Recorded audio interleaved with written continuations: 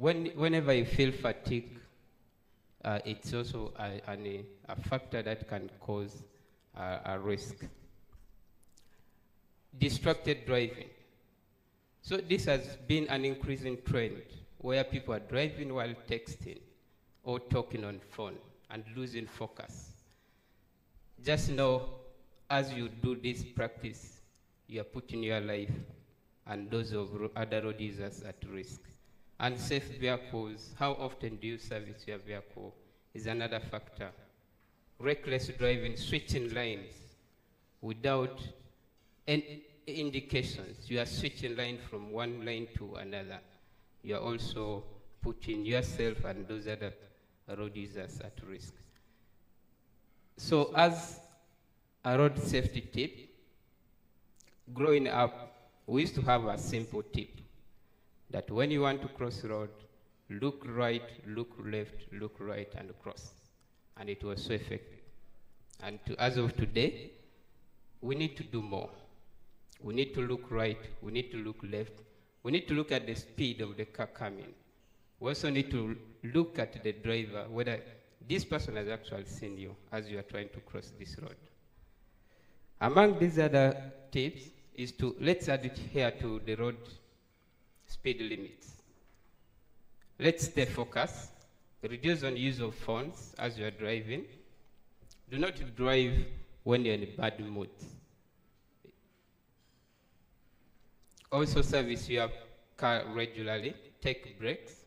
Sometimes, if it's inevitable, please do hire someone to drive you for a week and you can resume to drive later. Be patient on the road, don't overtake recklessly. I think that summarizes our safety moment for today. Thank you.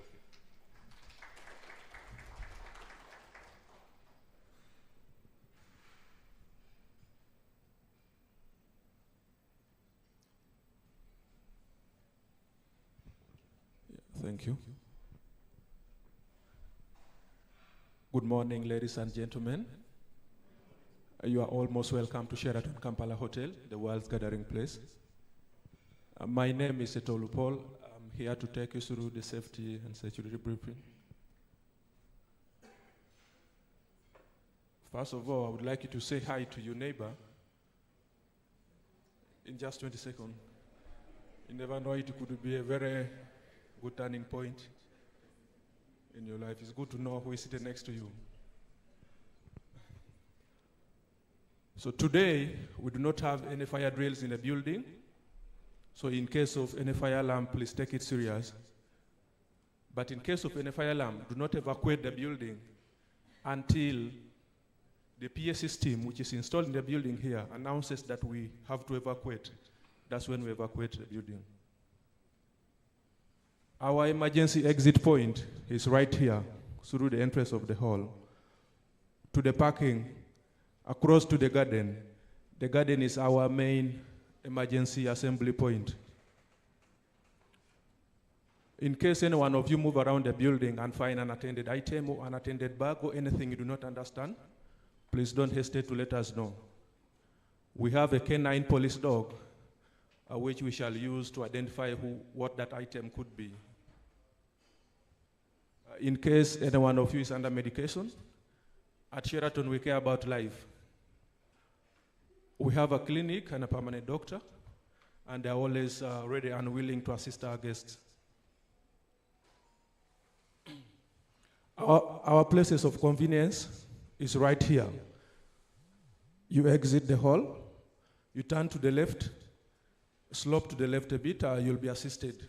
In case anyone has representatives from the Ministry of Energy and Mineral Development, the Petroleum Authority of Uganda, our joint venture partners, Total Energies and UNOC, bankers, our partner bankers, Stanbic and Equity Bank, the Stanbic Incubator, the Industry Enhancement Center, representatives from the Chamber of Mines and Petroleum, executive directors and managing directors of represented suppliers here, the media, all our distinguished participants, ladies and gentlemen, once again, a good morning and welcome to UNOC's Supplier Development Workshop.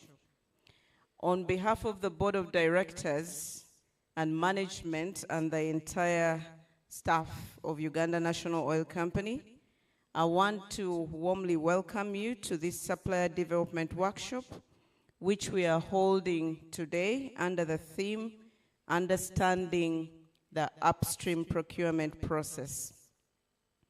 In this regard, we'll be providing you with updates on the oil and gas projects in the country, and most importantly, share with you the opportunities for supplies and services that are available in UNOC's projects, and in particular, the Kasuruban contract area, that as a national oil company, we are proud to operate and undertake petroleum exploration activities. We hope that the discussions we are having today in the Supplier Development Workshop can effectively prepare your different companies to support our operations at UNOC. UNOC continues to invest in supplier development to leverage on the opportunities to improve the supply chain of our operations. In this regard, on a quarterly basis, the Uganda National Oil Company organizes supplier development workshops to disseminate information related to its projects and continuously highlight the opportunities that are available for supply of goods and services for those projects. As UNOC, we desire to be a responsible operator with sustainable and ethical supply chain. Hence, the supplier development workshops play a crucial role in enabling UNOC to attain this cardinal goal. Therefore, the supplier development workshops aim to achieve a number of objectives, including the following. Number one, to share information and resources to improve the performance and capabilities of our suppliers and foster supplier growth for the benefit of all. Number two, to encourage local businesses to actively participate in the oil and gas industry supply chain by fostering collaboration between local startup suppliers and established players, and ultimately contribute to job creation and economic growth for the country. Number three, to enable our suppliers to gain insights into industry requirements, including the quality and safety standards for the projects, hence improving the suppliers' competitive landscape as they get better in offering their services. With the competitive landscape comes better pricing solutions and innovation in the supply chain. Competition also usually drives collaboration and trust between supply chain partners, since the companies that have formed partnerships will strive to succeed. And number four, to address challenges faced by suppliers, such as compliance, financing, logistics. Discussions on risk management, legal frameworks, and project management help suppliers to navigate the industry complexities, which in turn lead to collaboration between the operators and suppliers, resulting in a robust supply chain that ensures timely delivery of goods and services in a cost-effective manner. Therefore, the workshops contribute significantly to empowerment of local suppliers, driving industry growth and sustainable development in the country. And in the view of this, we encourage you to continuously attend these workshops to be able to derive the most value and benefit from the interactions. As you may be aware, UNOC is an integrated company managing a broad portfolio of projects that span the entire petroleum value chain. That is the upstream, where we have the Tilenga, Kingfisher, and Kasuruban, the midstream, where we have the refinery project, the East African crude oil pipeline, and the Petro-based industrial park, and downstream, where we are managing Jinja Storage Terminal, Kampala Storage Terminal, and trading in white petroleum products. The updates of the projects and the details of the opportunities will be highlighted later during the workshop. The focus of this workshop is understanding the upstream procurement processes. As part of the registration process for this workshop, we asked you to send through your expectations from this workshop so that we can effectively communicate and respond to your needs. We thank you for the massive responses received, and this workshop will respond to the issues raised and the information requested. Presentations on the upstream procurement processes, bidder pitfalls in the oil and gas procurement, and how these pitfalls can be overcome will be made. Therefore, through holding supplier development workshops, we aim to develop a sustainable and responsible supply chain for UNOC operations. UNOC recognizes the importance of national participation in the petroleum operations, including the supply chain. In light of this, UNOC continues to conduct capacity building and training programs aimed to enhancing the capacity of our suppliers to empower them to participate in the supply chain processes.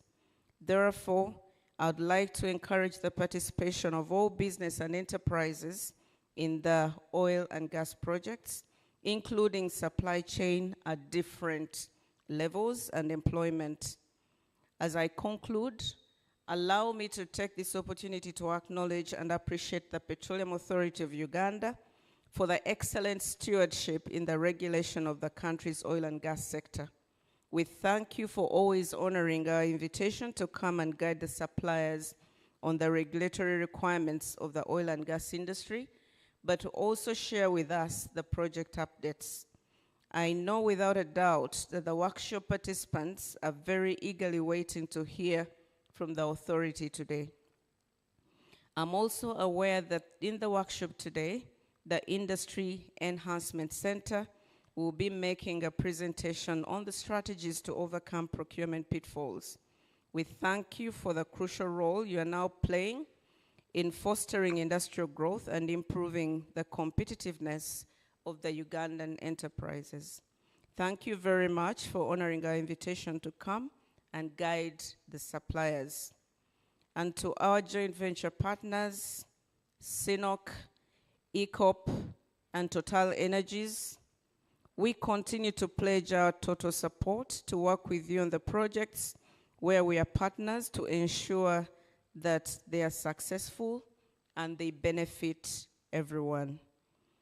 To the media team, thank you for always supporting us in the dissemination of the much needed information to our various stakeholders and the general public.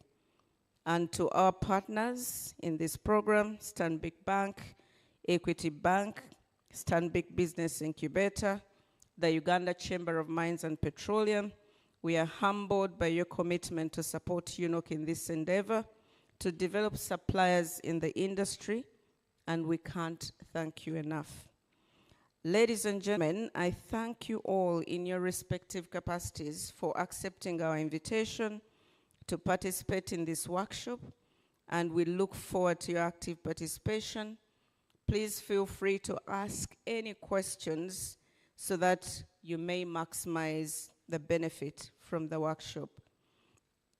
I thank you all for listening to me, and I wish you very fruitful deliberations, and I look forward to the outcomes of this workshop for God and my country. Thank you.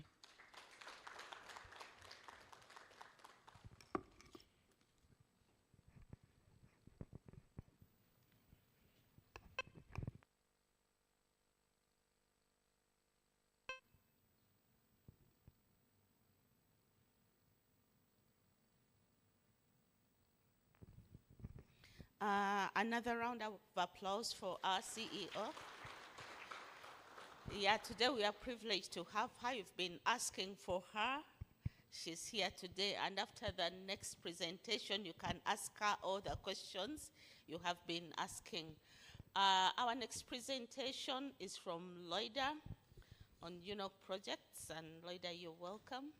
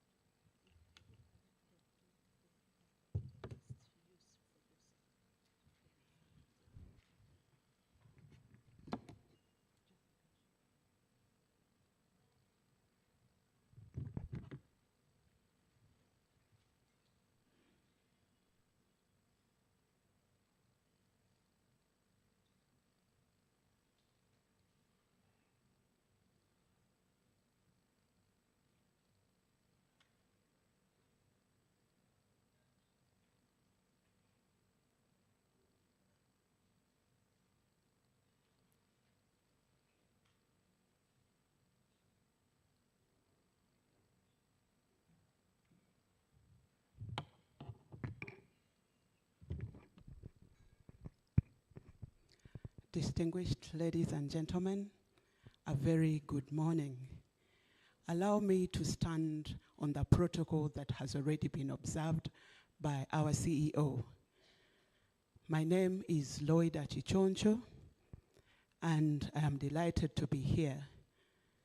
I'll be taking you through the status of UNOC projects and existing opportunities. Through the presentation, we'll talk about briefly on the oil and gas governance structure, the UNOC mandate and overview of the projects, projects updates, the Kasuruban contract area, which is key to this workshop given the theme, upstream procurement processes, and then I will conclude.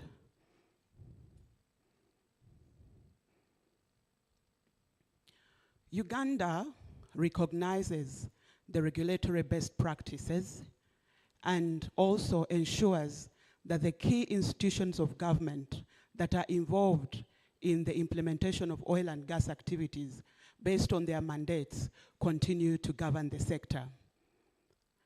The key institutions of government that are managing or governing the oil and gas sector in the country include the Ministry of Energy and Mineral Development, that is responsible for policy formulation, that is responsible for investor promotion and also licensing. We have the Petroleum Authority of Uganda that is responsible for regulation of the key activities to ensure compliance to the rules and regulations. We have the Uganda National Oil Company, the one that is responsible for this workshop. It's responsible for managing the commercial aspects of oil and gas activities on behalf of the state. And the Ministry of Finance and Economic Development that is responsible for the fiscal regimes. Different other sectors and ministries of government are responsible for different activities, like the NEMA, like other institutions, but the key ones are the four, that is Ministry of Energy, UNOC, the PAU, and Ministry of Finance. A key highlight on who UNOC is, UNOC was established under the Upstream and the Midstream Acts and incorporated in June 2015 as a limited liability company that is wholly owned by the government of Uganda. Our shareholders are the Ministry of Energy and Minister of Energy and Mineral Development, holding 51%, the Minister of Finance, Planning and Economic Development, holding 49%. Our mandate key is to manage the state's participating interests in agreements, but also ensure that the commercial aspects of the state are well managed. UNOC has two wholly owned subsidiaries, that is the Uganda Refinery Holding Company Limited, that is responsible for the refineries and also responsible for the other activities such as the KIP. We also have the pipeline company, which is responsible for the pipeline. It's also responsible for the storage and also responsible for the downstream trading. The Uganda National Oil Company is an integrated company that manages a broad portfolio of projects that span across the entire petroleum value chain. That is the upstream, the midstream, and the downstream. In the upstream, we are responsible for managing the state participation in the development and production projects, the Tilenga and Kingfisher projects that are under the operatorship of Total Energies and Sinnoc Uganda Limited. We are also the operator of the Kasuruban contract area, which is 100% participating interest by the Uganda National Oil Company.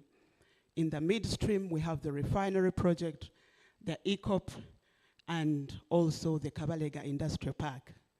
In the downstream, we have the storage terminals, Jinja and Kampala Storage Terminal, as well as downstream bulk trading. A snapshot of the projects that UNOC is managing on behalf of the government is presented on the screen.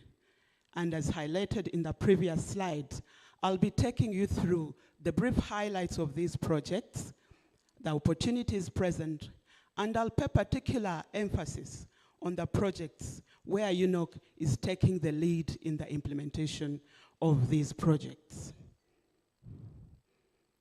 Starting with the Tilenga development projects, the Uganda National Oil Company holds 15% participating interest in the Tilenga development projects that is operated by Total Energies. We hold 15% as indicated. CNOC holds 28.33, whereas Total holds 56.67. Briefly, the activities, development activities are currently ongoing with the EPC standing at that percentage and about 69 wells being drilled already. So UNOC continues to ensure the monitoring and oversight of these projects on behalf of government and ensure to progress the agreements that are being done to ensure that production is achieved in due course.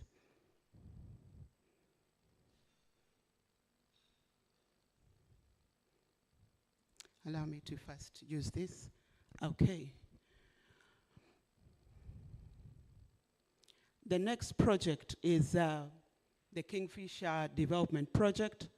The Kingfisher Development Project is operated by CNOC Uganda Limited, and the same way UNOC holds 15% participating interest on behalf of the state. Same percentage as Tilenga, CNOC holds 28.33 and Total holds 56.7. The progress of the development activities, EPC, is at 86%, and so far 10 wells have been drilled. And we continue to take oversight of the different activities that are being carried out as a non-operator and to ensure that we progress the finalization of attendant agreements that are required. I have briefly talked about this because UNOC is a non-operator, and the details of these, I believe, are specified by the operators of these projects, because for the purpose of this workshop, we aim to look at the projects that UNOC is operating and the opportunities that UNOC takes responsible for. The other activity or the project that UNOC is participating in is the crude oil pipeline. The crude oil pipeline is a 1,443 crude oil pipeline that runs from the Kabalega Industrial Park, that is the upstream point, to Tanga in Tanzania to export the products to the international market.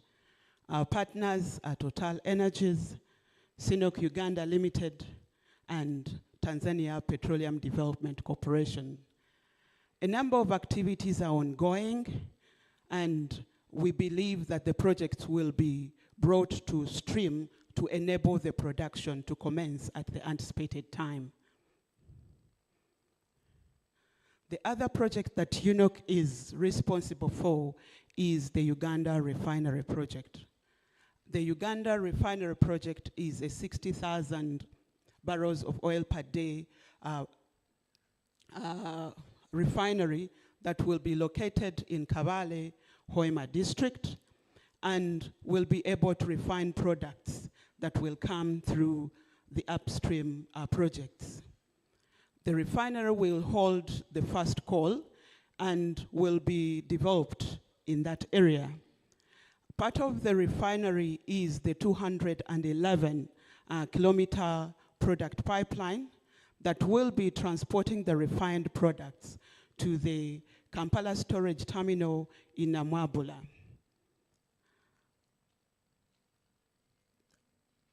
Again, the refinery activities have progressed, and in terms of the project structure, the refinery project agreement between Uganda and the partner was signed in 2018. It will be a public sector-led project. Asia for the refinery, that is the environmental and social impact assessments, were concluded.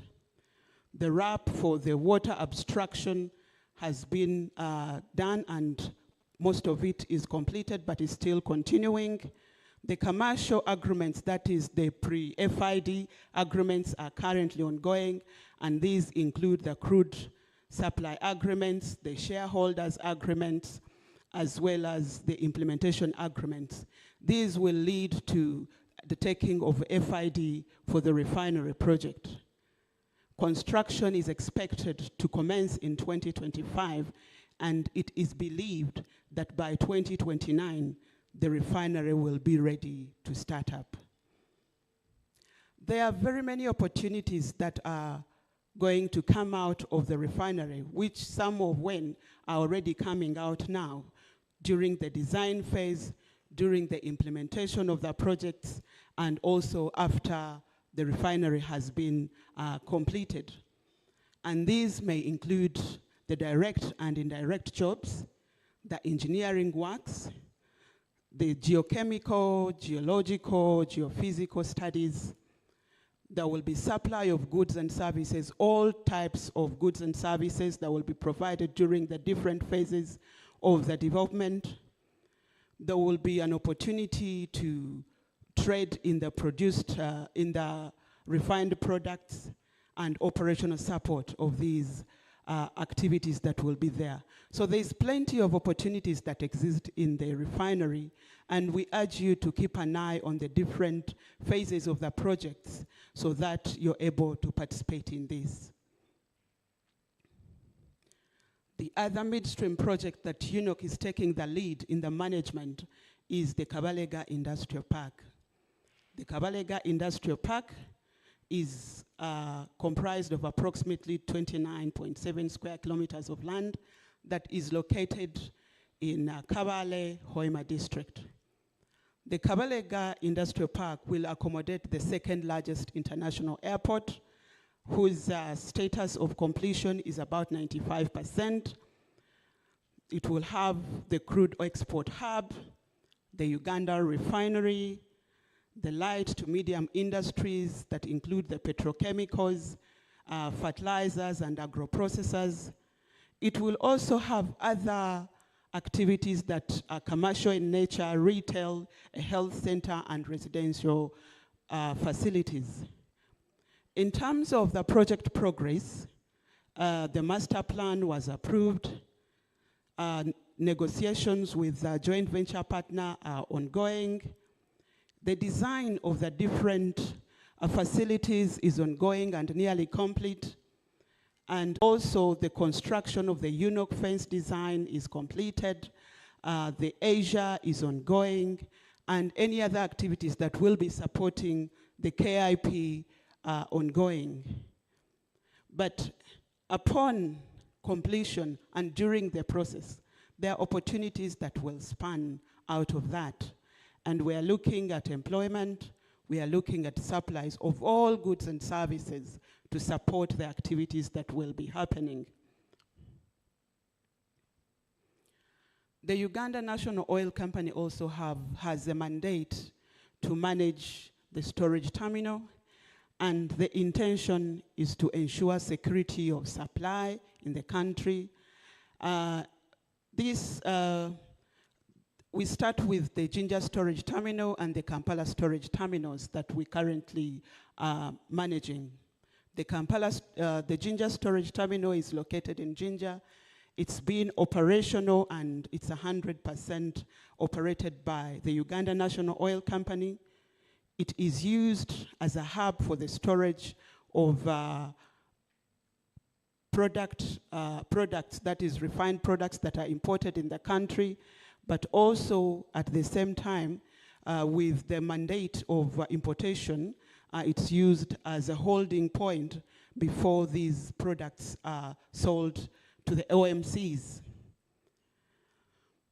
In terms of activities, we plan to expand the storage terminal to be able to accommodate what we intend to have through the water, to have a rail, and also to ensure that these facilities are updated to be able to be of standard requirements and status. The other storage terminal that UNOC will be managing is the Kampala storage terminal that is located in Namwambula, PG district. The terminal is a 320 million liter capacity pipeline, and it will be developed in that area. It will also hold the products that come from the refinery.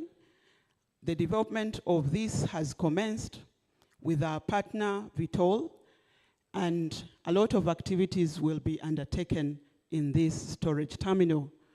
It will be used as a central hub for storing our products, much as the company has plans of developing other storage terminals regionally, but this bigger storage terminal will be used as a central hub. The Uganda National Oil Company has a mandate to import and trade in products of petroleum. And Uganda National Oil Company commenced the trading in petroleum products in 2020, and the objectives of these were to enhance security of supply of petroleum products, generate revenue for the company and the country, but at the same time support the Kampala storage terminal and Jinja storage terminals in terms of development, and also build the capacity in trading. I want to say that these have been achieved, and in 2023, the Uganda National Oil Company was given of products to contribute to the reduction of the pump prices, and our partners are Vitol, and we are working together with them to ensure this is done. I want to say that Uganda received the first batch, that is the first fuel-laden vessel for the bulk trading, that is importation of products, on 3rd July 2024. We continue to provide these services and trade in these products, and ensuring that there is security of supply in the country with the OMCs that we are involved with. The other project on the trading is the LPG and lubricants trading. The implementation of these and initiation are still ongoing, and they will be launched once completed and ready for trading. Specific to this workshop is the Kasuruban contract area. The theme for the workshop is the upstream procurement processes, and the Kasuruban contract area comes in handy for this. As a national oil company, we have an obligation to ensure production sustainability in the country and increase the reserves. Given that oil and gas resources are not renewable, we have to ensure that we continue to provide to ensure that we secure the midstream and downstream facilities that the government continues to invest in. Arising out of a successful second licensing round in the country, the Uganda National Oil Company was granted a license to operate the Kasuruban contract area. And that is on 2nd of February 2023, where the license was granted. We are 100% holder of the license, and we are the operator. The license covers an area of approximately 1,285 square kilometers, running in the areas of Bulisa, Hoima, and the Masindi districts. The exploration period is for 6 years, split into exploration phases 1, 2, and 3, each one holding 2 years. The delivery model for this, and which is part of the license condition, is through strategic partnerships. UNOC will find a reputable joint venture partner to hold and to implement the work program obligations in the Kasuruban contract area. As the operator of the contract area, UNOC has undertaken several activities aligned to the upstream regulations and the laws and the PSA, and the activities have been undertaken that include the G&G studies and other technical studies. The other activities will include 2D seismic data acquisition and processing, and will also have drilling of both exploration and appraisal wells within that period, the license period of 6 years. These activities have been undertaken by UNOC in partnership with other consultants, but mainly by UNOC in-house staff. And this has been achieved in line with the mandate of ensuring the expertise in the oil and gas sector is promoted. In terms of the roadmap, the Kasuruban contract area, which was awarded in February 2023, UNOC is currently undertaking the first phase exploration activities, and we will endeavor to secure a reputable joint venture partner as required by the license. But we also currently undertake the different activities as highlighted previously, but geology and geophysical studies. We will also acquire some of the data, about 150 line kilometers of seismic data. In the second phase, our anticipation is that we will be having a joint venture partner. So the JV will be able to carry out the minimum work program obligation and also the approved work program obligations that may include the studies, the technical studies, more seismic data acquired as part of the work program obligations as stated in the PSA, as well as drilling of exploration wells. We intend to drill wells during the second exploration period, which will run from February 2025 to February 2027. In the third phase, which is also 2 years, the joint venture will be able to continuously undertake studies, but with the aim of undertaking appraisal activities to be able to understand the petroleum prospectivity of the block. And on a successful case, UNOC and the joint venture partner will submit an FDP to the Ministry of Energy for approval to progress into production. Upon the approval, we anticipate to continue with the field development and then production, but those will be guided by the production license that will have been secured on a successful case. So what is it that we are looking at from the Kasuruban contract area? There are lots of opportunities that are going to come up in the 6 years that we'll be having the license for exploration. And these opportunities, as highlighted, they include technical studies and consultancies. They include the drilling of the wells and also support services to support the operations of the company. The table highlights the opportunities that have already been identified that are currently ongoing. We're looking at the technical studies. Recently, we had the adverts go out in the papers talking about the available opportunities. And these included basin analysis, the technical study. It included petrophysical analysis and also petroleum resources assessments. These procurements are currently ongoing, yet to be concluded, and we thank the suppliers and entities that participated or are participating in these procurements. The other opportunity in the Kasuruban contract area is the 2D acquisition and reprocessing. Starting for this year, we had an opportunity go out related to seismic reprocessing. That is processing the data that we acquired along with the license. And the procurement of this activity is nearing close. Again, a tender for seismic acquisition and processing of about 150 line kilometers of seismic is currently ongoing. We thank the companies that have participated in this, and we hope to get more interest from the Ugandan companies as well as other international companies to participate in this. The other opportunity is related to quality, health, safety, and environment.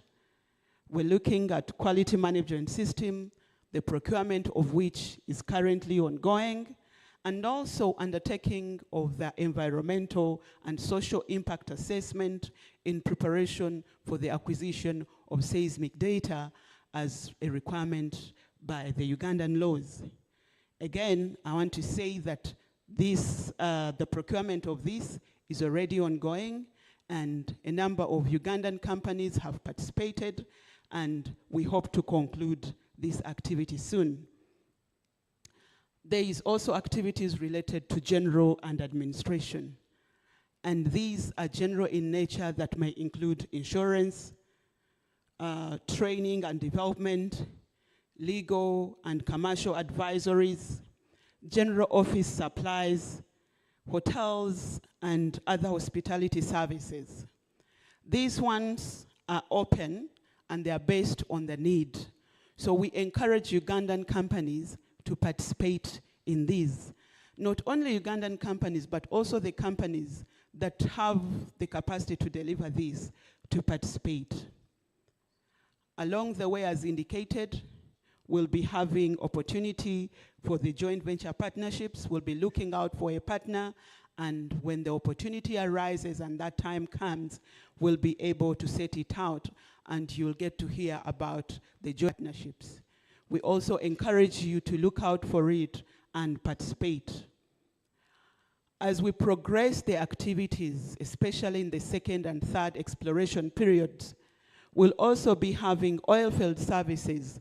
These are a little technical and specialized in nature that we believe that the Ugandan entities, in partnership with international entities, would be able to participate in all this.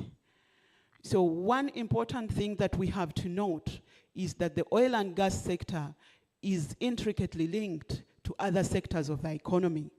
With the growth of the oil and gas sector, the other sectors will also grow in response to the growth in the oil and gas sector.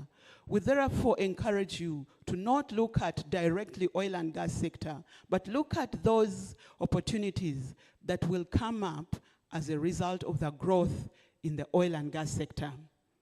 And importantly, would like to encourage you to form partnerships between and among yourselves, but also with international oil companies that have already acquired the expertise, both technically and financially, to be able to grow the capacity of the Ugandan entities.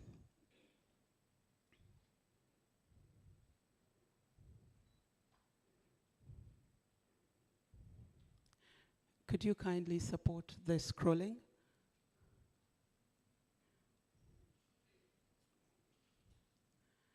All right, as I talk about the opportunities that are available in the Kasuruban contract area, I'd like to kind of re-echo what I believe many of you know about procurement or supply chain in the oil and gas sector, and in particular the upstream.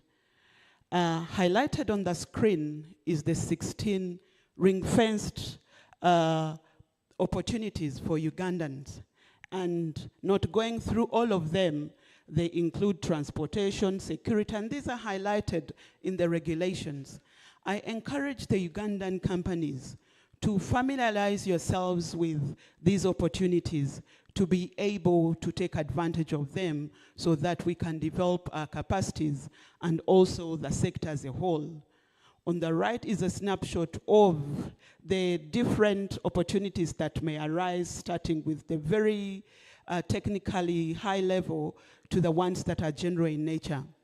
What the National Supplier Workshop aims at, and also the Uganda National Oil Company aims at, is not to just leave the ring-fenced opportunities to Ugandans, but to encourage the Ugandans to also venture into those that are kind of highly technical in nature by developing their capacities through the different opportunities that we have, but also to form partnerships, encourage partnerships with the international companies so that we don't only remain on the general opportunities in nature, because the bulk of the monies are in the technical and highly specialized opportunities.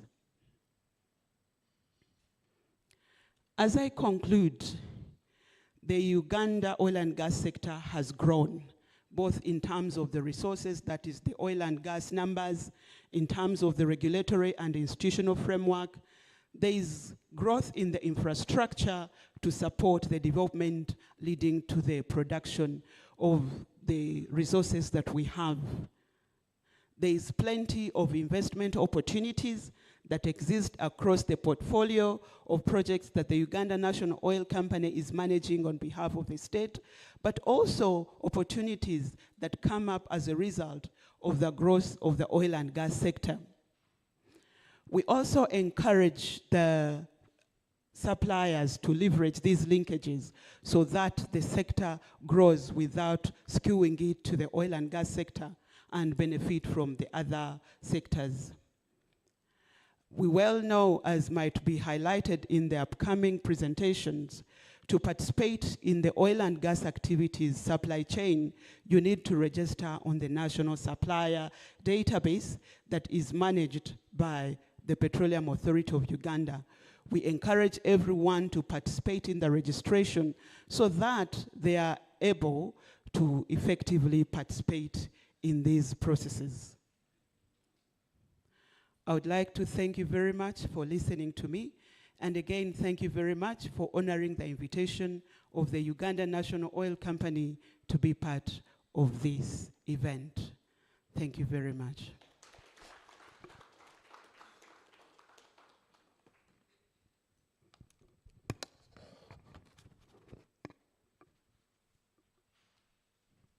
Thank you very much, Loida, for the presentation. Can we clap for her again? I think this is a part of the project where most of us actually need to understand and grow. Can we stand up a bit before we go for the Q&A? I think we have been sitting for a long time. I know we have a gym instructor here. Somebody? Okay. I can't see the person, but we could do some stretches, stretch a bit, maybe greet the person next to you, and then we can sit. Okay, thank you very much.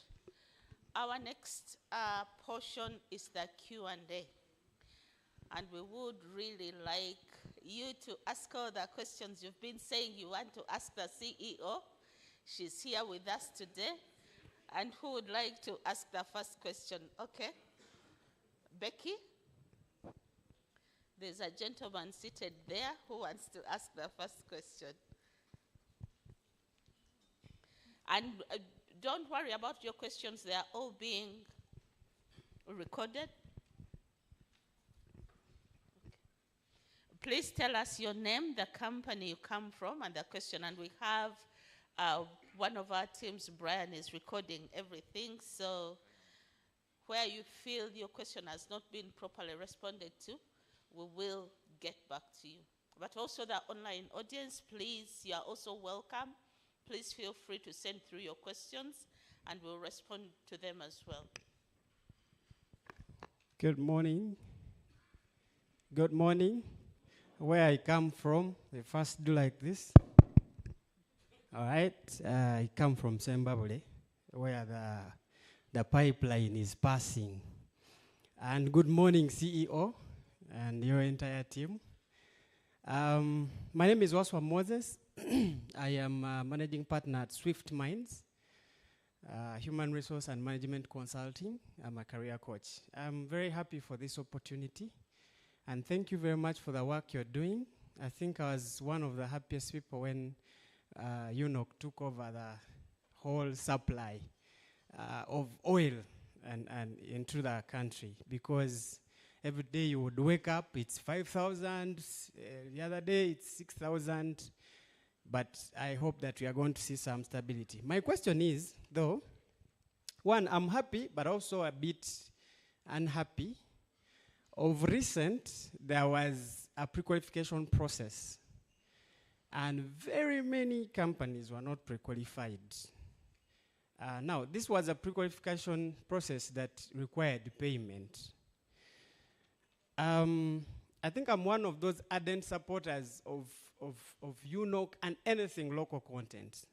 This one, my brother Tony knows. But when we see very many local suppliers not pre-qualified, we have to ask ourselves why. Because I believe that UNOC's first priority shouldn't be whether I have, it shouldn't be the normal, really, process. I know that there are certain things you're looking out, but I also believe in the spirit of local content, UNOC should be looking out on how to support these local suppliers to be pre-qualified, because these projects are a lot of money, and it really hurts to see that foreigners or foreign companies will be taking the biggest share. And so, even Swift Mines, we were not pre-qualified, and yet somehow we presented. But I wanted to get deep into knowing why were so many companies, because in that email I was actually copied, and so many suppliers were not pre-qualified. How are we going, my question now, how are we going to participate if we are not given the opportunity to actually be part of the supplier database for UNOC? We will come here into the supplier workshop and all that. At the end of the day, we'll just enjoy it and go home. So we need to be pre-qualified, and really request you humbly that there should be some other process, and this one should be basically to support small companies, SMEs. Everyone here should be clapping for me. Thank you. Because I have been in all these supplier seminars, and these emails are being sent to us. You've not been pre-qualified. Question is, have you reached out to support us on what we should do? Because I even we paid our 100,000. Many people here, you paid. And you are not pre-qualified.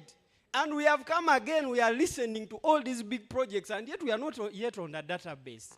So, Jessica, thank you very much for the opportunity, but I am not happy. I hope by the time I leave, I'll be happy as I smile with the CEO. Thank you very much. Yeah, of course you'll be happy. Kindly, there's a gentleman seated here on the next table.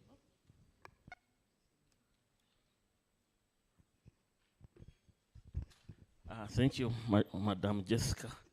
I was the gentleman calling you today morning about the venue. I'm sorry about it. Protocol observed. My name is Engineer Kasuruban, a consulting engineer. I'm excited to see the CEO today, because I've been doing some consultancy work for UNOC, but I had not met her in person. But today I've had the opportunity. I'm excited to meet you, Madam. How are you? Protocol observed.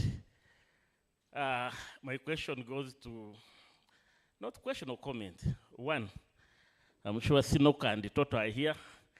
I'm really happy with their support they are giving us to develop the oil sector.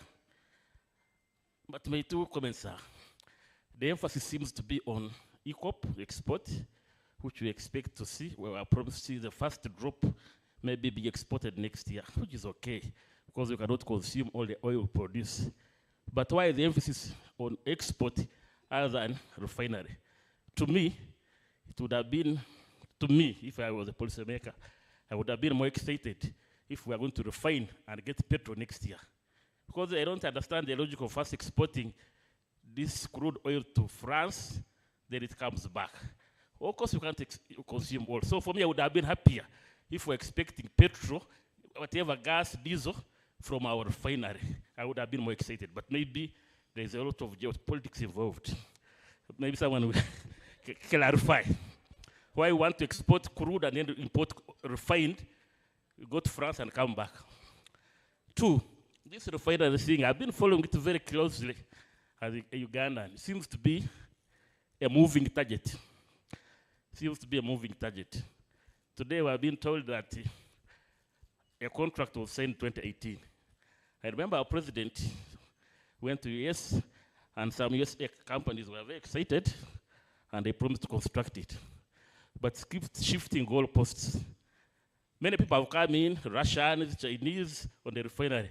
And I think this year or last year, we had a sheikh from Makatoum from Dubai also expressing interest.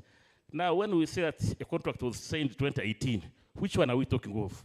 Is it an American company? Is it a Dubai company? Who is going to construct the refinery?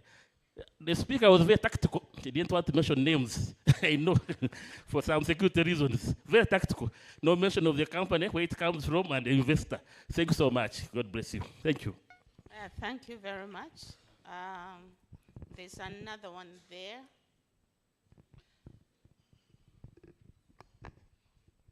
Good morning, everybody. Please permit me to stand on existing protocols. My name is Chris. I work with the Initiative Uganda Limited.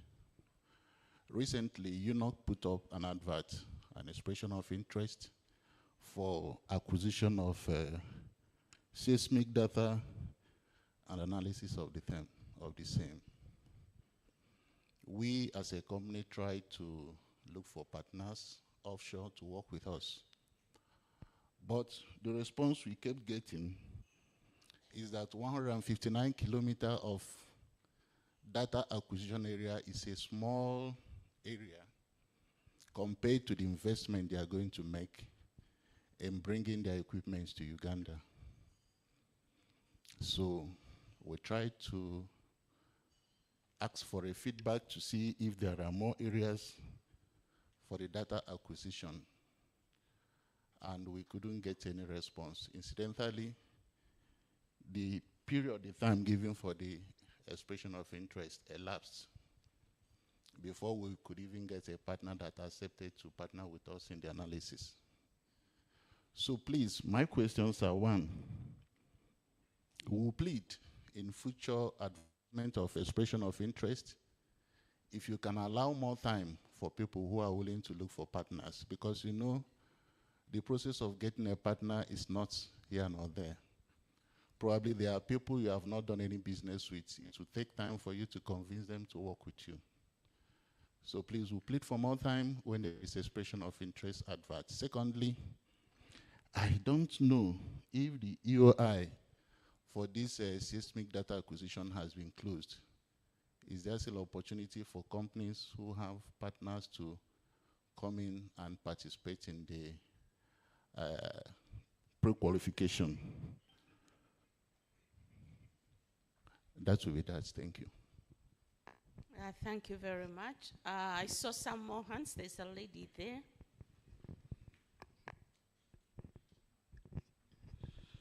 Thank you very much. My name's Tusabe Caroline from Ambitious Construction Company. My question is, we always apply for these pre-qualifications, the tendering process. But what we always wonder about, you always emphasize on local and national content, and you go ahead and say you need somebody with experience in oil and gas, a company with experience in oil and gas, of which in Uganda, I don't think we have experience of that. We need to agree on that, because we have never done any oil mining. So that is like limiting us to do those pre-qualifications and maybe to take over those opportunities which come on board. So we really need a bit of help over that, because if you emphasize on local and national content, and at the end of it all, we are seeing the international content coming on board, the Chinese and so on. So we really wonder what can we do, how best can we handle that? Thank you very much. What services does your company provide? It does construction. Okay. Yeah.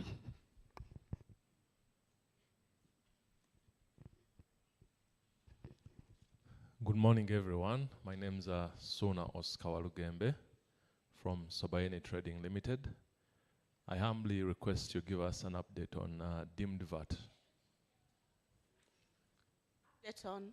Deemed VAT. Deemed VAT. Yes. Let's take one more for now, and we have responses, and then we'll get to a second round.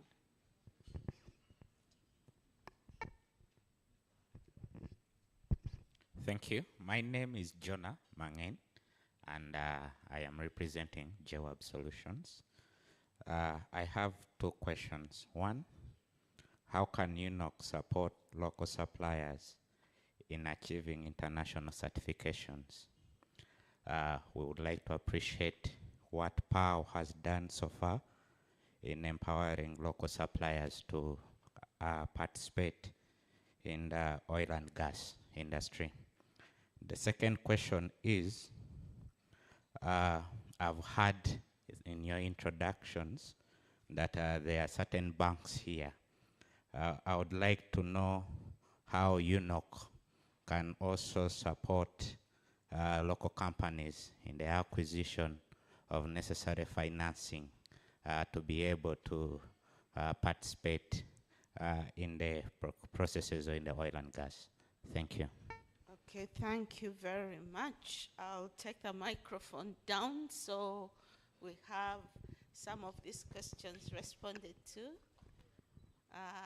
You go first.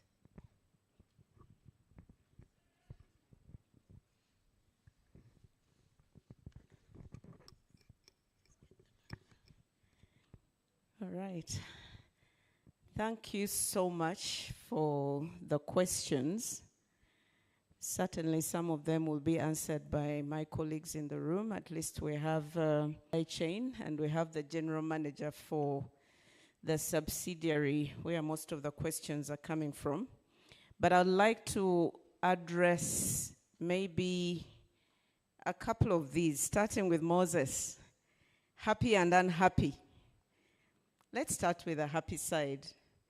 I think I appreciate your feedback on the sole importation mandate which UNOC is implementing to date. At least I think all of us can agree that we are seeing a reduction in pump prices.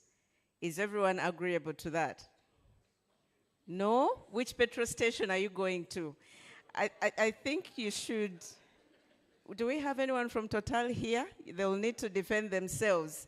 But I think government has done a fantastic job, and we've moved close to 630 million liters since the first cargo that Lloyd touched on. So thank you for appreciating the mandate that we are taking on. Yes, on the other side, you're unhappy because of the so many companies that were not pre-qualified. I take that feedback, but maybe Jeremy will respond to that. But I think for me, coming out of this, we will have to structure specific workshops for the suppliers on the requirements for pre-qualification. Because by the time you're not pre-qualified, my understanding would be that you didn't meet all the criteria for pre-qualification. And it's very important that before you put in your pre-qualification, at least you're aware of the details of the requirements for pre-qualification. So Moses, we take that feedback positively, and we'll be holding pre-qualification workshops to allow the suppliers to understand the requirements for pre-qualification. Engineer Morty, I'm happy that I'm seeing you as well. So your question was related, why are we emphasizing ECOP and not the refinery? Well, that is not exactly correct, because the refinery is a very key strategic project for government, especially so that if you look at the benefits that the refinery brings into the economy, they are quite remarkable. For example, of course, when we put this refinery, we are reducing the import bill. You get a good balance of payments to a tune of maybe 500, slightly above 500 million US dollars a year. We are seeing a lot of net fiscal impact from the refinery, which is close to 803 million US dollars. And that's the fiscal impact. And then, of course, the national capital formation, which is in excess of 8.3 billion US dollars. And the linkages to other sectors of the economy. Of course, the National Development Plan is driving industrialization using the oil and gas resources. And we see a lot of linkages between the refinery and other sectors of the economy. For example, agriculture, where we'll be converting some of the products from the refinery into fertilizers. So we don't take it lightly. Maybe we need to talk more about it, but it's at the same scale. Maybe why you're seeing ECOP more talked about, because it's in execution mode compared to the refinery where we are still negotiating the key commercial agreements with a partner. You asked about which contract are we talking about that we signed in 2018 or so, you said. The project framework agreement was the first one to be signed. And it lays out the structure of how the refinery project will be developed. Now, the initial partnership we had was with the Albertine Graben Energy Consortium, and that project framework agreement expired last year, June, if I recall correctly. And then government had to get into other partnership sourcing, and that's why we are engaging Alpha MBM to conclude those agreements, and then we get into development. But we do not take the refinery project anywhere less than any other oil and gas projects.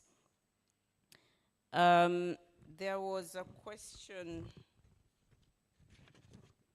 There is a question related to seismic acquisition, the EOI. Maybe Phillips, you'll address that as the general manager for the subsidiary. There was a question from Miss Caroline Tusabe from the construction company about local and national content emphasis with experience and skills. But why do we ask for experience and skills, yet we know Ugandans do not have that? Is that correct? Did I get you right? This is my answer to that. It would be very difficult to take on a construction contract in oil and gas without the skill set. Reason being that the exposure in terms of risk is high. Think about the insuring company that is going to insure you on this project if you bring someone who is not experienced in oil and gas. There's a huge exposure there. And then from a national content perspective, and I hope the regulator will speak on some of these aspects, there's been an intention that first priority be given to a Ugandan company. If that is not possible and you do not have all the skill set and the money, then joint venture with another Ugandan company that comes with the financing and maybe the technical capacity. Then if that is not possible, then joint venture with an international company. And if that fails, then let's source internationally. So I think there's been efforts by government to ensure that at least if we have a capable Ugandan company, let them get priority. If they don't, if you're capable and you don't have the technical skill set and you have the money, at least JV with someone who has the other part. And if that's not possible, at least go and JV with someone who's international with a skill set. The beauty with that is you're also building capacity by partnering with an international player, so that in the long term, you'll be able to work on these projects independently. But it's always going to be difficult to take on board someone who doesn't have the experience because of the risk and the exposure the project will get.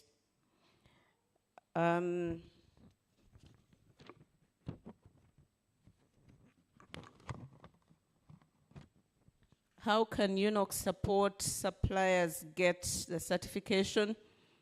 I think there is an answer on the table, I believe, from the Industry Enhancement Center, which we are part of as well.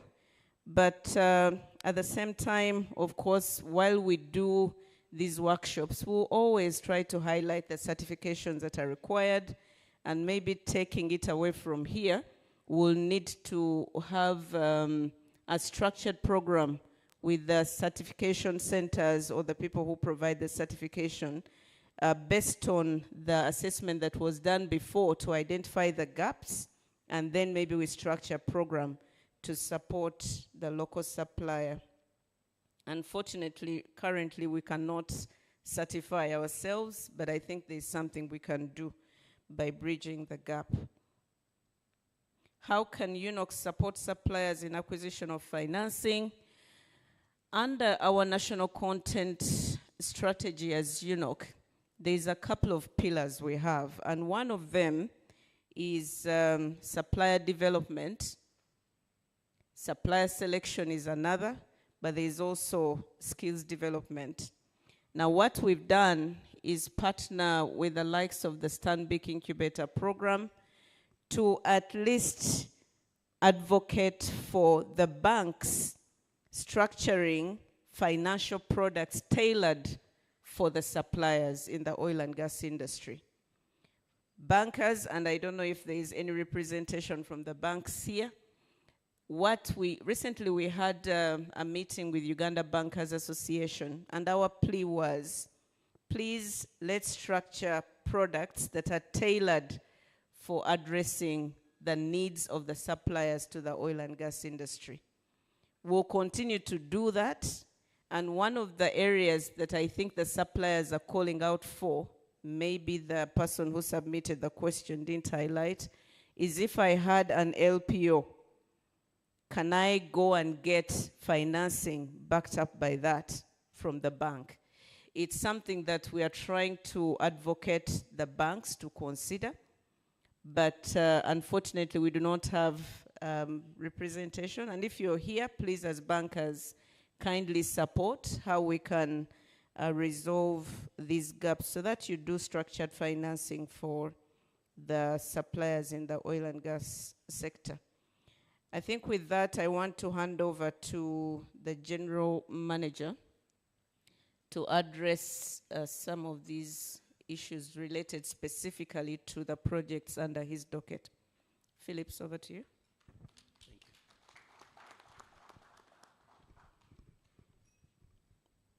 Thank you, CEO.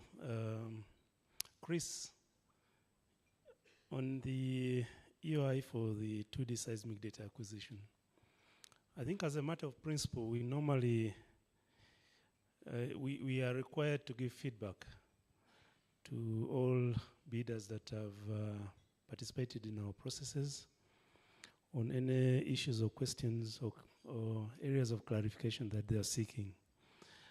And if indeed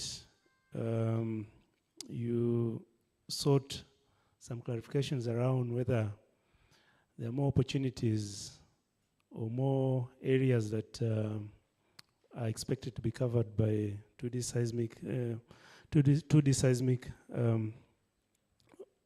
acquisition to facilitate your joint venturing process with international providers, we apologize. That feedback should have come to you.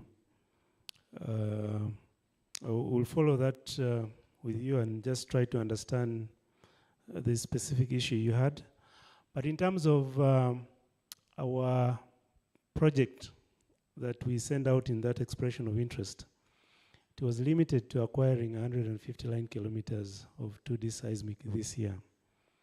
And that was really the scope for now, because as you may be aware, as operators, we do present annual work programs and budget, of course internally within our governance structures for approval, but also subsequently to the Petroleum Authority for approval.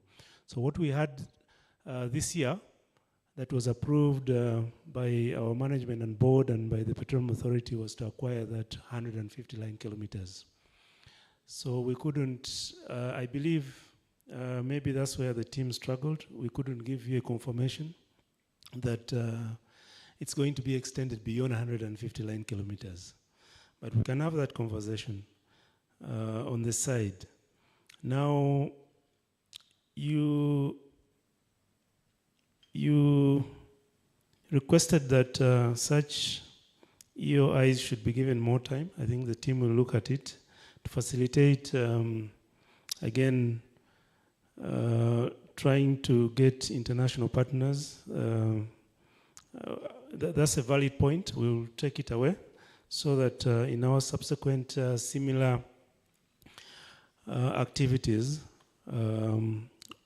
we can integrate that feedback and see whether we can have more time for you as a supplier community to engage externally and support our operations. So thank you very much for that feedback. Yes, the EOI was closed. It has moved to the next phase, which is the proposal submission phase. I believe those suppliers that have met the requirements and have been qualified have been contacted to submit more detailed proposals.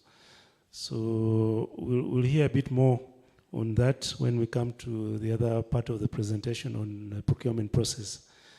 But I just wanted to clarify that if you haven't been contacted to submit a proposal, then it's just an indication that you are not successful. And so the other companies that were successful are now preparing their proposals to submit. But nonetheless, thank you very much for that feedback. We take it positively, and we'll try to improve on some of those areas that you have highlighted that would benefit those of us in the room that are representing the national supplier community to leverage the opportunities that we send through to joint venture with international players and support our operations. Thank you. There was another question from a gentleman called Suna, I believe, on DIM VAT. I also want to just talk through that a bit. I hope we understood your question well. I think you said you wanted to know the status of DIM VAT. And I think for us in the room here, we know that DIM VAT is one of those incentives that have been given by the country to the mining sector as well as the oil and gas sector. And the legal instrument is the VAT Act, I think section 24, 5 or whatever it is. And the principle is that VAT payable on taxable supplies made by you guys, the contractors, to our licensees, which is UNOC, Total, CNOC, yeah? For purposes of petroleum operation, should be deemed paid, yeah? By the licensee to you guys, the contractors. Now, I think the legal provision exists. We expect that we are actually implementing it. And my colleague from this, the head of supply chain is here. What I want to understand is the actual issue that you have. Is it that you have the feeling that we are not implementing, you are still paying VAT on these supplies that you are offering to our operations, and yet it's supposed to be, it's deemed paid? If you could just clarify so that we get the specific issue and we follow through sooner. Yes, please.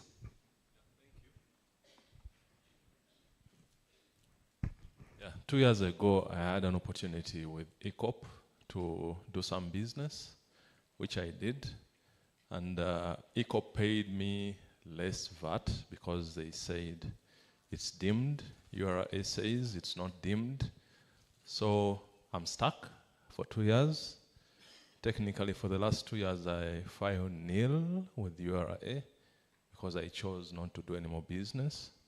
And ECOP says we can't do anything. URA says it's pending. And the last few months, they say it's been taken to the higher level for, to be sorted out. So that's the situation.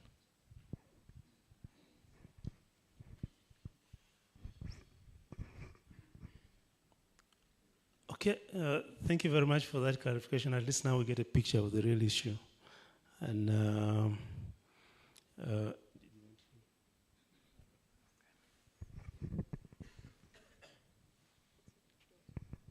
okay, thank you, Sula.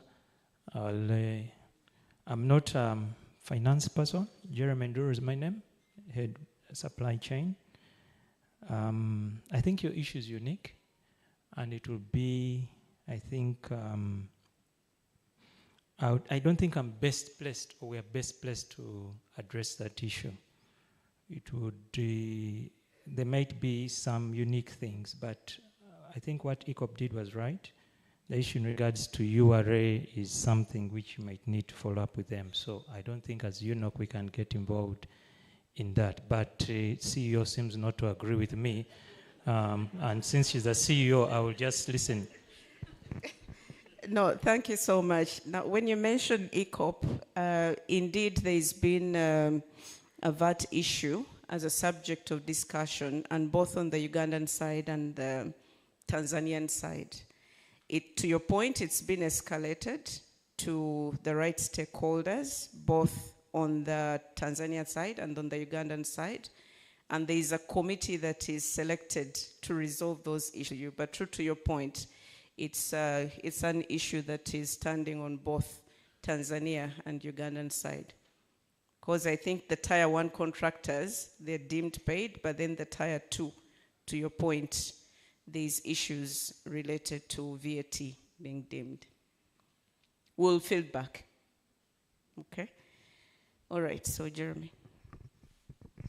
Okay, I think I'll try to avoid that issue since she has addressed it.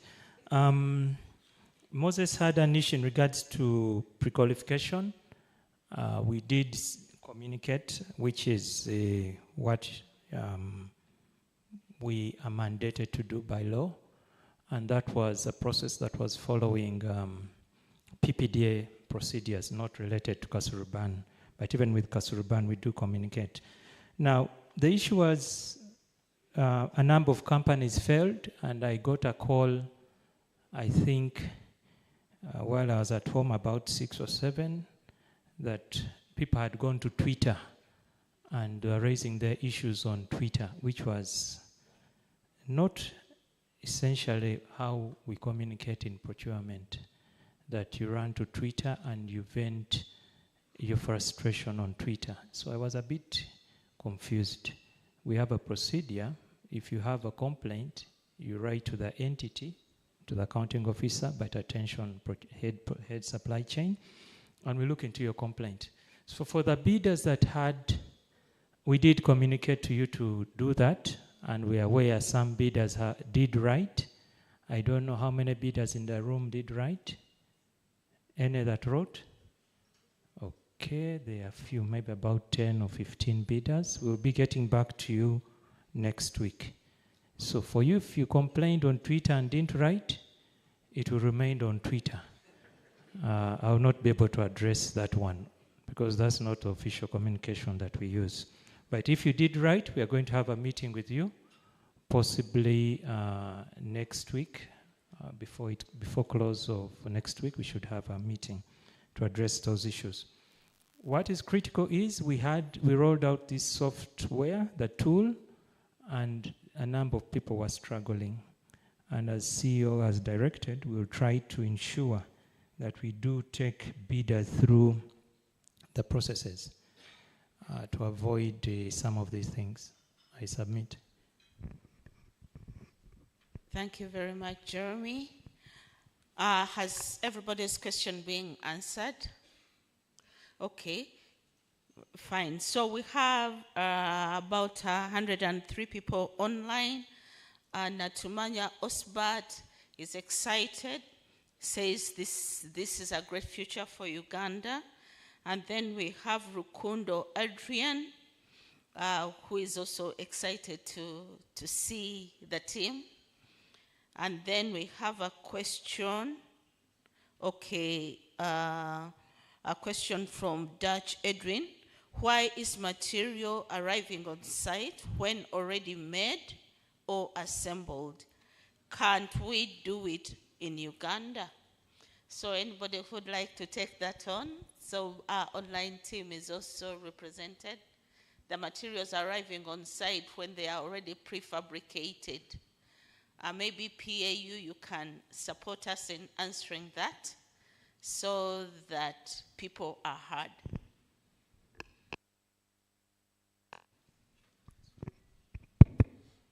Good morning, ladies and gentlemen. Maybe to address the question on some materials arriving in countries when they're already fabricated. As the authority, we did fabrication capacity assessment to try to identify the capacity of our local enterprises to be able to fabricate for the oil and gas sector, because the kind of fabrication that is required is a bit different from what we ordinarily used to. And we noticed that there are few companies that have some capacity, however, the kind of quantities that are being sought for by the oil companies are a bit large. So one of our efforts that we are trying to do is to see that we expose the fabrication companies in Uganda to appreciate the scale of a project, and we have written to these companies to invite them to visit the project areas. And we've also organized a benchmark visit for these companies to be able to benchmark some of the fabrication yards in the world that are doing fabrication specifically for the oil and gas sector. So to answer this question, this is allowed because we don't have sufficient capacity yet in country to be able to fabricate for all the requirements of the sector. What we are able to do, there are companies that are already doing, and efforts are being made to increase this scope. However, those elements that are critical and are needed now, we allow to be fabricated out of the country and be delivered. Thank you. Thank you very much. So we are having giving an opportunity to another 5 people. If you can please stand up, those who want the 5 questions to be, so we can give you an opportunity. Okay, there's a lady there. 1, 2. Okay, I have 2. We stand up, please. So we can have 1, 2, 3, 4. Who is the 5th? Okay, there's number 5 in the corner. So after you take your question, you sit and then we'll follow. Okay, thank you. All protocol observed. Good morning, ladies and gentlemen. I hope everyone is okay. My name is Lona Akot. I represent the Assessment and Skilling Center, a training arm of Key Sourcing Subtech. My question, I request to know the particular trainings that you have in the pipeline that my company can benefit from. Thank you. The CEO was talking about financing. Maybe another thing she needs to, we need to clarify. Some IOCs, some financial institutions don't want to fund contracts from certain IOCs. And like which one to be so general? Because I've taken, I think, contracts to a bank, maybe Mozambique, and then you find they say, no, this IOC delays payments and they're not fine, and they have not given financing. So I don't know what the sector can do and how we can be helped. Another thing is, I think it's a PAU question maybe. Yes. PAU, good enough, I'm seeing my brother here. There's a lot of lag up there. You submit a contract for clearance, and it will take about 5 months. I don't know what magic is that. I don't know. PAU should help us on that. A contract cannot be stuck there for more than 3 months, and it's not cleared. And another thing, sometimes responses don't come in line of what you asked. That one I have proof, and I don't know above there what is happening. Thank you.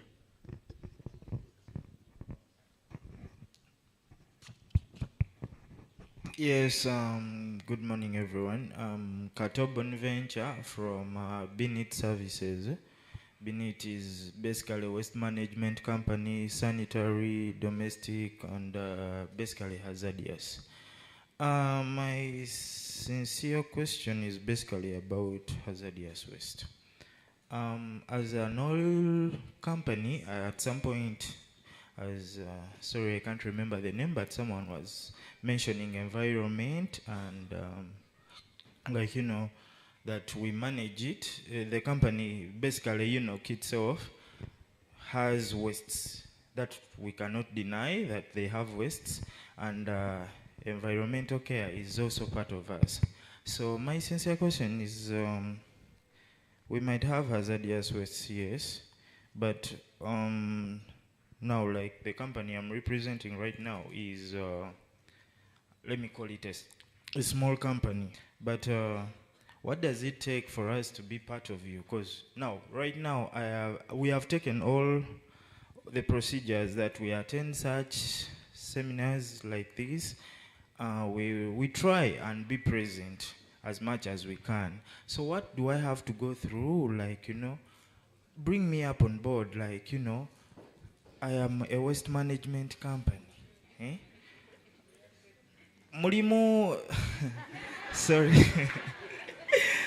Do we have that part of Anya Kumani or what? Because I try. I even attending, me being present today, I tried and responded to the email, and I'm here today. But what does it take for me? Like, you know, bring me up on board. Like I've told you, I'm a waste management company.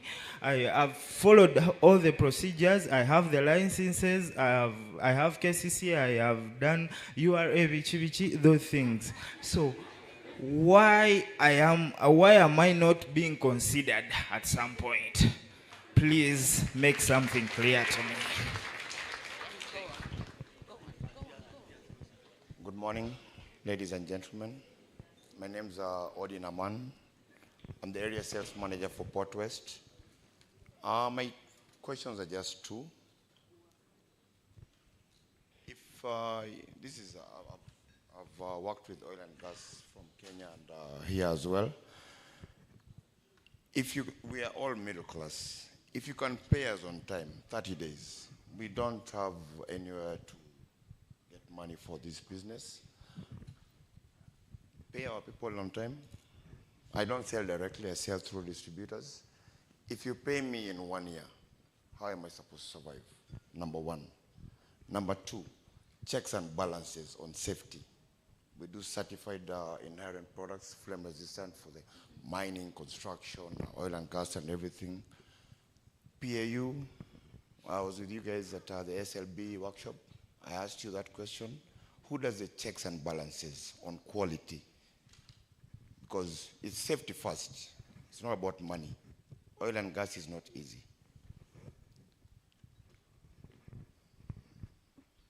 So basically that's it. Support the middle class team to make money, pay us on time, then we can manage to also create money for ourselves to grow Uganda. Thank you. Good morning. My name is Ibrahim. I'm from Somba Solutions. We are an ICT company, ICT, and at the same time an ISP. Mine goes on to, I think, to the logistics or the supply chain. If we've qualified with PAO, for example, why shouldn't it be a benchmark that, adjust immediately? Because PAO is a little bit more extensive, and they actually have done that. So why don't you unify these processes, that when I pre-qualify with PAO, UNOC automatically qualifies me, because that would be an easy way of doing it. Secondly, is on the international certifications. All of us will not certify. We certify based on the areas we operate, but some of the orders that come, you need ISO 900, you need 27, you need this. Some of them don't apply, but they are needed. I know the CEO has actually said this to partner, but in a way, I'm of the view, let it apply to a specific area, or let UNOC help these small companies come up with those international standards. I know they are very relevant, especially in the risk area, very, very relevant. But if we could have a way of, at the level of a country, be helped to get these things out, would be a very good thing. The issue of actually deemed VAT, we are experiencing it actually. It's not only that gentleman. Deemed VAT is an issue. Even there are many companies that actually, have that, but URA has not come up to resolve. And the other is also on the payment. There are suppliers, you do work for some of these suppliers, you take 6 months to be paid. If you've gotten money from the bank, it will take so long, or all the money will be taken up by the bank just because you've not gotten a payment. How can UNOC or help these small companies come up? Thank you. Thank you very much. Phillips, the floor is yours.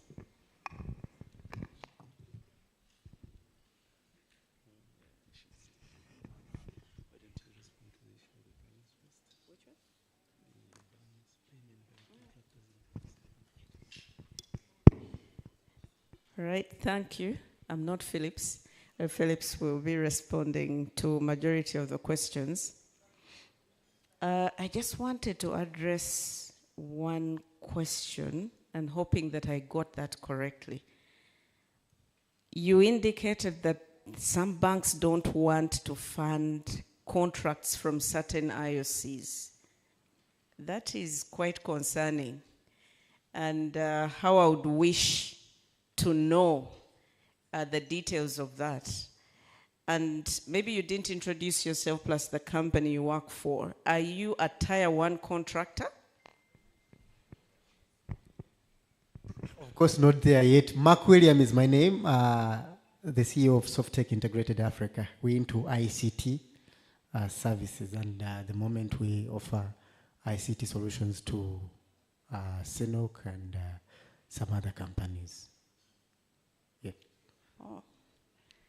Okay, I think we will, now that you've mentioned the services you offer and who you offer them to, it will be interesting to follow up on this, because I believe the IOCs have actually been paying pretty well.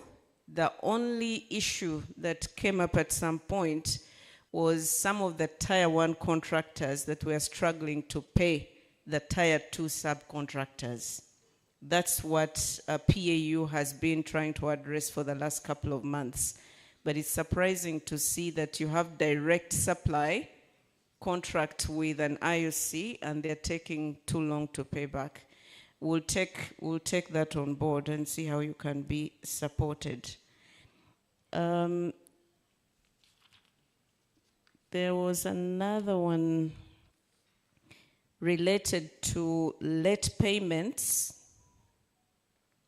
making it difficult for the companies to survive. Again, I think this falls into the category that I've just highlighted, and I don't want to speak for Petroleum Authority of Uganda, but they've been really doing a lot of back work to support payments of especially Tier 2 contractors to be paid.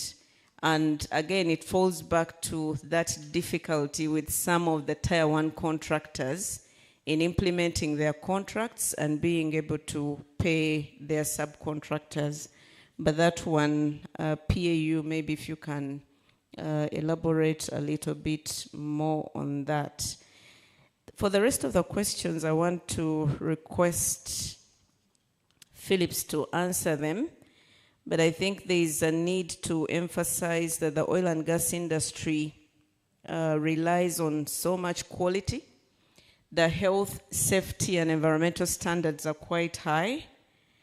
And in terms of who does the checks and balances, because PAU will talk about the monitoring of these aspects, but the obligations for QHSC squarely sit on the operator, because they are the ones contracted to manage the operations, and they should ensure that the operations are done with the recognition of the highest health, safety, and environmental standards, and their repercussions for not obliging to those, not committing to those standards. But PAU is here and will touch more on those. Phillips, if you can answer the rest, but I take point of the late payment and then the IOCs who you're indicating are not paying, or they don't want, the banks don't want to deal with them. That's some feedback that we need to take up. Thank you.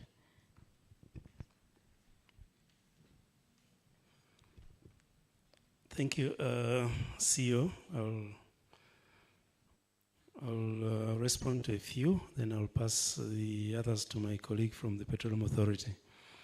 Now let me start with the question from my friend at the back there. I didn't get your name, but we sort of, in your view, duplicate the pre-qualification. If somebody is already pre-qualified by the Petroleum Authority, why do you have to run another pre-qualification exercise? I'm not sure which procurement or supply chain opportunity you were referring to, but I just wanted to provide a clarification that as a national company, the CEO already mentioned that we operate across the entire petroleum value chain, upstream, midstream, and downstream. Now, these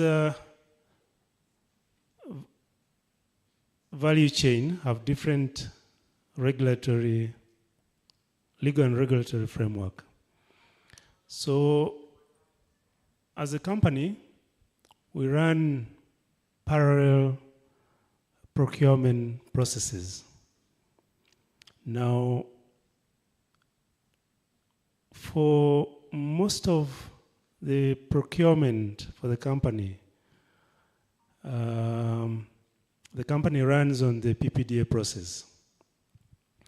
But for the case of Kasuruban, which is an upstream exploration license, and UNOC is the operator, we follow the Upstream Petroleum Act and the attendant regulations.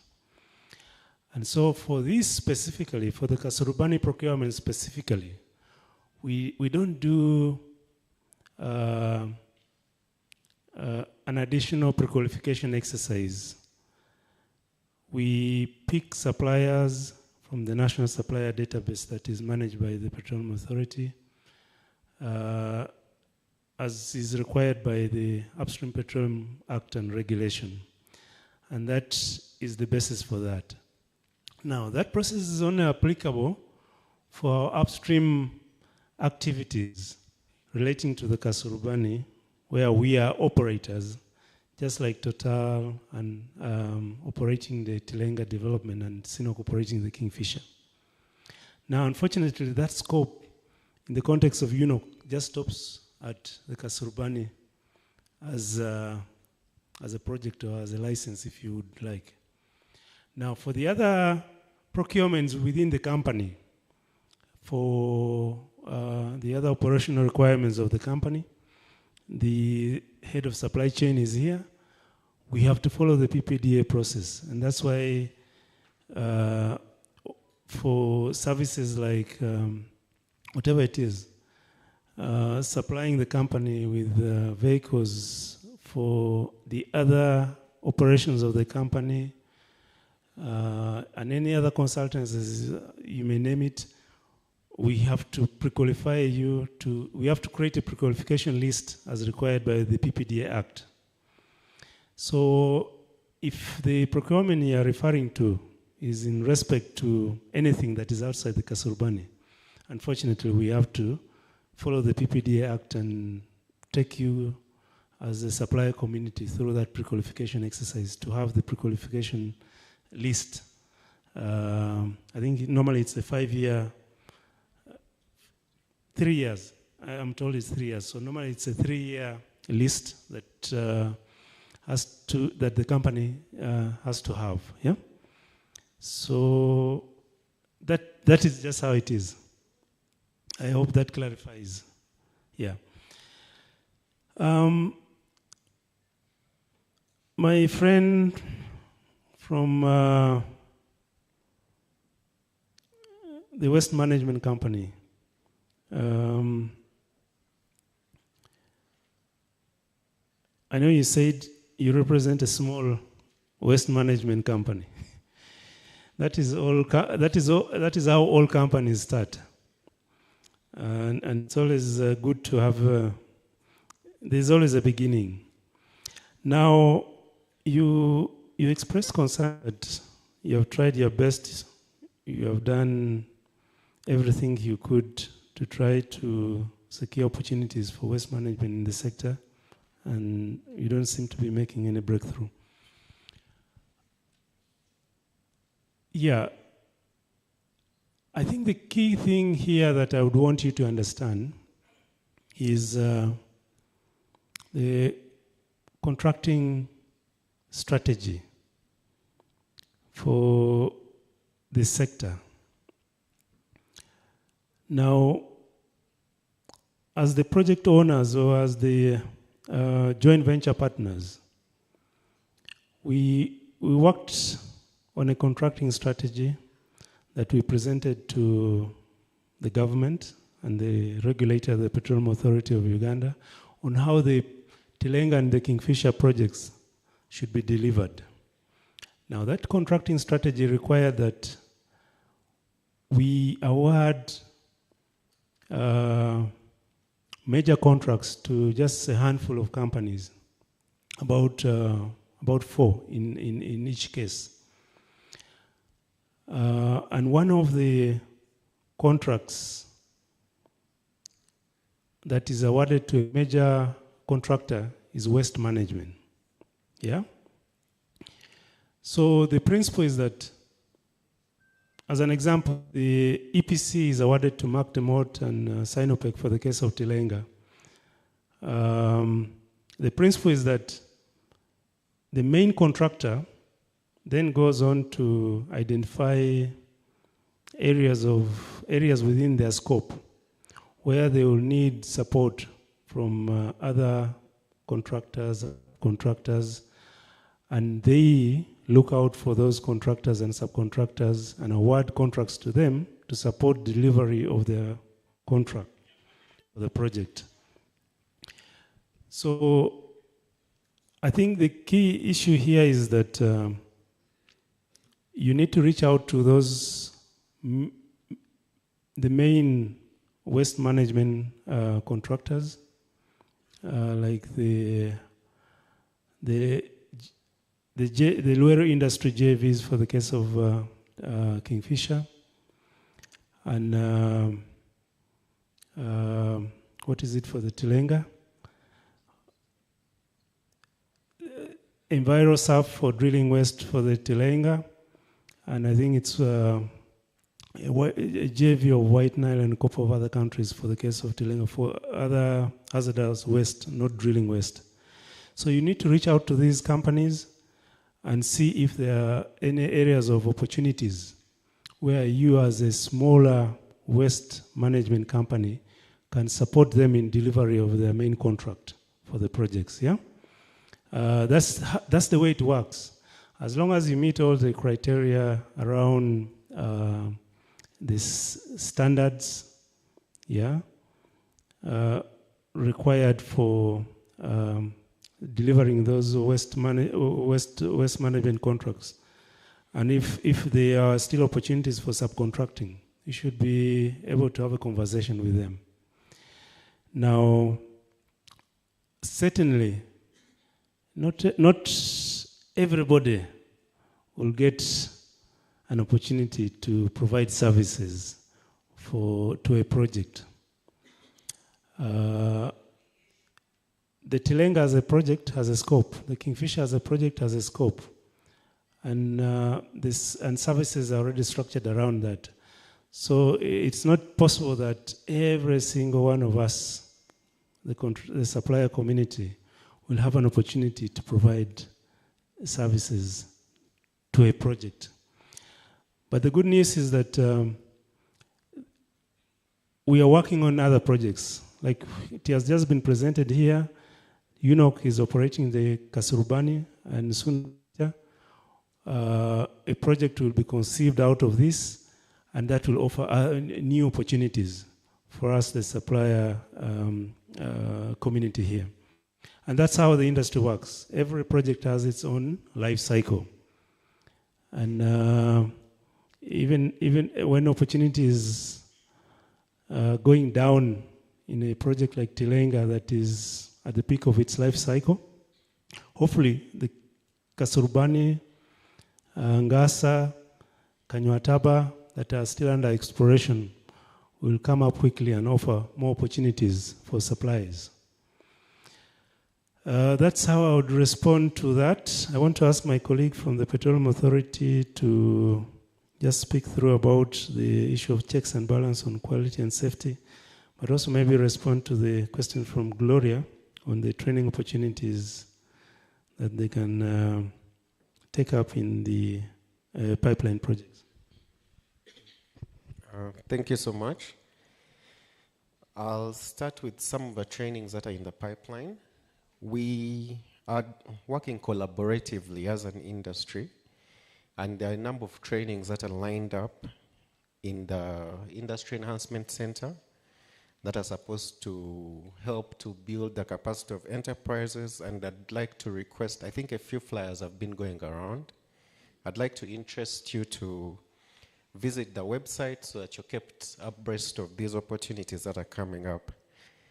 Then in regards to the feedback for the authorities, some contracts taking long to clear, I think we are striving to continuously improve our processes, and we take this feedback and we are going to try to do better. However, I'd like to commit that if you have anything that we have pending, we have a number of avenues through which you can reach us. Kindly reach out, if possible, to me so that I can be able to follow up. But we have a team that is ensuring that we improve our turnaround times and that we do a lot better. Then in regards to maybe slightly on the waste management company, as you asked on what you can do, I quickly checked on our supplier database. Maybe the first thing that is key before you even engage the companies that have been recommended that are doing contracts is please do register on the National Supplier Database. So that, because as we look out for waste management opportunities, that's the first consideration we'll make. So when you're not registered, by law you cannot do business in the oil and gas sector. So that is the first step you should take. And then from there you can engage these companies to see the opportunities that lie in there. Then in regards to the payments on time, this has been a challenge and a lot of effort has gone into this. As authority, we've held engagements with all the IOCs as well as the key contractors. And I think in terms of outstanding payments, these have come down significantly. But as we engaged on late payments, these are some of the things that we managed to see. A number of the complaints on late payments were actually not late payments.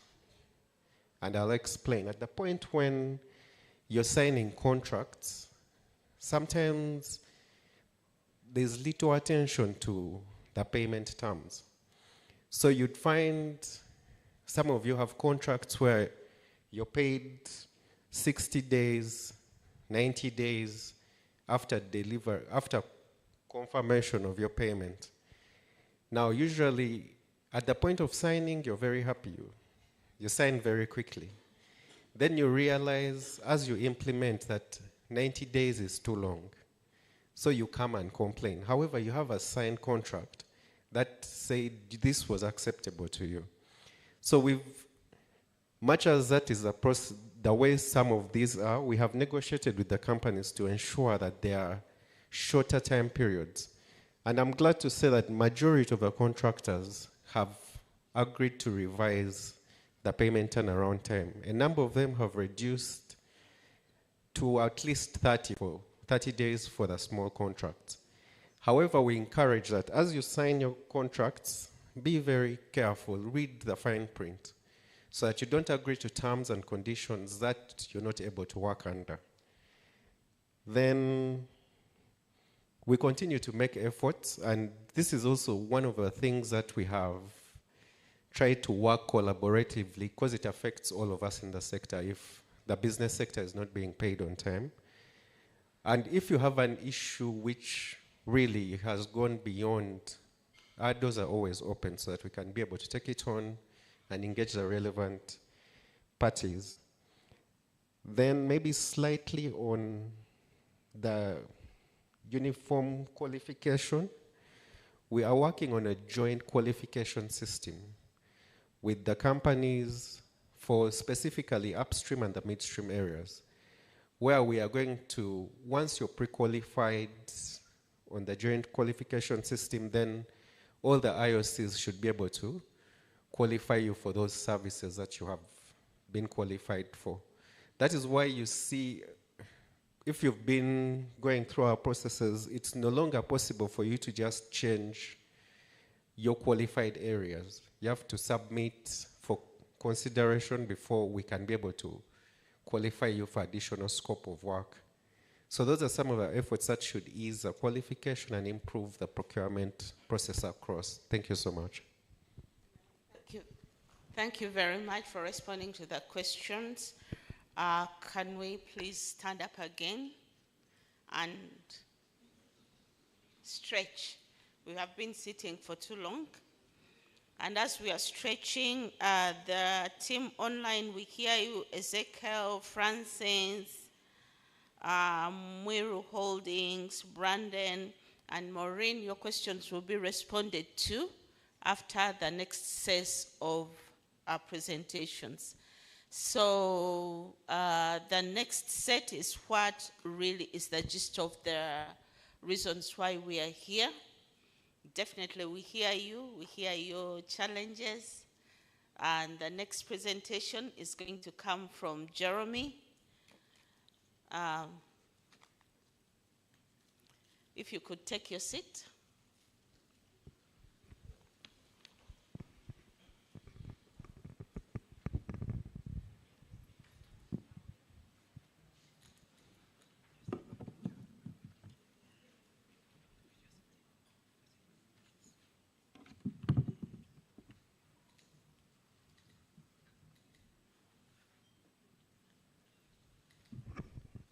Isaac, the presentation, please.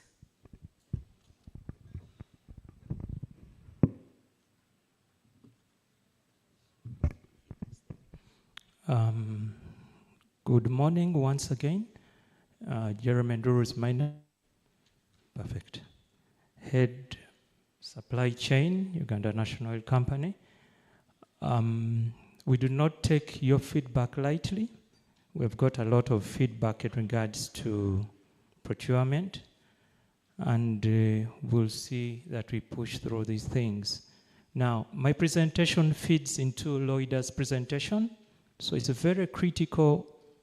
I wish Loida's presentation in regards to the roadmap and the opportunities. I don't know whether we can show that. Is it possible?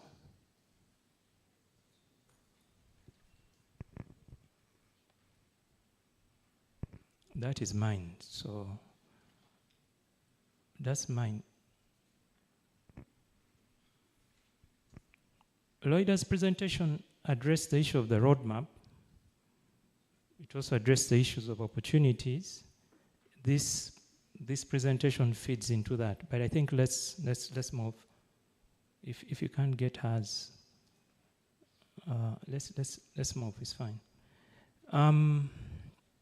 What I'm going to touch on is in regards to the process that we follow in regards to procurement. Skip that, please move to the next. Now, this is a definition of a Ugandan farm.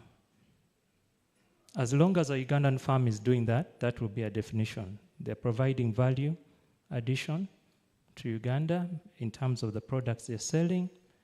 They're using available raw materials. They employ at least 70% Ugandans and approved by PAU. So you'll get people coming in from out of this country. As long as they're doing that, they'll fall within the regulation of a Ugandan farm. UNOC was set up for you people here. So what is critical is, that's why I wanted Loida's presentation, so that you can pick up this, but maybe we'll reflect it later. You need to be aware of the opportunities that are going to come next financial year, or next year, next calendar year. Move on. Now, these are the thresholds, the procurement thresholds. I think you can see the different methods that we follow and the thresholds that are indicated in there. One, the preferred method is open bidding, so most of these will be advertised in the print media, either New Vision, Monitor, or East African, and the amount is there. Anything above 500,000, we do advertise. Then we have the selective bidding, which is from $100,000 to 500,000. We also we don't advertise the rest. What we do is pick these from the NSD. So if you're not on the NSD like BNIT, you'll not participate in this process. We have sole sourcing. Sole sourcing is where we have you have a specialized person. That's one person who can provide that kind of service. So we'll do that. Single is the one less than 100,000. We do still request for quotations from the bidders that are on the NSD to give us at least 3 quotations so that we can be able to select the best bidder. Next. Now, I don't know whether this is clear, but this is the procurement process in a snapshot. There is the development of the annual procurement plan after approval from the SCM and PAU. We do develop the annual procurement plan. Next will be development of the TORs and the requisitions. That is done by the user department, and also procurement is involved. The yellow, those colors have different codes and different players. Then you have the approval to commence procurement by the tender committees. We do have tender committees where they go for checks and also ensuring that we are following the right procedures. We receive the same process, evaluate. Next will be anything above 100,000 goes to PAU for approval. We communicate, and then we do the contract management. Similar to PPDA, but slightly we have PAU coming in between to approve these contracts. Next. Now, I had about 24 slides. I tried to narrow down my slides as much as possible.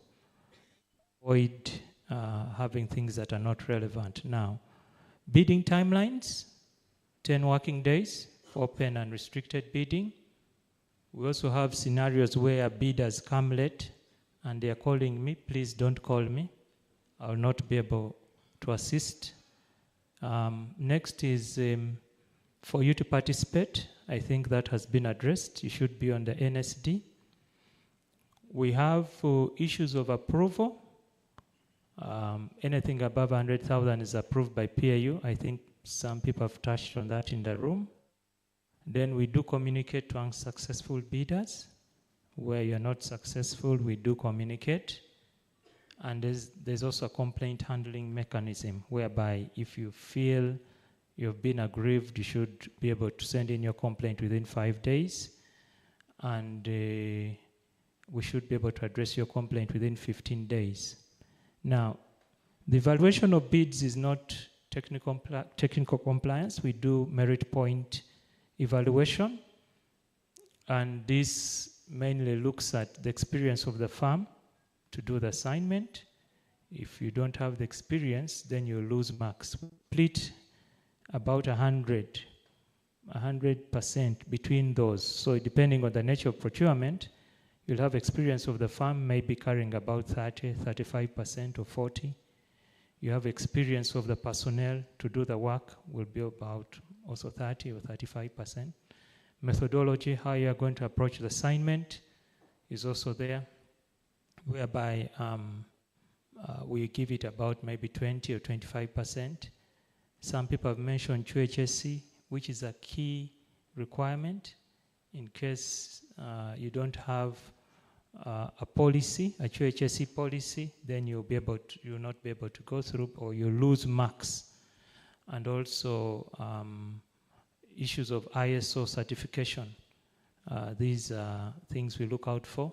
National content, 10%. So in case you're employing Ugandans, you're purchasing raw materials, you adding value, anything in regards to national content, then you'll be able to score the 10 points. This evaluation criteria is so critical that if you fail to meet the minimum pass mark of 80, then you do not go to the next stage of the process. I picked up a number of questions in the room, especially in regards to they tried to address them, but there was one which was not addressed from Ibrahim. I think there was an issue of pre-qualification. We do carry out pre-qualification at times in this process, but those are for very, very huge procurements. If you're looking at a procurement in billions, we do carry out a pre-qualification, whereby still advertise in the papers, but do carry out a pre-qualification where we ask for the preliminary income tax trading license, the normal legal things, experience, and then we shortlist providers, then we go to the RFP stage. I think that we did for 2D seismic acquisition, which is not highlighted here. Now, I prefer more for addressing the issues on the floor as opposed to taking you through my lengthy procurement processes. So this, next slide, I think this was my brief presentation. Go now. Okay. I have highlighted what we have awarded to the companies. I don't know whether it's all visible over the years. From 2017 to date, the yellow shows what has been highlighted to the Ugandan firms. The gray shows what we have given to the international firms, mainly in terms of softwares that we're buying, and also some of the unique services that we need in the field. So that is showing a trend over the years. And as we move into the next phases, these trends could change based on how prepared you are as bidders. The less prepared you are as bidders, the more of the gray I will have and the less of the yellow. I am also constrained as an individual if I run a tender and the responses are mainly international firms who have the capital and finance, and you as Ugandans have not got yourself organized maybe into JVs or into partnerships with either locally or with the firms abroad, then you'll have this trend changing. The trend now is at about 70, I think age is catching up, 70 what? 71? I think it's about 71% awarded to locals. This is running across both procurements, either PPDA or even our local procurements, Kasuruban procurements. This trend is critical. Our aim here is to assist bidders as much as possible that we can maintain at least that trend, or we can reduce on the gray. On the gray. If we can bring down the gray, then that will be good. Next is, that's end. I mentioned to you something very critical. Lloyda's presentation in terms of the opportunities for next year, this presentation in terms of what we go through, the next presentation from Tony, which will be talking about the bidder pitfalls. I didn't want to go there. And all the other presentations. All these presentations are locked in. So as you sit in this room, please make sure that you're trying to see the trend that we're trying to follow here to assist you in being able to supply UNOC. Our aim is to ensure, I repeat, that you get business. We're here to support.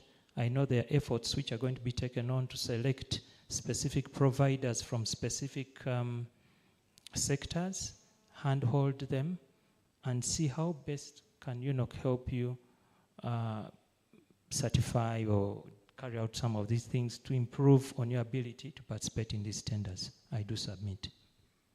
Thank you.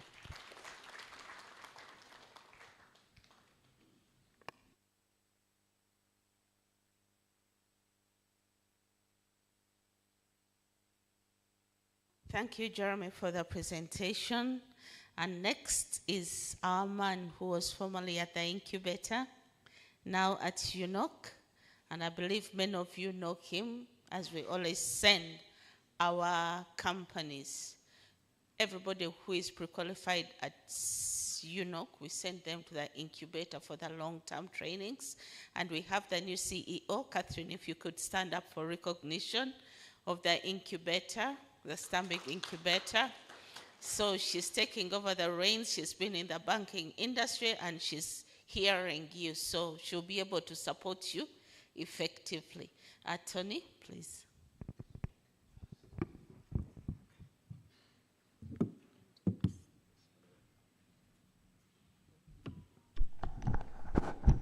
Morning. Is this still morning? Yeah, good morning. Good morning. I mean, if you're people who like money, because I believe you all like money, you can't be good morning.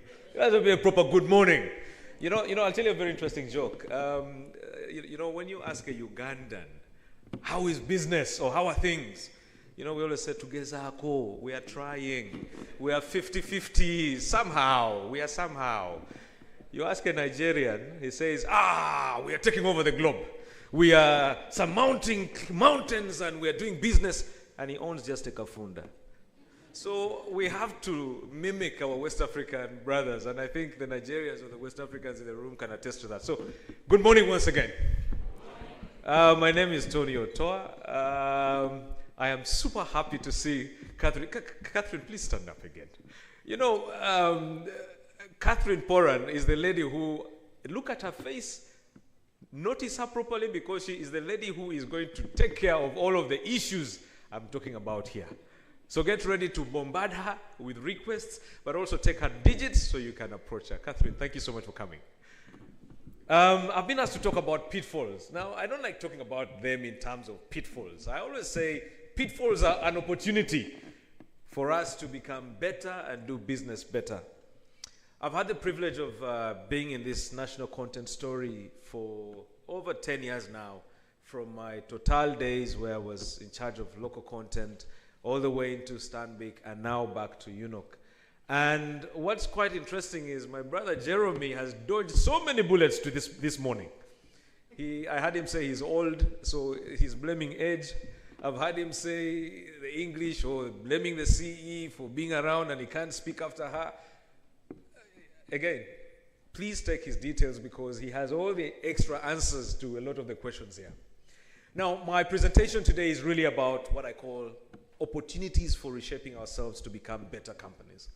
And in doing this, really, it's asking ourselves, what is it that is making us not able to get onto these contracts? And I remember my brother from the waste management company was saying, yeah? What's not happening? What is failing? And the truth is, sometimes you'll find that however efficient you are, just a small bit of wiring will fail to ignite the car. You can have all the fuel in the car, you can have serviced it, done wheel alignment, but there's a small wire which is making the ignition fail to start. So we're going to talk about some of these small wires, and I hope we can, ask those questions again when my brother Jeremy comes back on the stage, but the common pitfalls and the strategies and really contract management best practice.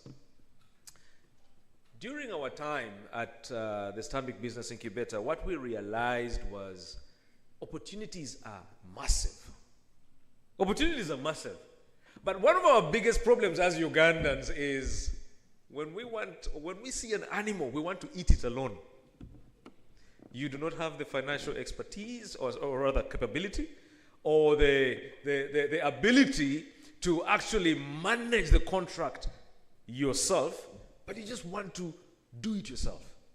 And then what always happens is you're constrained because you're failing on your finances, and yet if you brought on a partner who can actually look out for finances, that could actually boost you, but also your technical capacity is limited.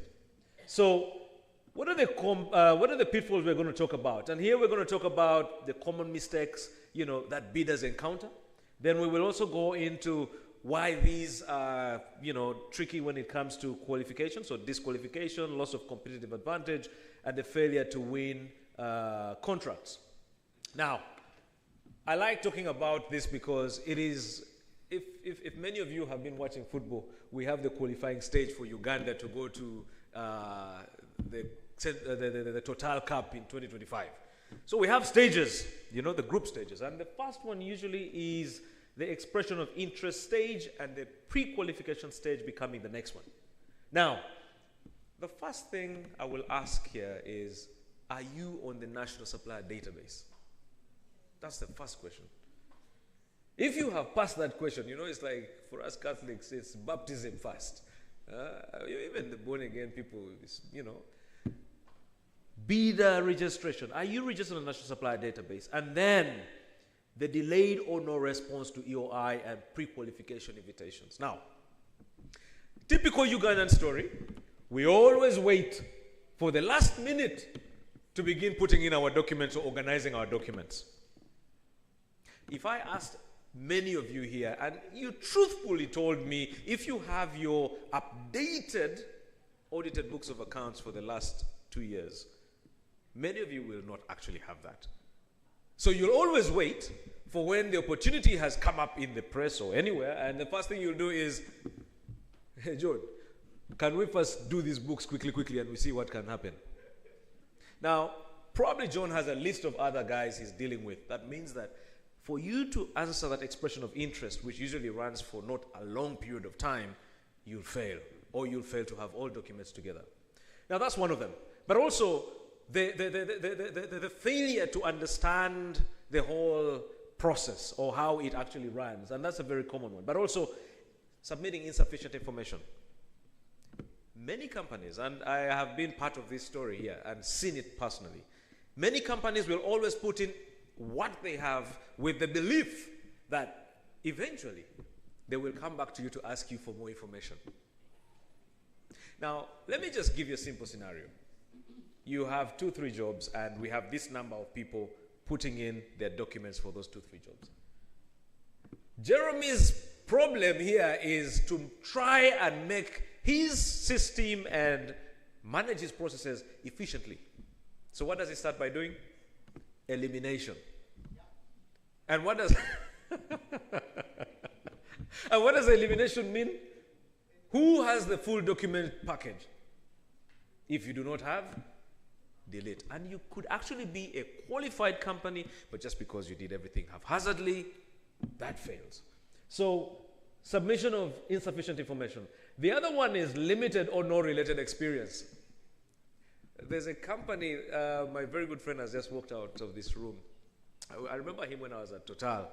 And at Total, this company was trying to do the craziest of contracts.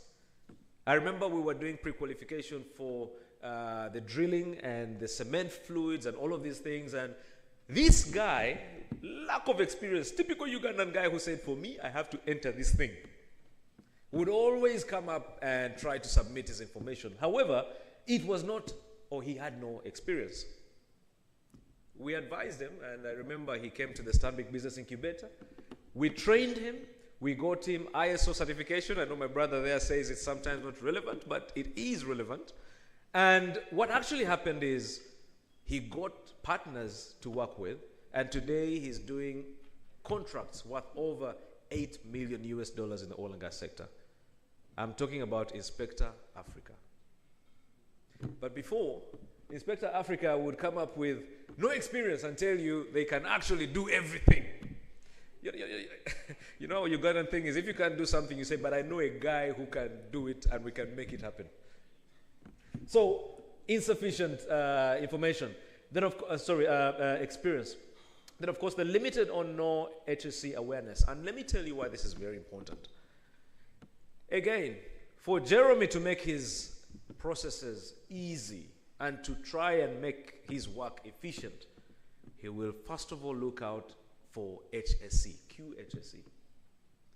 You know, when I joined the oil and gas sector, I was super amazed that they even have a malaria policy. How many of you in your companies have a malaria policy? Just put up your hands. Let's see. 1, 2, 3. Aha. Just because Total asked for it, and probably that's why you have it, right? Now, let me tell you something.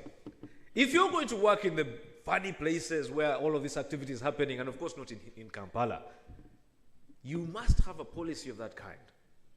Now, the thing about this is that we ignore these things because, you know, we are fine, we have survived.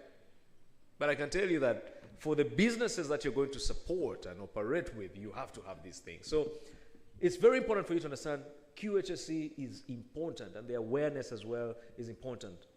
We've talked about financial capacity. And then, of course, the non-responsiveness to key requirements, certifications, tax registration certificate. Again, many of us will wait and talk about our tax issues when it's time for bidding.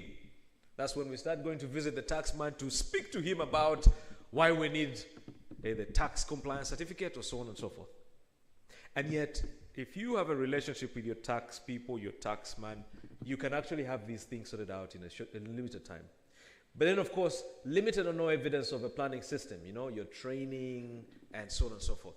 Many of us, and again, typical for Ugandan businesses, we love to put these amazing training plans in bidding documents, but I will tell you honestly, many of us do not actually have these. It's very, very rare that you'll find many Ugandan businesses having this. So it's very important for us to have that. Now, just before I go back, let me just go back one bit. So, you see, if you can have these areas sorted, you can then pass that first stage. So it's only companies that pass the EOI screening and pre-qualification evaluation who are invited for tenders or the bidding process. Now, many of you must be asking, why? They say we have no experience. They say we have... I'm telling you, It doesn't matter whether you're Ugandan business or whatever, as long as you know you don't have that experience, find another company that has the experience. There's so many companies in here that have experience but no money. Have good people but no inroads. You have inroads but you have no money. You have no experience. So it's important for you to understand where the synergies, and that's the reason why the National Supplier Database is there for. It is not just a place where you just go fix your company, but also a place where you can go and look out for companies that are working within a similar area, and you sit down with them, have a conversation, and come together in consortiums and joint ventures. So it's very important for you to understand that. Now, what are the pitfalls now when it comes to the bidding process? We have passed stage 1, we have passed stage 2. Now we are bidding. Yeah? Now we are in the real game. Number 1, failure to submit a bid bond when required. Usually we assume Jeremy will be lenient and he will call us and ask us about the bid bond. Like I said, Jeremy and his team want to make their work easy. I believe you would also do the same thing. So the first thing you do, cut him out. Incomplete bid proposals. Again, you're hoping that the team will call you. Again, you're cut out. Non-compliance to the bid bond requirements, of course the bid amount, currency, expiration date, etc. And then of course, preparing the price proposal with other proposals, especially volume 3 and price commercial proposal. You see, you have to be very careful when you're doing your document work. Some of the best companies I have worked with that have won amazing contracts in the oil and gas sector have to hire people to just look at documentation. What document is needed? Where does it fall? The problem with some of us entrepreneurs is you want to be the CEO, the finance guy, you want to be the HSC guy, and you also want to be the guy who's running to take the documents. And that's the truth, right? Kampala byonna. But it's not possible. So ideally, you need to have a strategy guy who looks out for your documentation to the detail. What is missing? What is needed where? They talked about a bid bond amount of this amount. Is it actually what we have in there? And then, of course, some bidders indicating the lump sum price in the cover letters of the bid proposals. Again, you're done for. And then, of course, unsealed bid proposal envelopes and unsigned bid documents. Now, the last two are very interesting. And you know what's so sad? You will see companies with amazing bid documents. And you know, the job is theirs instantly. But what happens? They haven't signed. Because they were rushing. They were on bunkenke. They were rushing.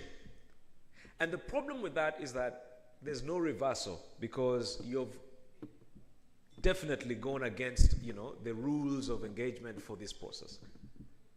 So I strongly encourage, actually, that you think about these. And I remember these were some of the conversations that we're having at the incubator, where we were saying, if you have a bid situation, you come through, we sit down with some of the consultants in there or some of the team members, and what happens is you run through their documentation and the process with them, and you are at least, shown where you're lacking and what you can do to enhance your documents.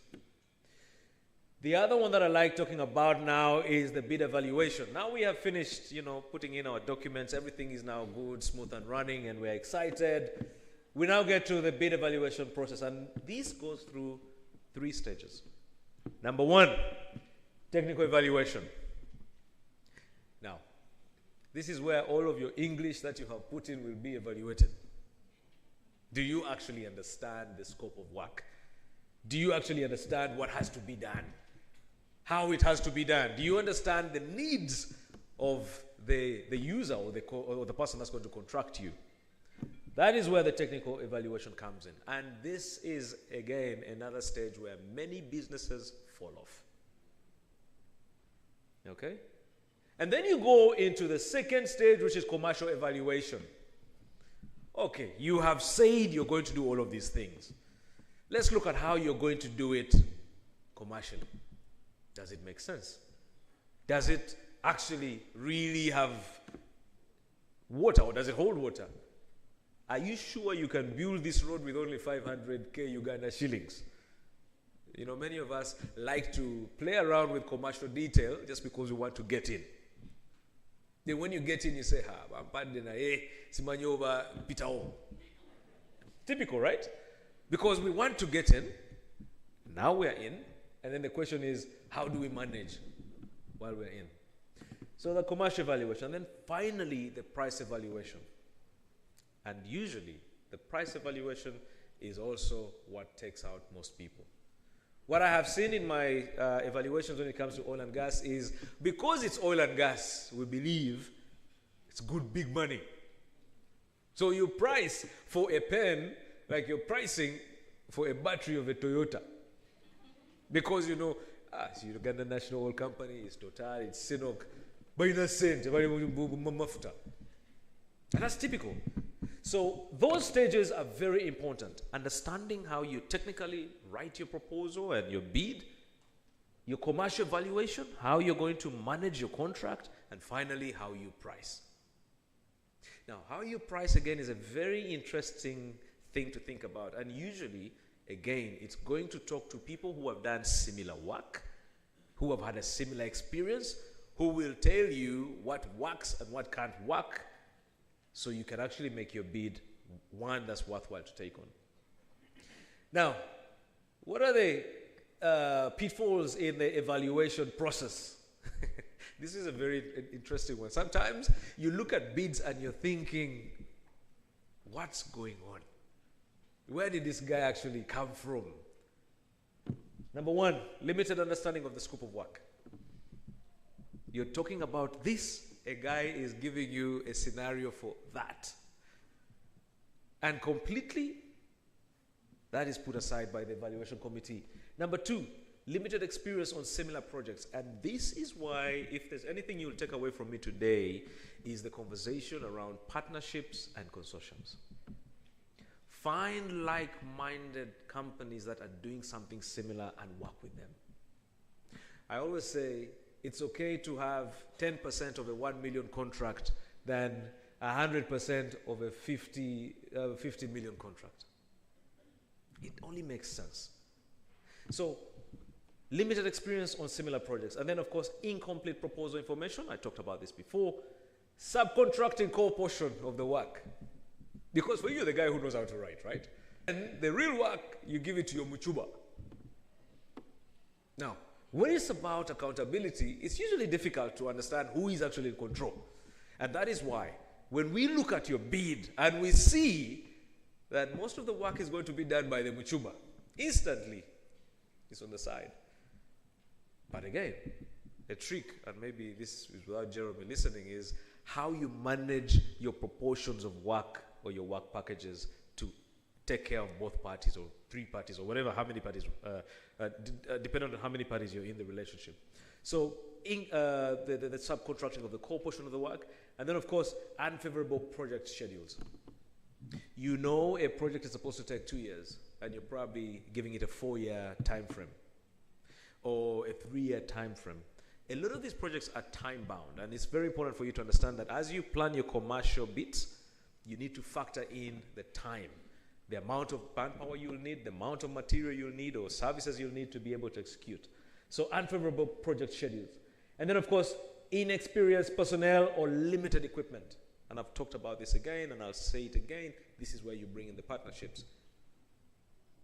Limited health and safety awareness. I've talked about this. And then, of course, no certifications were required. Now, certifications are very, very crucial, especially for certain jobs that will be done. And this is where these have to be available. Then, of course, contradictory technical deviations, poor organization structure, and project management plan. And let me just probably expound on this one, the last one. A lot of the time, when we are bidding, is when we go and look for bachuba. Am I lying? You know when they say, show us your organogram. You pick up John Serubimbi, you've never even met him. But you just saw his thing on Google. It said he's a QC guy, and you put him in. Then you go to LinkedIn. You pick up Jenna Chen. You throw her in. And then you pick up. Now, the funny thing about that is that it will always be disorganized because you can't actually speak to it. It's not authentic. And that's why, even as you're planning to bid in the future, be it next year or whatever, start working on an organogram or a group of people or a management team or a team that can actually show, some bit of quality, but also a team that, when the time comes, can actually be, looked at or can be considered for this opportunity. So the poor organization structure, how you're placed, who is doing what. Sometimes you find a QC guy is also looking at accounts, and then you're like, how is this possible? And you find HSC guy is also managing audits, and you're like, okay, how is this possible? All of these things are very crucial. But again, guys, if you want to be excellent, you have to spend some money and bring in a professional to help you with all of these things. Do not burn yourself out. Sometimes it's about bringing in a professional to help you structure your organization, structure your bid, structure your processes.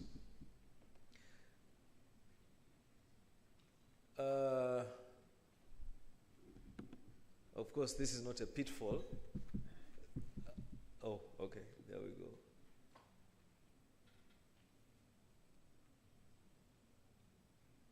Yeah, so I'll just now move on to the next one. Yes, so now this is now contract implementation. Now you've gotten the contract, okay? Now you've gotten the contract. Everything is amazing. You have had a very nice meal at Serena. Yeah, spending even before anyway you've gotten the contract. But now you've gotten the contract, right? What are some of the pitfalls that happen? I'll tell you a very simple story. When I was at the bank,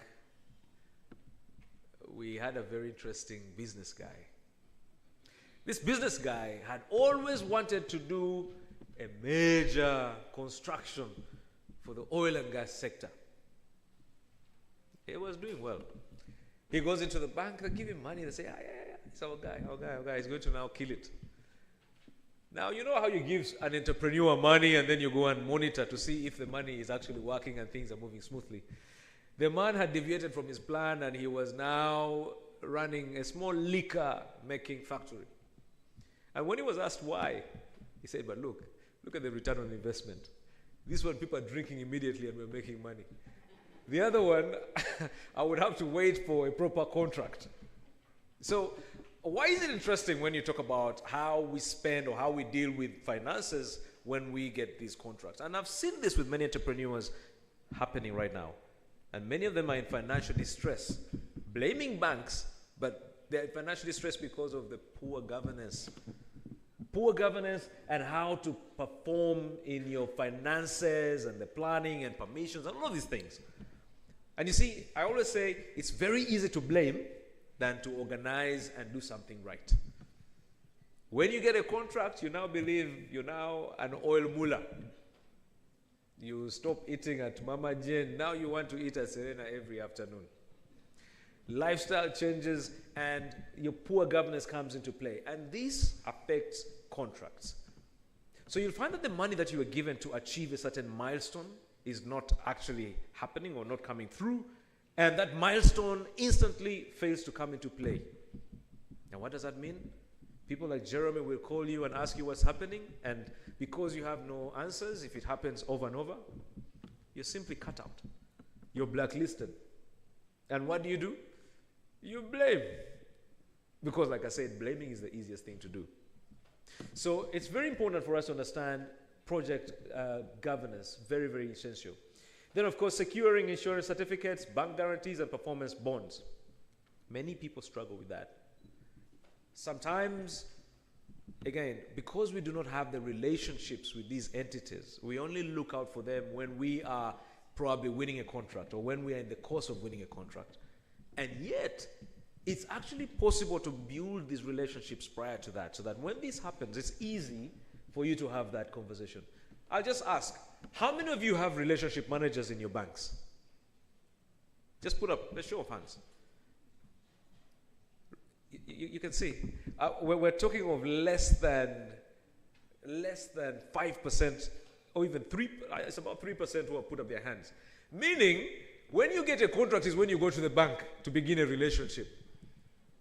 It's like you want to marry a woman, but you begin vibing out the day you want to marry her. It's not, okay, a man, for the women. It's not possible. And that's why you'll find that you have delays in securing that finance to be able to execute. Jeremy has told you he wants you to begin executing today. You're beginning your relationship management conversation today.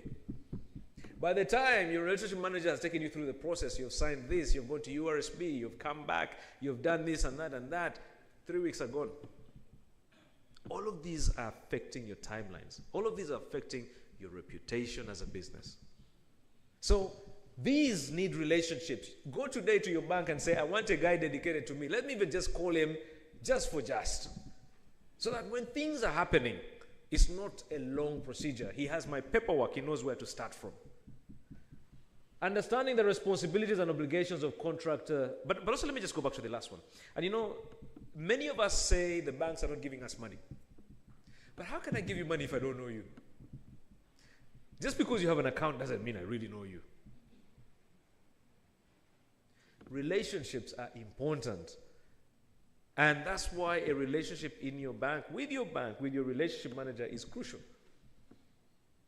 So that is what I want to say about the certificates and bank guarantees. Now, understanding the responsibilities and obligations of contractor under the contract. Now, you get the contract, you're excited, you think it is just about what you wrote in your technical thing and you're starting to run. Sometimes it's important for you to pause, come back and sit with the contractor and ask, what are your expectations of me? So you're aligned. That alignment, and by the way, periodic alignment helps you synchronize.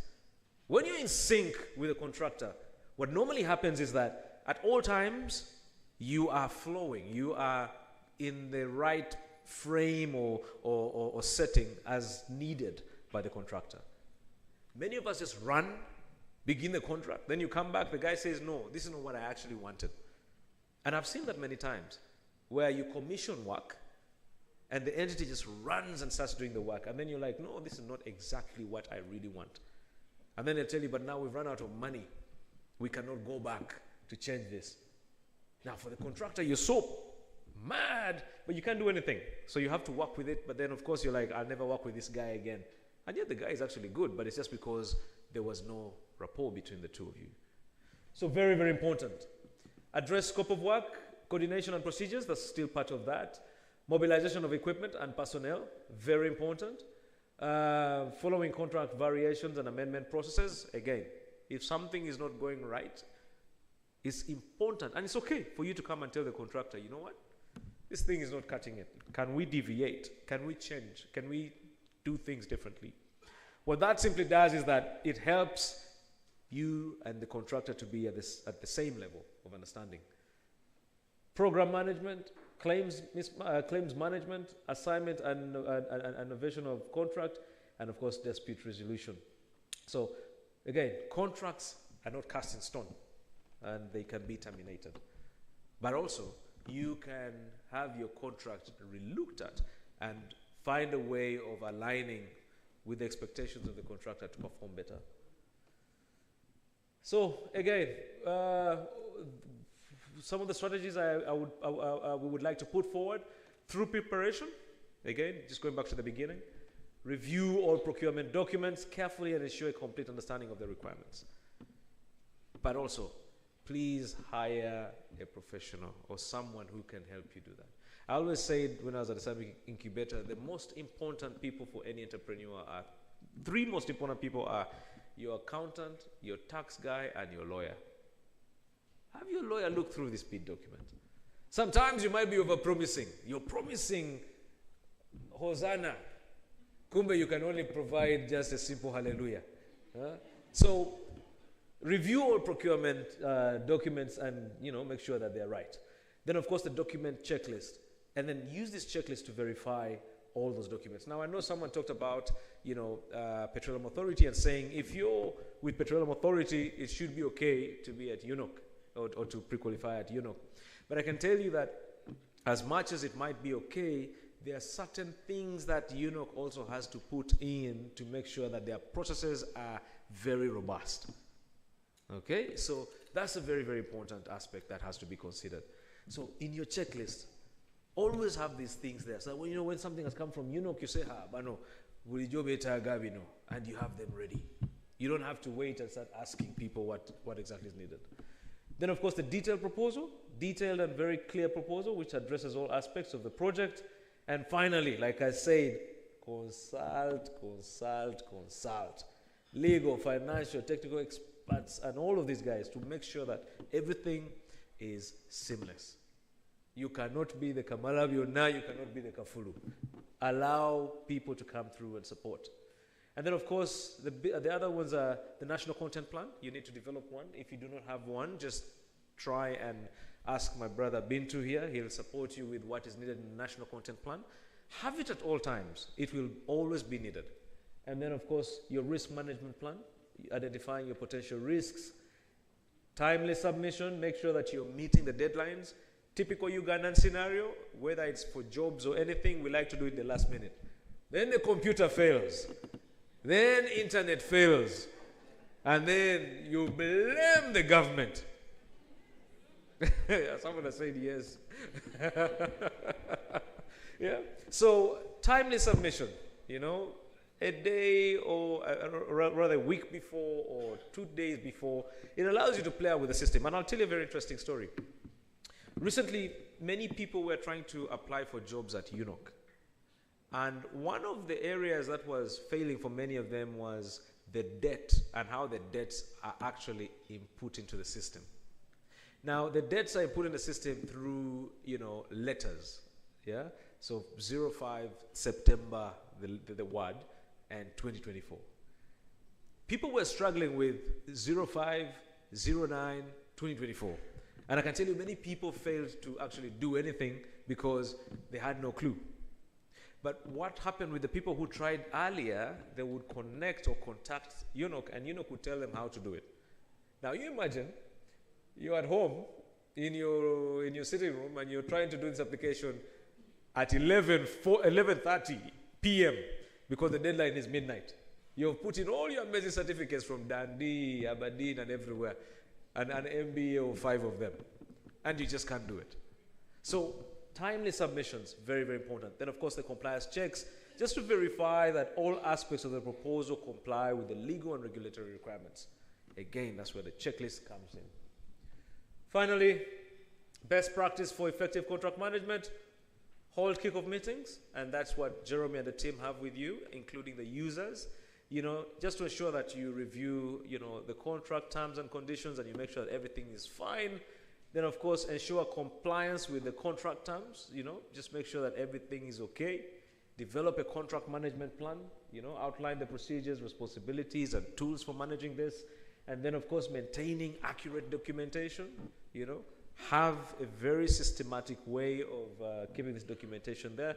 Then, of course, regular training and development. And this is for your team just to make sure that they're improving and enhancing on their abilities. Now, I just want to end by saying, if you can do these things, I can tell you the opportunities will be opened easily. But also, we shouldn't only limit ourselves to quarterly engagements like this. I believe Jerome is paid to be supportive to you. His team is paid to be supportive to you. Walk into UNOC, ask to speak to Jeremy so he can explain to you the processes so that it's not rocket science. And I believe, Jeremy, I'm not giving you extra work, but it's what you're supposed to do. If it is not, I should tell HR to add it onto your JD. But, but I think this is his mandate, and this is what he has to do. So let's not just limit these conversations to here and then come back in 3 months and complain.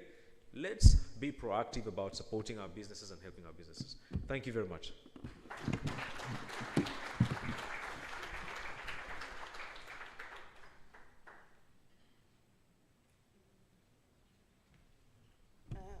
Thank you very much, Tony, for your submission.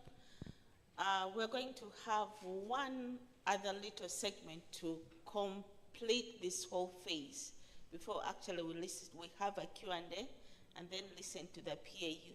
So we're going to have the Industry Enhancement Center. They're the new kid on the block. They do something similar to what Stambik Incubator does, We all know Stambik Incubator, because how many of you have been supported by the incubator? You see many hands here. So you also, imagine she's now at Industry Enhancement Center, but was supported by the Stambik Bank Incubator. So please, Christine, you're welcome.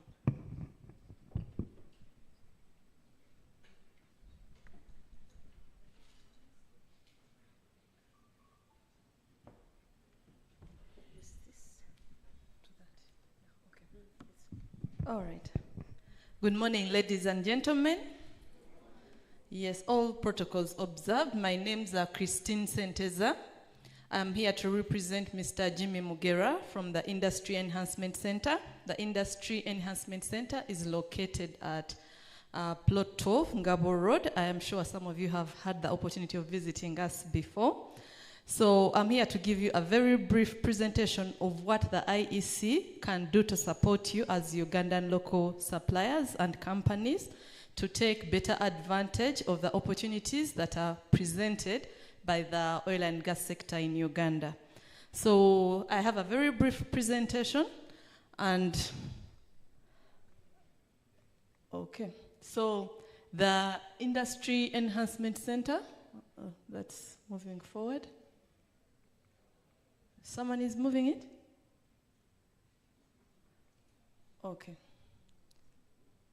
As the presentation slide comes up again, allow me to tell you more about the IEC. So the IEC is a sector-led initiative. It's an oil and gas sector-led initiative that is sponsored by all joint venture partners, that is Total Energies, UNOC, that has brought us here today, and CNOC. So the joint venture partners realize the importance of having an industry-specific initiative that is going to support local companies to take advantage of the opportunities in the sector. And this has brought together the Industry Enhancement Center and its partners to mainly deliver on key objectives and missions that is enhancing your capacity as local enterprises, not only to participate in the oil and gas sector, but we also believe beyond, because the skills and capacities we enhance are also meaningful beyond the oil and gas sector in Uganda. So our mission and vision are really centered around supporting you and building your industries. We are the new kids on the block, but our mandate is clear: to support you and make more meaningfully. One of the main components of the IEC is publicizing and disseminating sector-wide information on opportunities in the oil and gas sector. This includes business opportunities. So when you check out our website, that is www.iec.go.ug, also a slip has been shared. When you navigate through our website, you will see that we share various opportunities, current updates on the sector from all oil and gas sector players in Uganda. We also share training opportunities in the sector, and we urge you to take out time today to visit our website and register so that you can be kept abreast of all the opportunities and information we share on the IEC website. So our components in relation to the pitfalls that have been shared here, and also relating to the opportunities that have been vastly shared here and how you can take advantage of them. The IEC offers support in 5 major areas. First of all, we have a capacity development component. This entails activities such as we are going to conduct. Most of our, maybe to note, the IEC was launched earlier this year in February 2024, and now we are along the journey to launch a fully packed and fledged capacity development program that will ensure that all participants and beneficiaries are able to participate effectively in the oil and gas sector. So we want to have a fully baked cohort of participants that are fully equipped and enhanced for the sector. So as part of our capacity development initiative, we shall conduct business diagnostics for enterprises in the sector. We shall lay a particular focus on the enterprises that have tried once or twice to participate in the oil and gas sector but have been unsuccessful, try to diagnose with them what the key challenges could be, and then offer customized and handheld support to enable them win more opportunities, or actually make a turnaround and win actual opportunities in the sector. So our other capacity development initiatives include trainings. We want to offer an innovative way of delivering capacity building programs. We know there is quite a number of trainings on the market for business development, but our unique selling point is that we've customized our courses for the oil and gas sector, and we hope to offer these through maybe innovative ways like business simulations, and to respond to your actual needs and demands that were compiled from the gap analysis that we conducted earlier this year between May and July. So we shall also have short oil and gas trainings. For example, we shall have training in bid management, we shall have trainings in HSC training, we shall have training in access to finance, how to pursue joint ventures, and also respond to all those needs that were raised during the gap analysis that the IEC Center conducted. We shall also have support for technical trainings, that is the ISO, the 3 standards, ISO 9001, 14001, and 14001, and then any other certifications that are deemed relevant based on our continuous feedback processes and mechanisms shall be offered by the IEC. And last but not least, under our capacity development program, we, as the IEC, are coordinating the Tier 1 man-hour commitments. So all these entities made commitments in terms of man-hours at the IEC, and we shall be coordinating on a one-on-one basis with these contractors to ensure that we provide more sector-specific trainings that are of relevance and those that arise from the feedback and the sector demand. So secondly, and more briefly, we offer business advisory services for those who are looking for joint venture partners, for those who are seeking to enhance your access to sustainable and affordable finance, access to markets. You'd want to expand your market outreach. The IEC is the center for you. Then we have another component that is access to finance on its own. We've partnered already with several financial institutions, and we are still on the lookout for more partnerships, such as the Private Sector Foundation of Uganda, and some of our supplier development workshops focus on access to finance, and we shall have various entities, not only commercial entities, but also non-commercial entities that are willing to invest in companies like yours, and we urge you to be on the lookout for such IEC activities. The IEC, in addition, conducts regular supplier development workshops and themed networking events. So in some of our events, we invite regulatory authorities like NSSF, URA. We had a very massive event with the Uganda Regulatory Authority. Some of the questions like DIM tax were addressed through the business clinics that we organized afterwards. So we have these entities coming like URSB to have a one-on-one with the entities that are still having challenges with compliance. Some of our supplier development workshops are on key issues like HSC.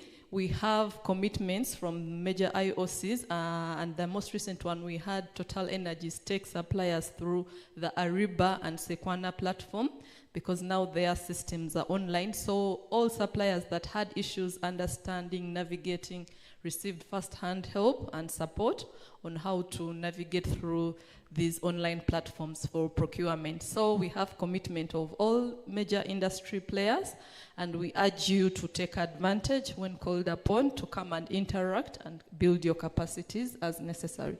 Last but not least, we have the repository center. The IEC has a resource center that is the one-stop center for all major oil and gas publications, information, documentation. We urge you to visit us. As I said, it's Plot 12 Ngabo Road, and we shall be sure to serve you and welcome you. So trying to wind it up, the IEC hosts several programs and services. For example, we work in close collaboration with the Petroleum Authority of Uganda to support entities with challenges getting onto the national supplier database.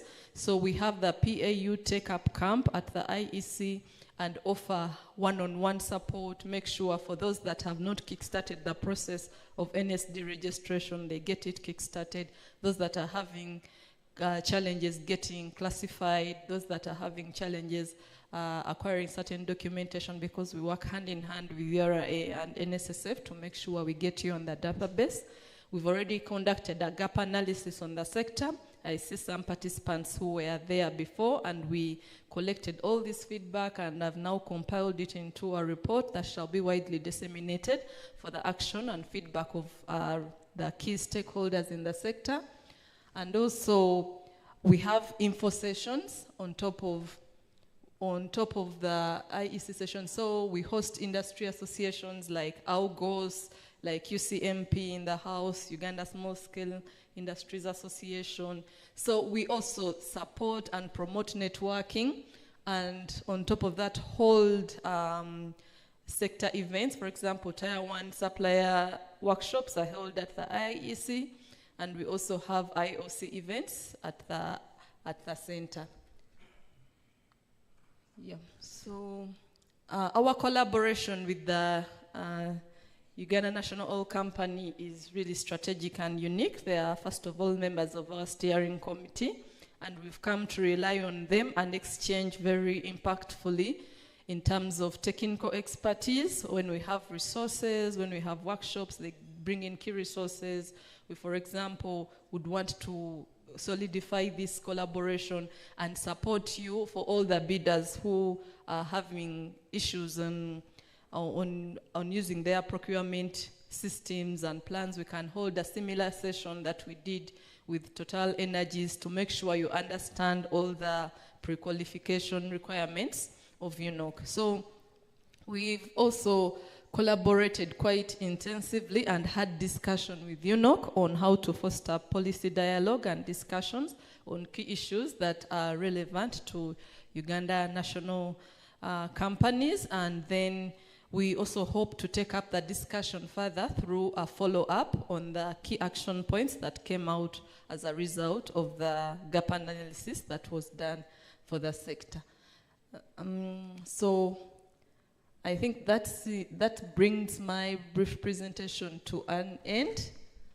And I would like to thank you for your attention. I'll remain available during the break. There was one last slide highlighting the key activities planned. Yeah, so just for your information and for those that are interested, in the month of September that is ending, we have an introduction to oil and gas training for suppliers that are new to the sector. Kindly register your interest there. And then during the month of October, on 16th and 17th, we plan another NSD registration drive for companies that are not yet on the database. Then we shall have a supplier development workshop. That one shall focus on access to finance for those of you who are seeking to enhance your access to sustainable and affordable finance. Then another oil and gas training is also slated for October. Last but not least, a themed networking event that shall happen with several Tier 1 companies in the oil and gas sector in Uganda. Thank you very much for your attention.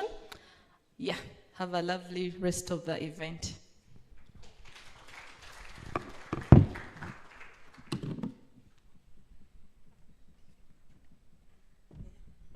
Thank you very much, Christine. Can we rise to stretch before we go into the Q&A? We are actually keeping time very well. You'll be out of here by 1.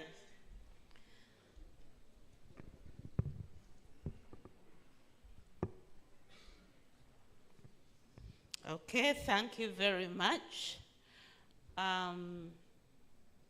We are going to start with the online questions. You can have your seats, please. Jeremy, I don't see Jeremy.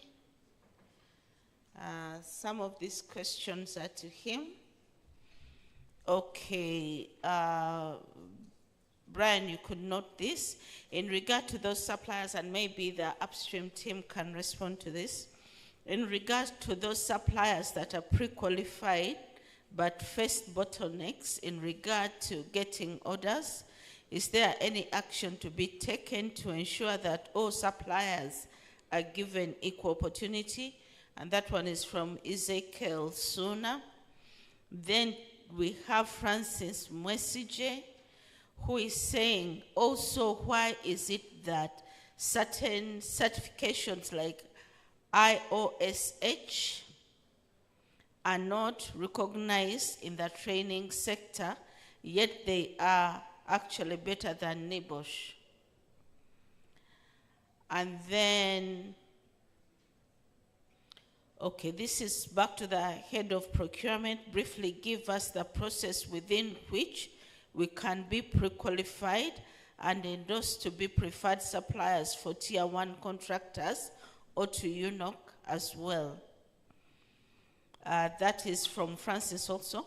Then from Mweru Holdings, thanks for the workshop, UNOC. My concern is on whether UNOC can engage URA on the deferred VAT issues, because in the long run, URA never refunds that money, and yet the Income Tax Act dictates the contrary. That one is from Mweru Holdings. And then I have Brandon. Does UNOC have separate procurement processes for suppliers providing physical equipment compared to those supplying software services, such as access to international engineering standards? That one is from Brandon.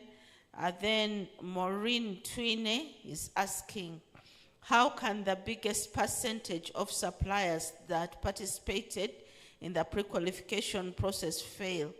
Most suppliers had all the documents that you were claiming were missing. There is something very wrong. That is to you, Jeremy. And then Brandon again is asking, when working with international suppliers, does UNOC apply withholding tax? So those are questions from online. Now let's get another 5 from here, and those questions will be responded to.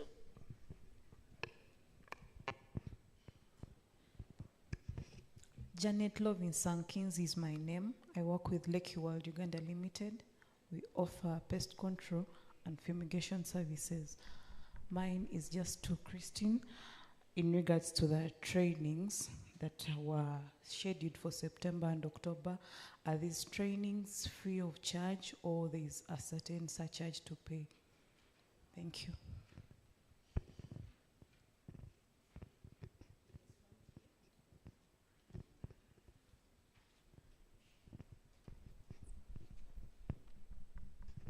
Good morning, team. My name, I'm called Ian Rango from Advanta, Uganda, the building contractors. Mine is on Tone, on about to be bidding process on financial proposal. How do you handle arithmetical errors when we are following the PPD Act, the current law? Okay, thank you. Any other questions? Okay, there's a question here. Mark Williams, once again from Softtech. I think mine will cross over to Mr. Jerome and Tony a bit. A bit of it will be to Tony.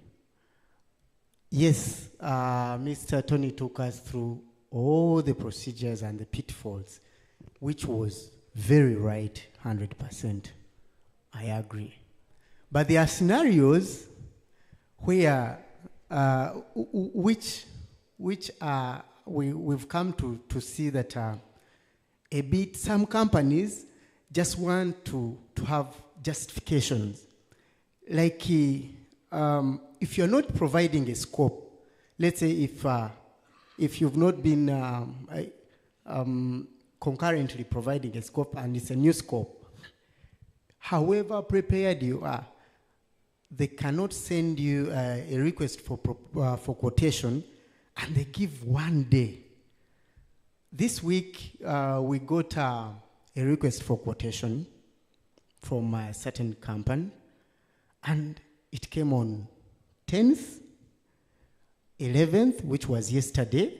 Say, deadline is 11th. However prepared you are, these prices, you are getting them maybe from, you're getting your prices from Dubai, from Turkey, wherever. You need to get the prices, you need to, all the documents. This company, which sent us this, we already in their database, and we do some work for them. But this is a new area. Out of curiosity, I tried to ask 3 other companies, which I know they have sent the same. I say, no. These guys are just looking for justification. You cannot send on 10th and say 11th, which was yesterday. There's a deadline. Basically, we have some companies that they are looking for justification that they can maybe give out the scope to an international company, which maybe if they have already target. That's number one justification, because it has happened before. And in one company sent us this, it was such a short notice. Before we knew, they had already written to PAU, we can't get this scope locally here. And yeah, I remember I was invited to PAU to defend that, and I was like, no, this was given 3 days. And I'm like, this. So that's number one. Number two, we've seen some ring-fenced services for local companies going out to companies that are out of that scope, maybe an international company. And you have work that is below maybe, which is so less, is in the scope of ring-fenced services for local companies. It's even barely 80,000 US dollars, and it's going for an international company. So I don't know, my brother, how you guys go ahead and approve these contracts, and you give out this work to international companies. Maybe PAU, that's another check for you. Thank you. Okay. Thank you very much. There's a lady there with a pink top.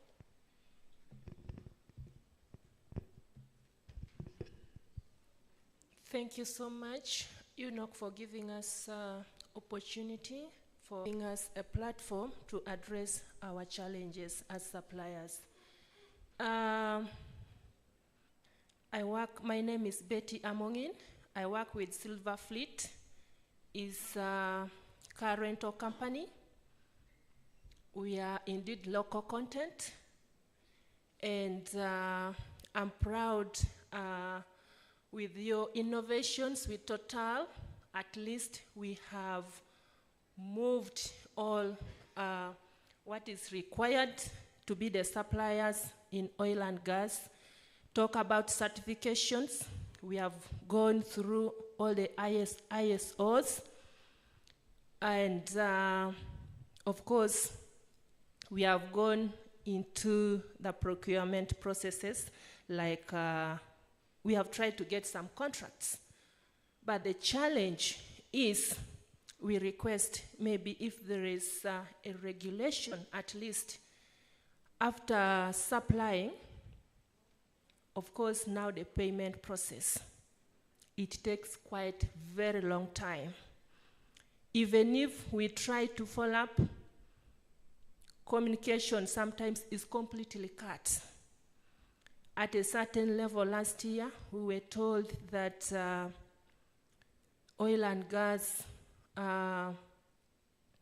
as oil and gas got some challenges as a sector, so that's caused the delay with all companies who are dealing in oil and gas to pay suppliers. 3 months, we were getting the same feedback until we had to just give at least some time. When we engaged again, communication was totally cut. When we tried even to go follow up to that specific company, we could not get access.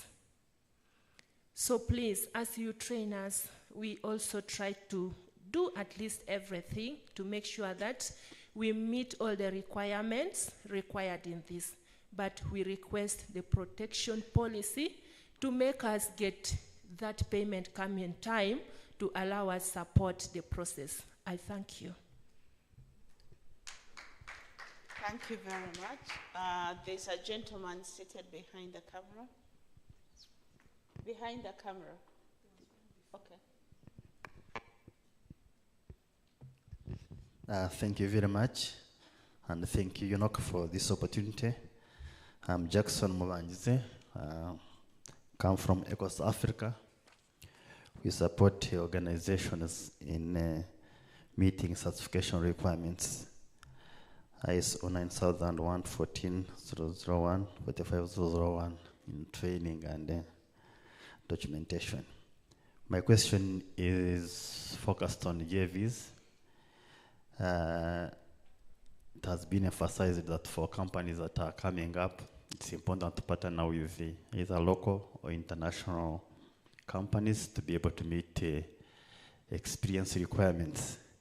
Most times when you read tender documents, you find that during evaluation, each company is required to meet the criteria. So I just want to get confirmation that if one company has no, definitely most of companies, if one company has no that required experiences and you partner with an international company with experience, I just want confirmation that in evaluation, they complement each other, not looking at each one independently, that if one doesn't meet, then both of them are out of the game. Complementary basis is what I want to get as a confirmation from Jeremy and the colleagues here. Thank you.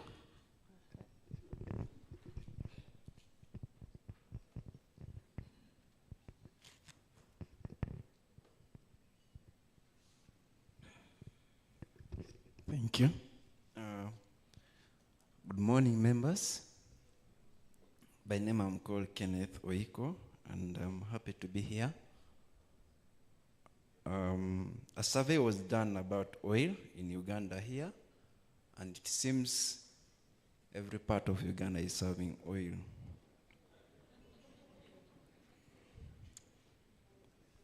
And we as bidders or as suppliers in Uganda, we are getting scared of how local governments are treating us. So I'm asking a question that what strategies is UNOC as a governor in this sector having towards controlling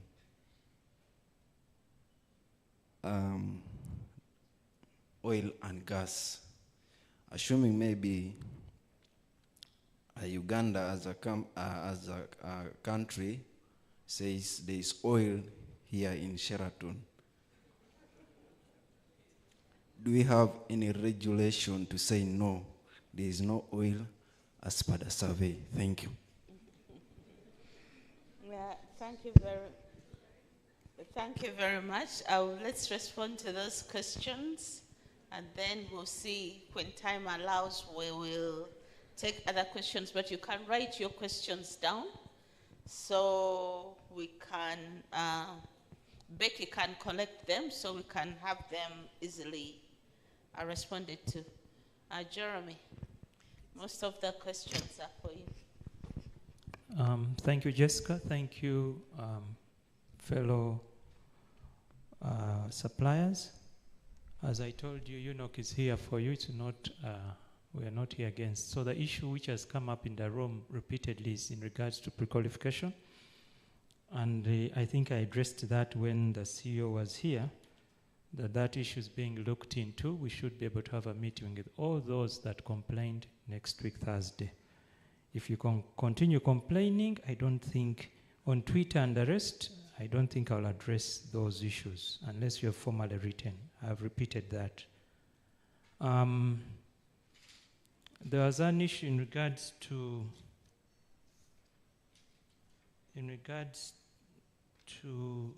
just a minute.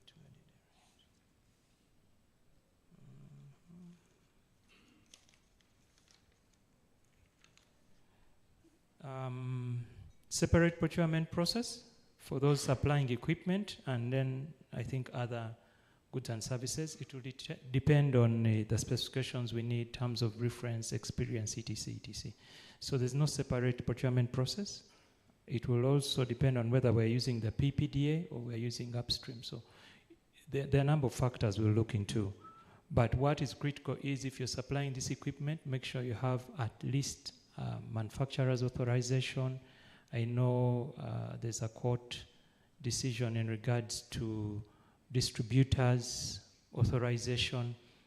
So as long as you have that, you have the right equipment and meets our specifications, you should be able to supply the equipment. Brandon,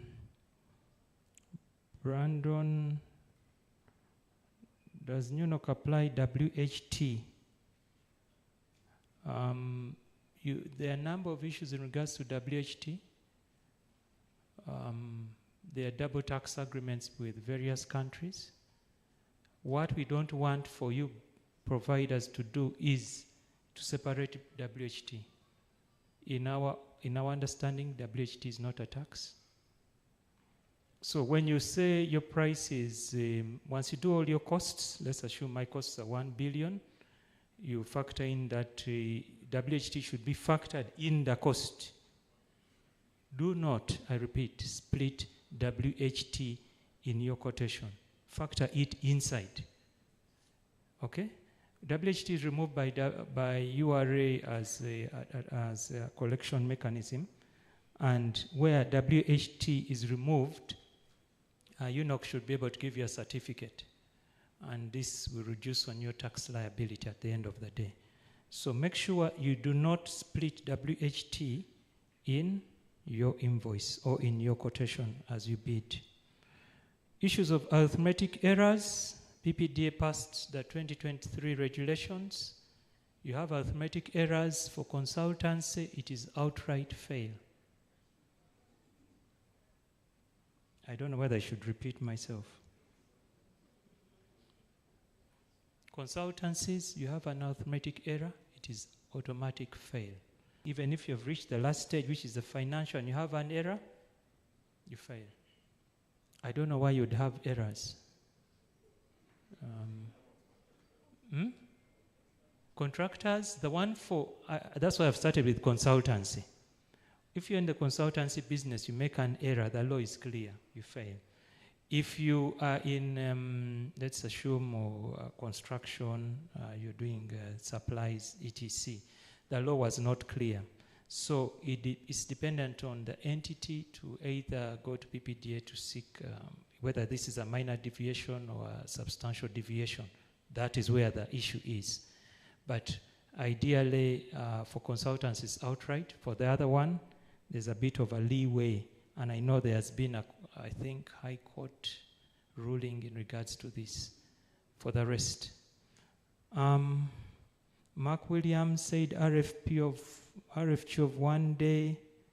I have a minimum bidding 10 days, so I don't know which entity that is, but I think they should be able to give you enough time to participate, to bid, or else you might not be able to meet the requirements.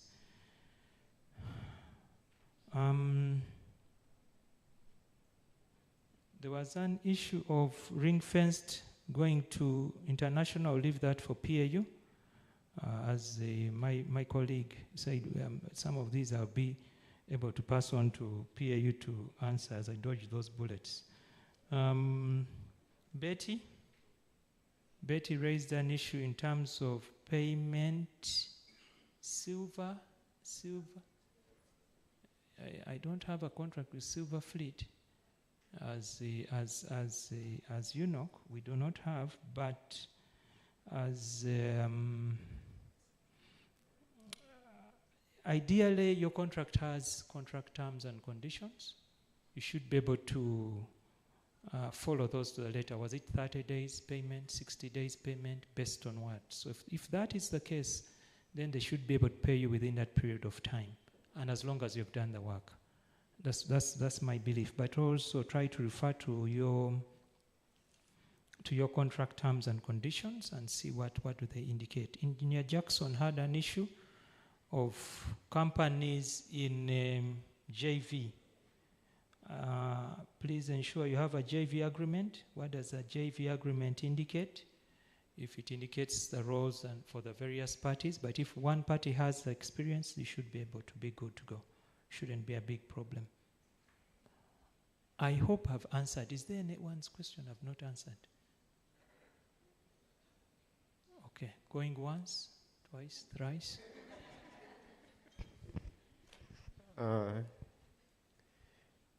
Is it still morning? Good afternoon, ladies and gentlemen.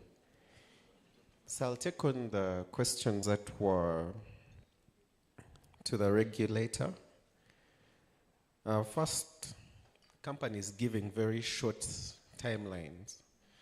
Now, there are best practices in procurement for oil and gas, and where those situations arise, kindly raise them. Because we've had a number of scenarios where procurements have had to be redone afresh because of unfair practices.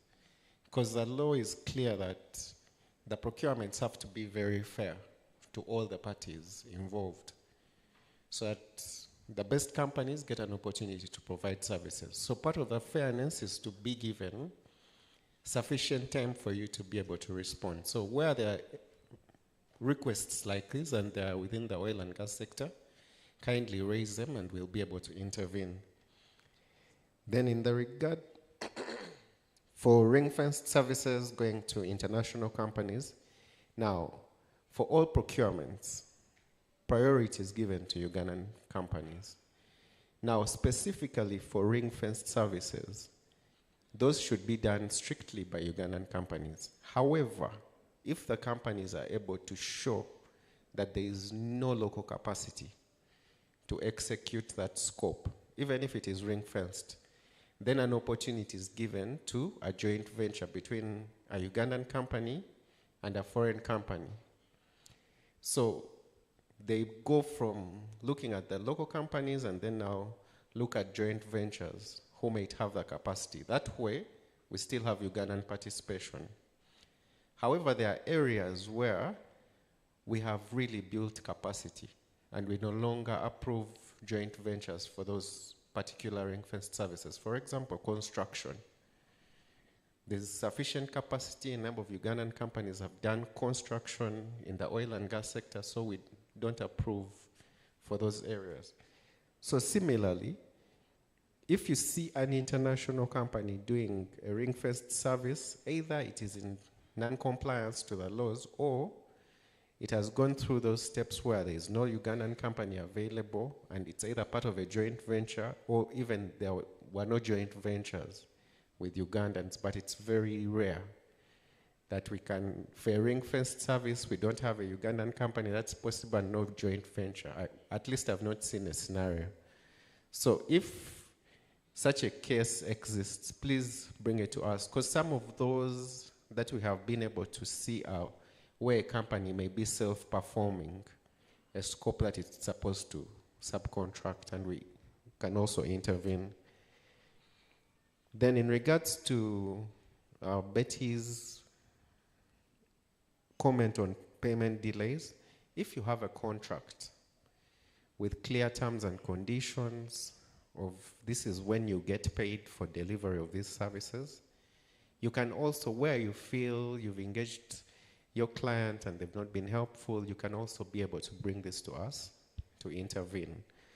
Because there are actually regulations, national content regulations, which we need to familiarize ourselves with because they are for our benefit, that specify that companies have to ensure that they give frequent payments and short payment terms to Ugandan companies to enable them to continue to implement business.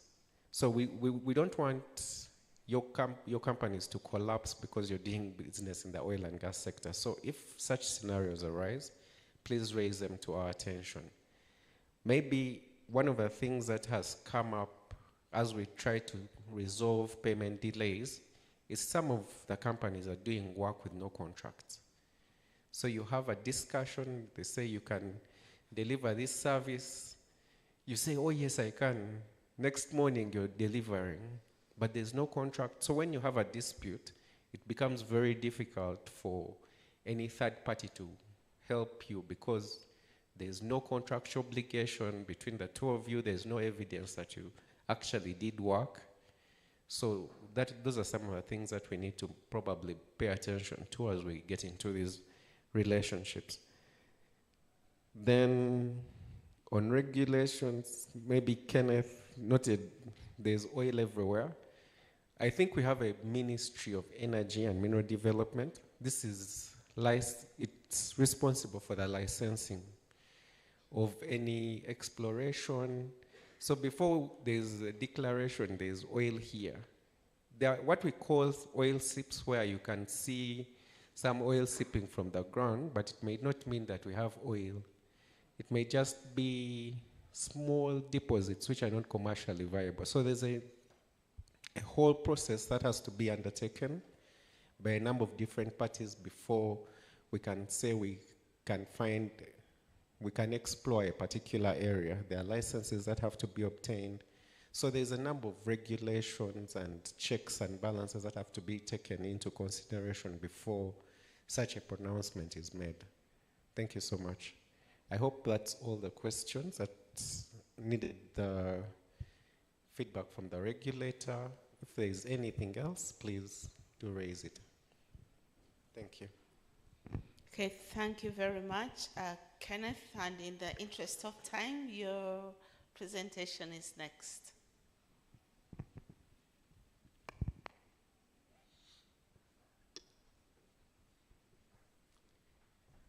Thank you so much. So my presentation today is really to give an update of the status of what have we been able to achieve so far. We've heard a lot about the opportunities, what we need to do to participate in these different opportunities, but I would like to also share some of the progress that has been registered by the sector so far. So as we go through, it have been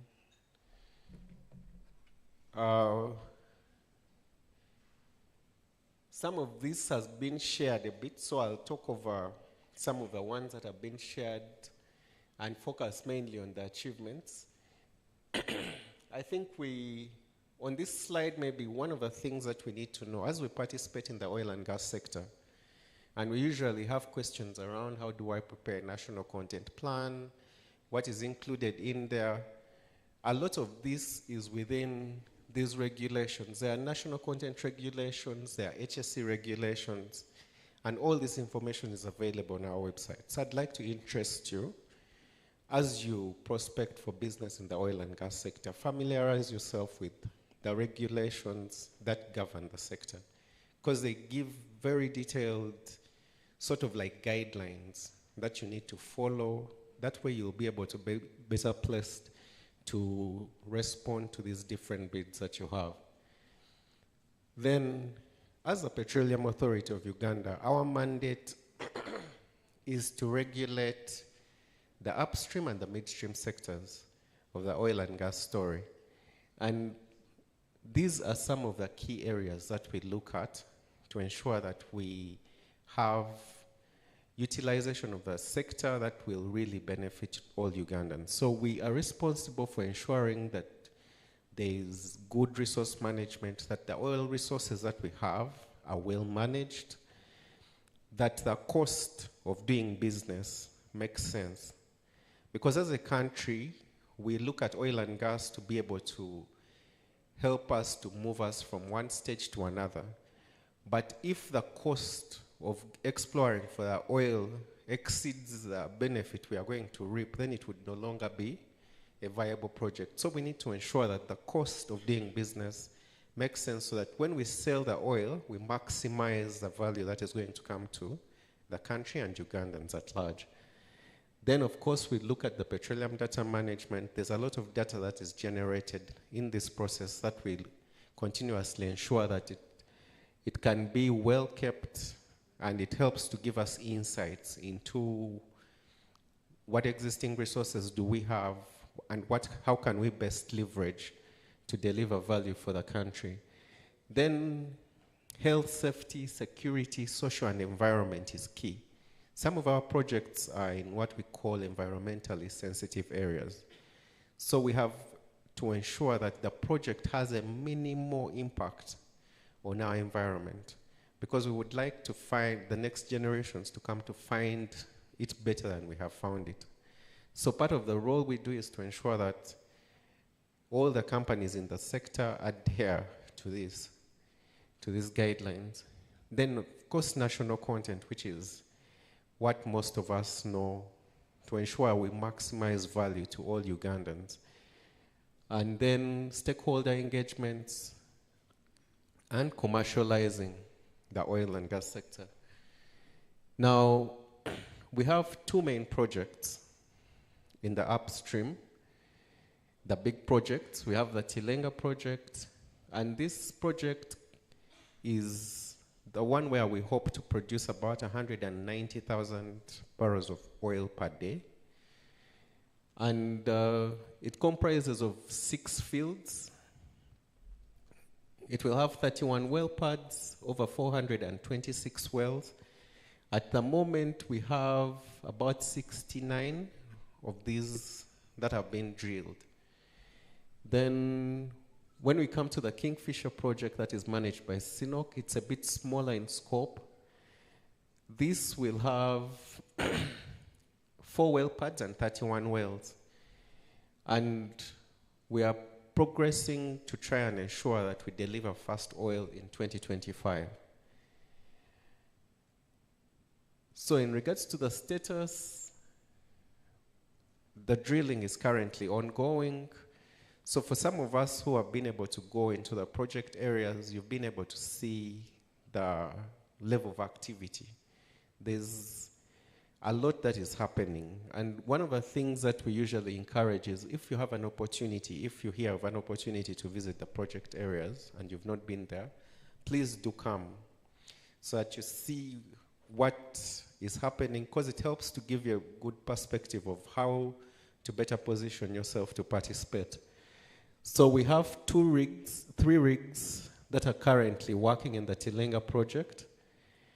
We have drilling on what we call the Jobiri 5. We have drilling at Njiri and Gunya.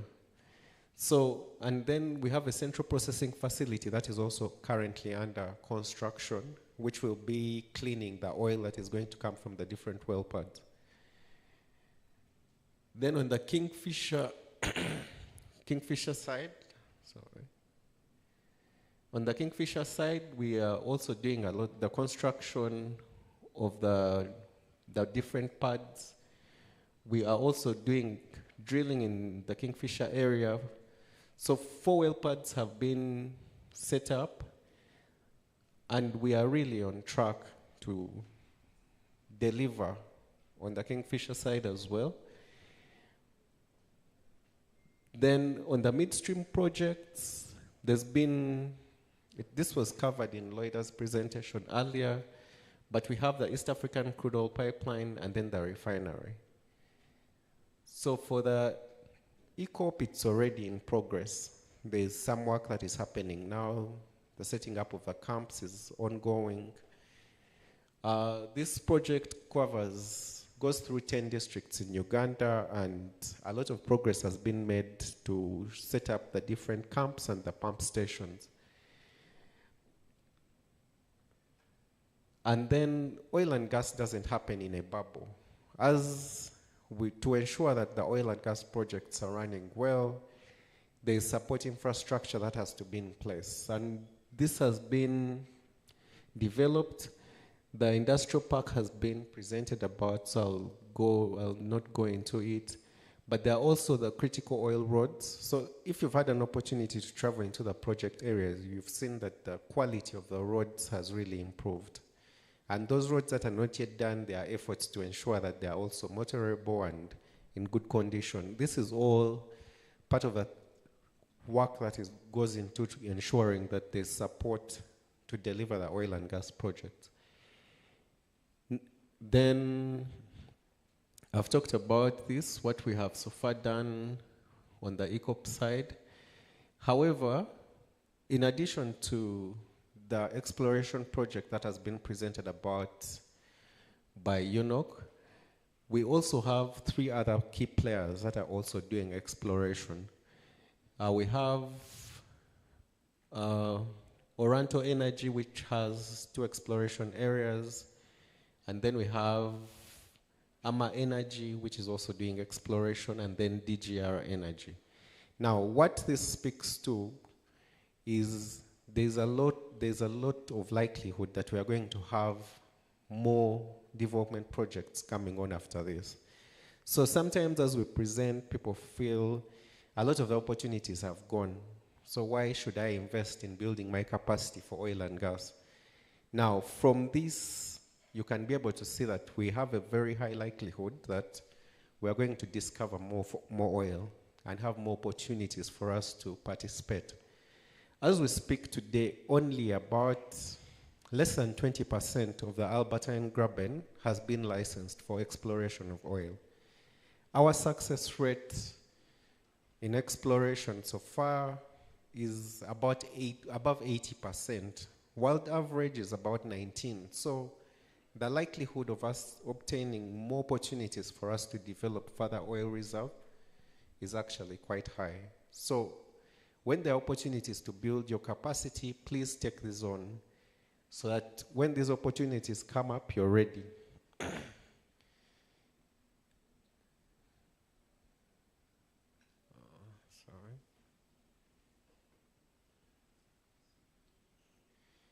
Okay, then now focusing on national content and what we have achieved. National content is how we as Ugandans, Ugandan citizens, people in Uganda, how we really benefit from the oil and gas story. And the key ways that we want to ensure that we benefit is through these 5 key pillars. Through employment, ensuring that Ugandans have quality jobs in the oil and gas sector. Through capacity building and ensuring that relevant skills to be able to work into the sector. Through enterprise development, where we support our enterprises to have capacity to do work in the sector, using our locally available goods and services so that we supply into the sector, and transfer of knowledge and technology to our companies and universities. Now, what have we achieved in regards to this?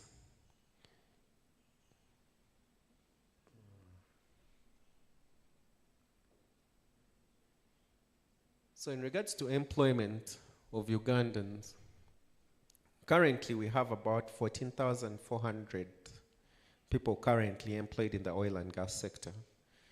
Now this is directly with the oil companies, with the contractors, and of these, 90% are Ugandan citizens. And about close to 5,000 are employed by the contractors, by subcontractors. Then contractors employ about 8,000 of those. So you see that there are quite a number of opportunities. Initially, we had envisioned that we'd have about 13,000 people employed directly in the oil and gas sector. We've already passed that number, and some projects like ECOP are just starting to mobilize for resources. So we are hopeful that we're going to see this number go probably towards 20,000. Then on the National Talent Register, we have a little over 9,000 people who are currently registered. This is a register that helps us to know what kind of skill sets we have within the oil and gas sector. So if you're someone looking for employment, we encourage you to register on the National talent register. Then looking at the employment growth, you can see that from 2020, we have grown from about 200 people being directly employed in the sector to where we are now at 14,000, over 14,000. And we hope that number will continue to increase as the projects hit the peak level.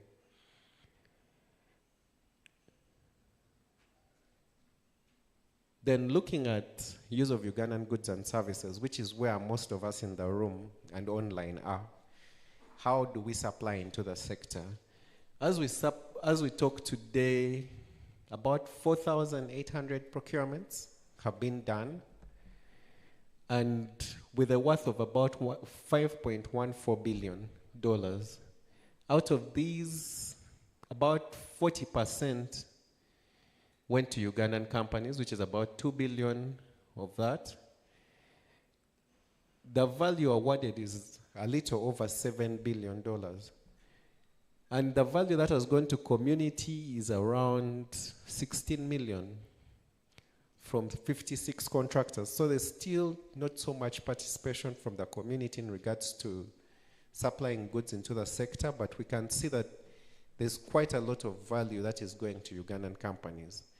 As a country, we want to grow and maximize the value of contracts that are executed by Ugandan companies. And that is why we are encouraging Ugandan companies to look beyond the 16 ring-fenced services. Target the more technical areas as well, because that is where a lot of the high-value contracts are, and we want to see this percentage going well above to probably retaining at least 50% of the total investment. The overall 4 main projects, from the 4 projects, we hope to have an investment of close to $20 billion. So this should show you that there's still a significant amount of opportunity that is left for us to be able to participate and do business. Then when you look at the overall number of bid evaluation reports that have been approved for award, the total value is about $7.3 billion. Of that, the projected national content value is about 1.9 billion, which is about 26%. So from those contracts that have been awarded, we see about that much will go to Ugandan companies, but there are also opportunities for subcontracting, which we hope Ugandan companies will be able to do to increase this value. So some of the things that we are doing to enhance and ensure that there's value addition to the Ugandan companies is we are undertaking physical verification to be able to ascertain which companies are actually Ugandan companies, so that value that we are saying has gone to Ugandan companies are actually Ugandan companies. So we do physical verification where we get to appreciate the level of capacity of these companies and the kind of scope and work that they do.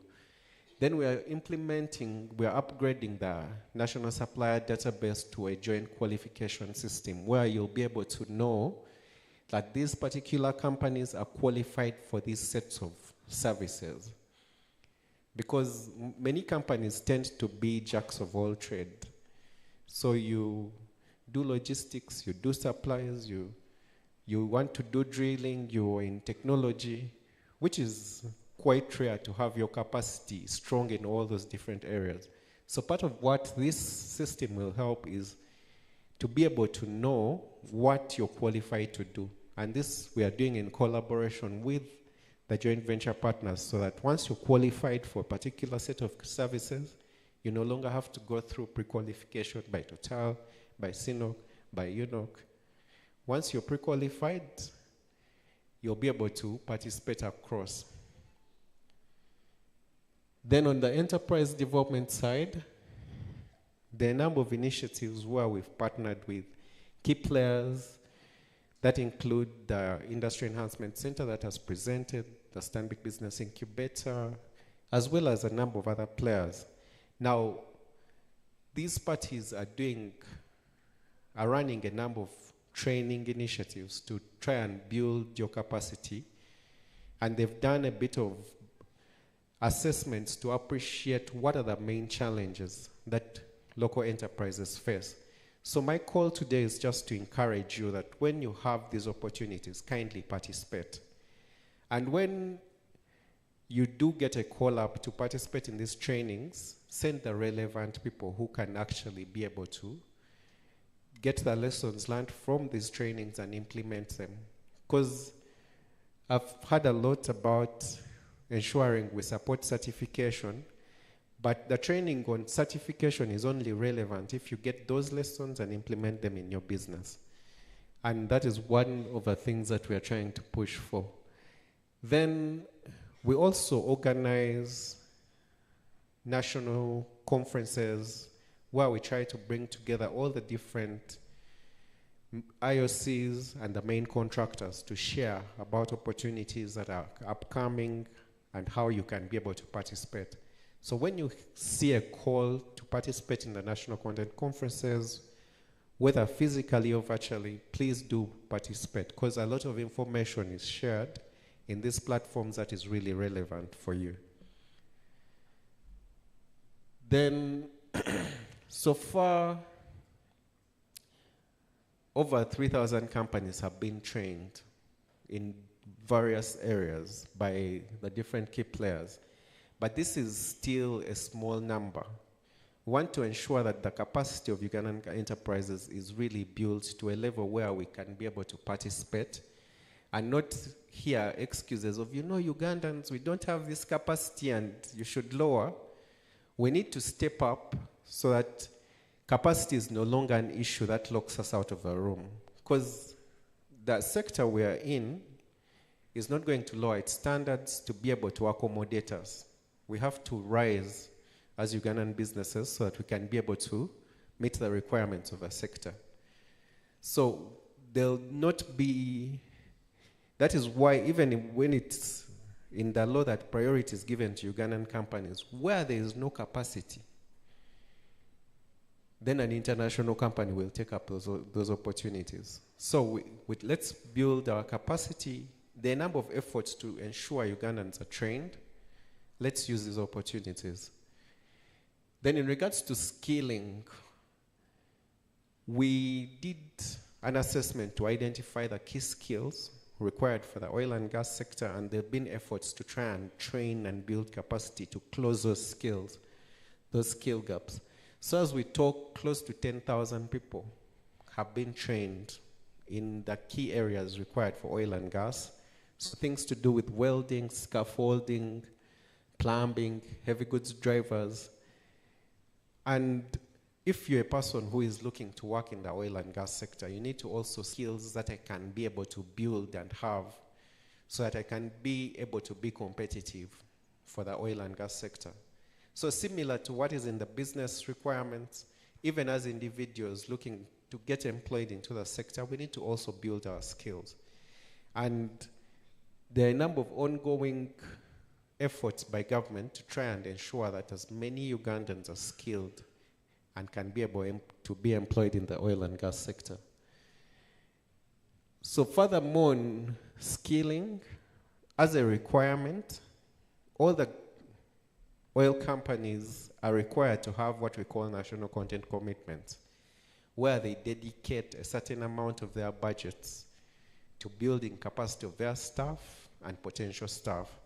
And as we speak today, close to $20 million has been spent in building the capacity of Ugandans to be able to have the relevant skills and knowledge to work in the sector. So similarly, when you see an opportunity to have your skills built, please do participate and take up these opportunities so that we can have as many people who are competent and can be able to deliver services to the oil and gas sector.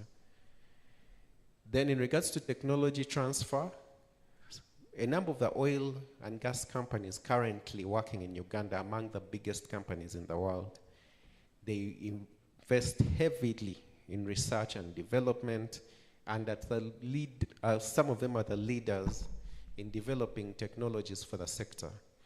So what we have been working to achieve is to see that these companies do share this knowledge and expertise with our local companies, but also with the universities that are training staff for the oil and gas sector.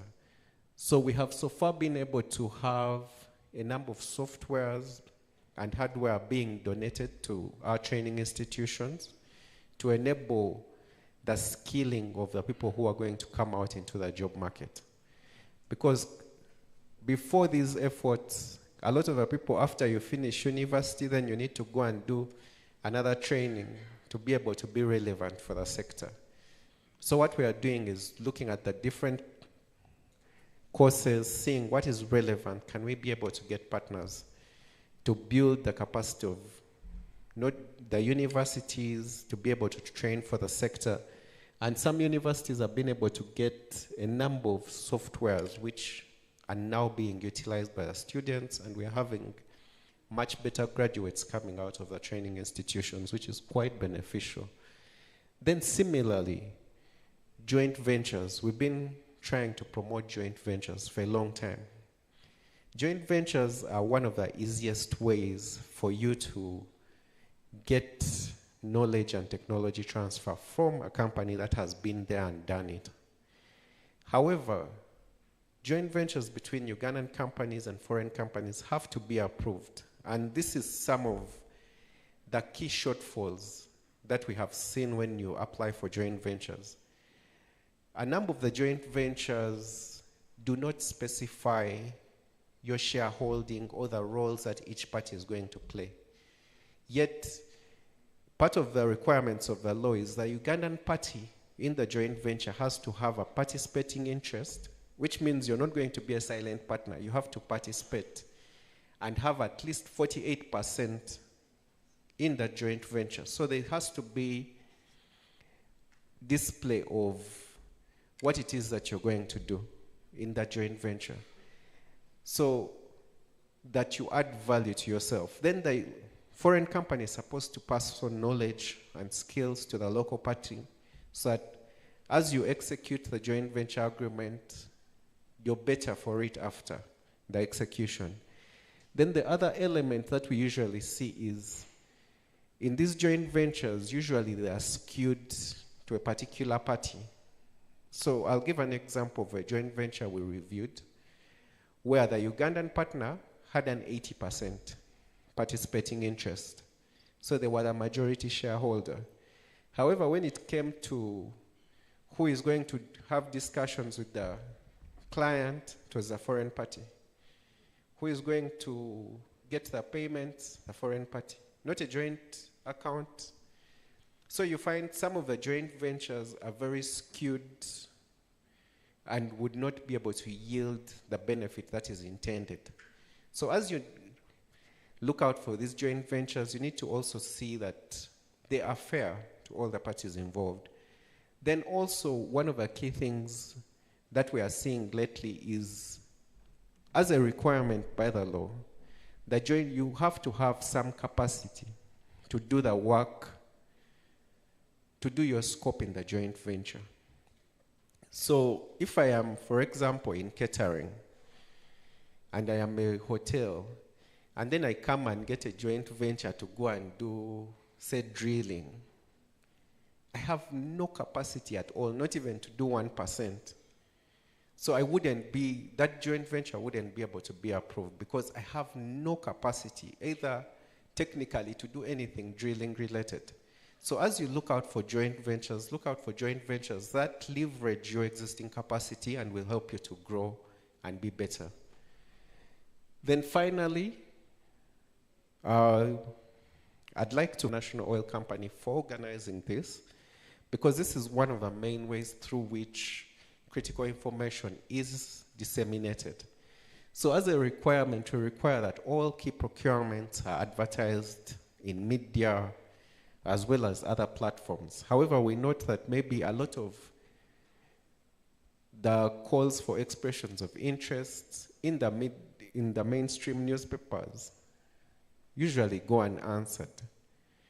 So we have tried to encourage that this information is also shared on other platforms. So that is where now platforms like the IEC come in handy.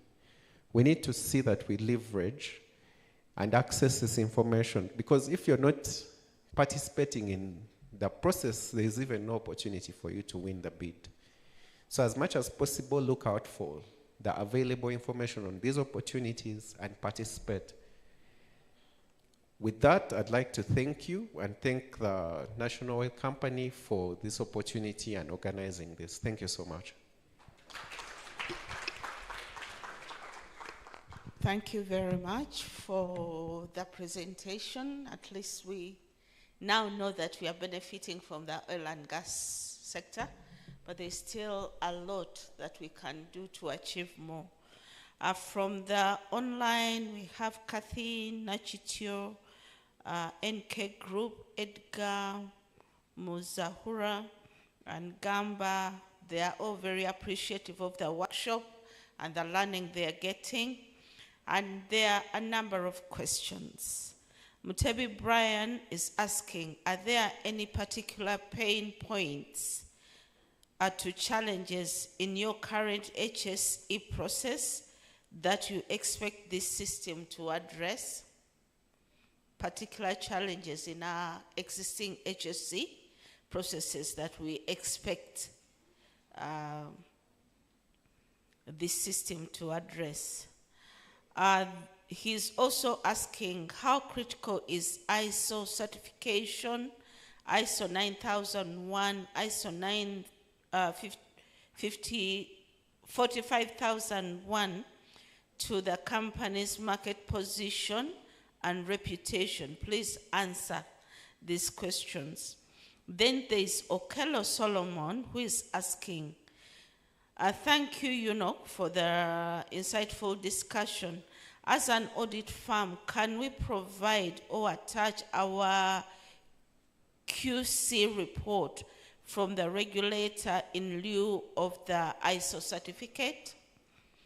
And then there's joint contractors and technical services asking, can one have a submission presented about the pre-qualification and bidding process for further information and clarification during our own times? Simwe Moses is asking, how can we update our details for experience/business sector on the NSD? When you do edit options, the system remains ignored and it can't open for you to edit. Any guidance? Shop together.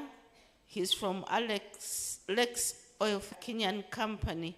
My question goes to Tony. Sorry, Tony has left. What are some tips for forming a successful joint venture? I think somebody else can tackle that. And then questions from online, so we can have a few questions from here, and then we can call it a day. Thank you very much. My name is Rufula Steven. I work with KSCA. We are an information and content management firm in East African countries. Now, there's a tendency where we see a situation that an international company has been awarded. So Ugandans also love to know what's the criteria in evaluation of these international companies, because there could be a feeling that a company is outside Uganda, yet in the host country it's a briefcase company. So we have interest also to know these international companies we talk about. What's the criteria of evaluation? That process would also Ugandans need to know. Thank you so much. Good afternoon, everyone. I'm Dennis Mushawe from Brian Kaja's Investments. I want first of all thank UNOC for this opportunity, for this breakfast meeting. My question is protected, let's say, because most of the time you say that at times we don't read, but most times we read and lines. They tell you, first of all, we're in Entebbe. So either drive there, or you can just leave your your email message to that generic email. But if there was a specific email or a specific WhatsApp live thing, or I don't know, an account, a live support, a live chat, where at least there would be some sort of interaction, it would really, really help us a lot. Then the last was in regards to presentations. There have been lovely presentations being presented. It would be very good to get access to them. So I'm just asking, I do not know who to ask or where to ask or where to get them from, but it would be very good to also get that information. Thank you.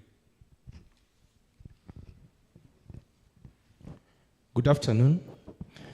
Thank you very much for the presentation.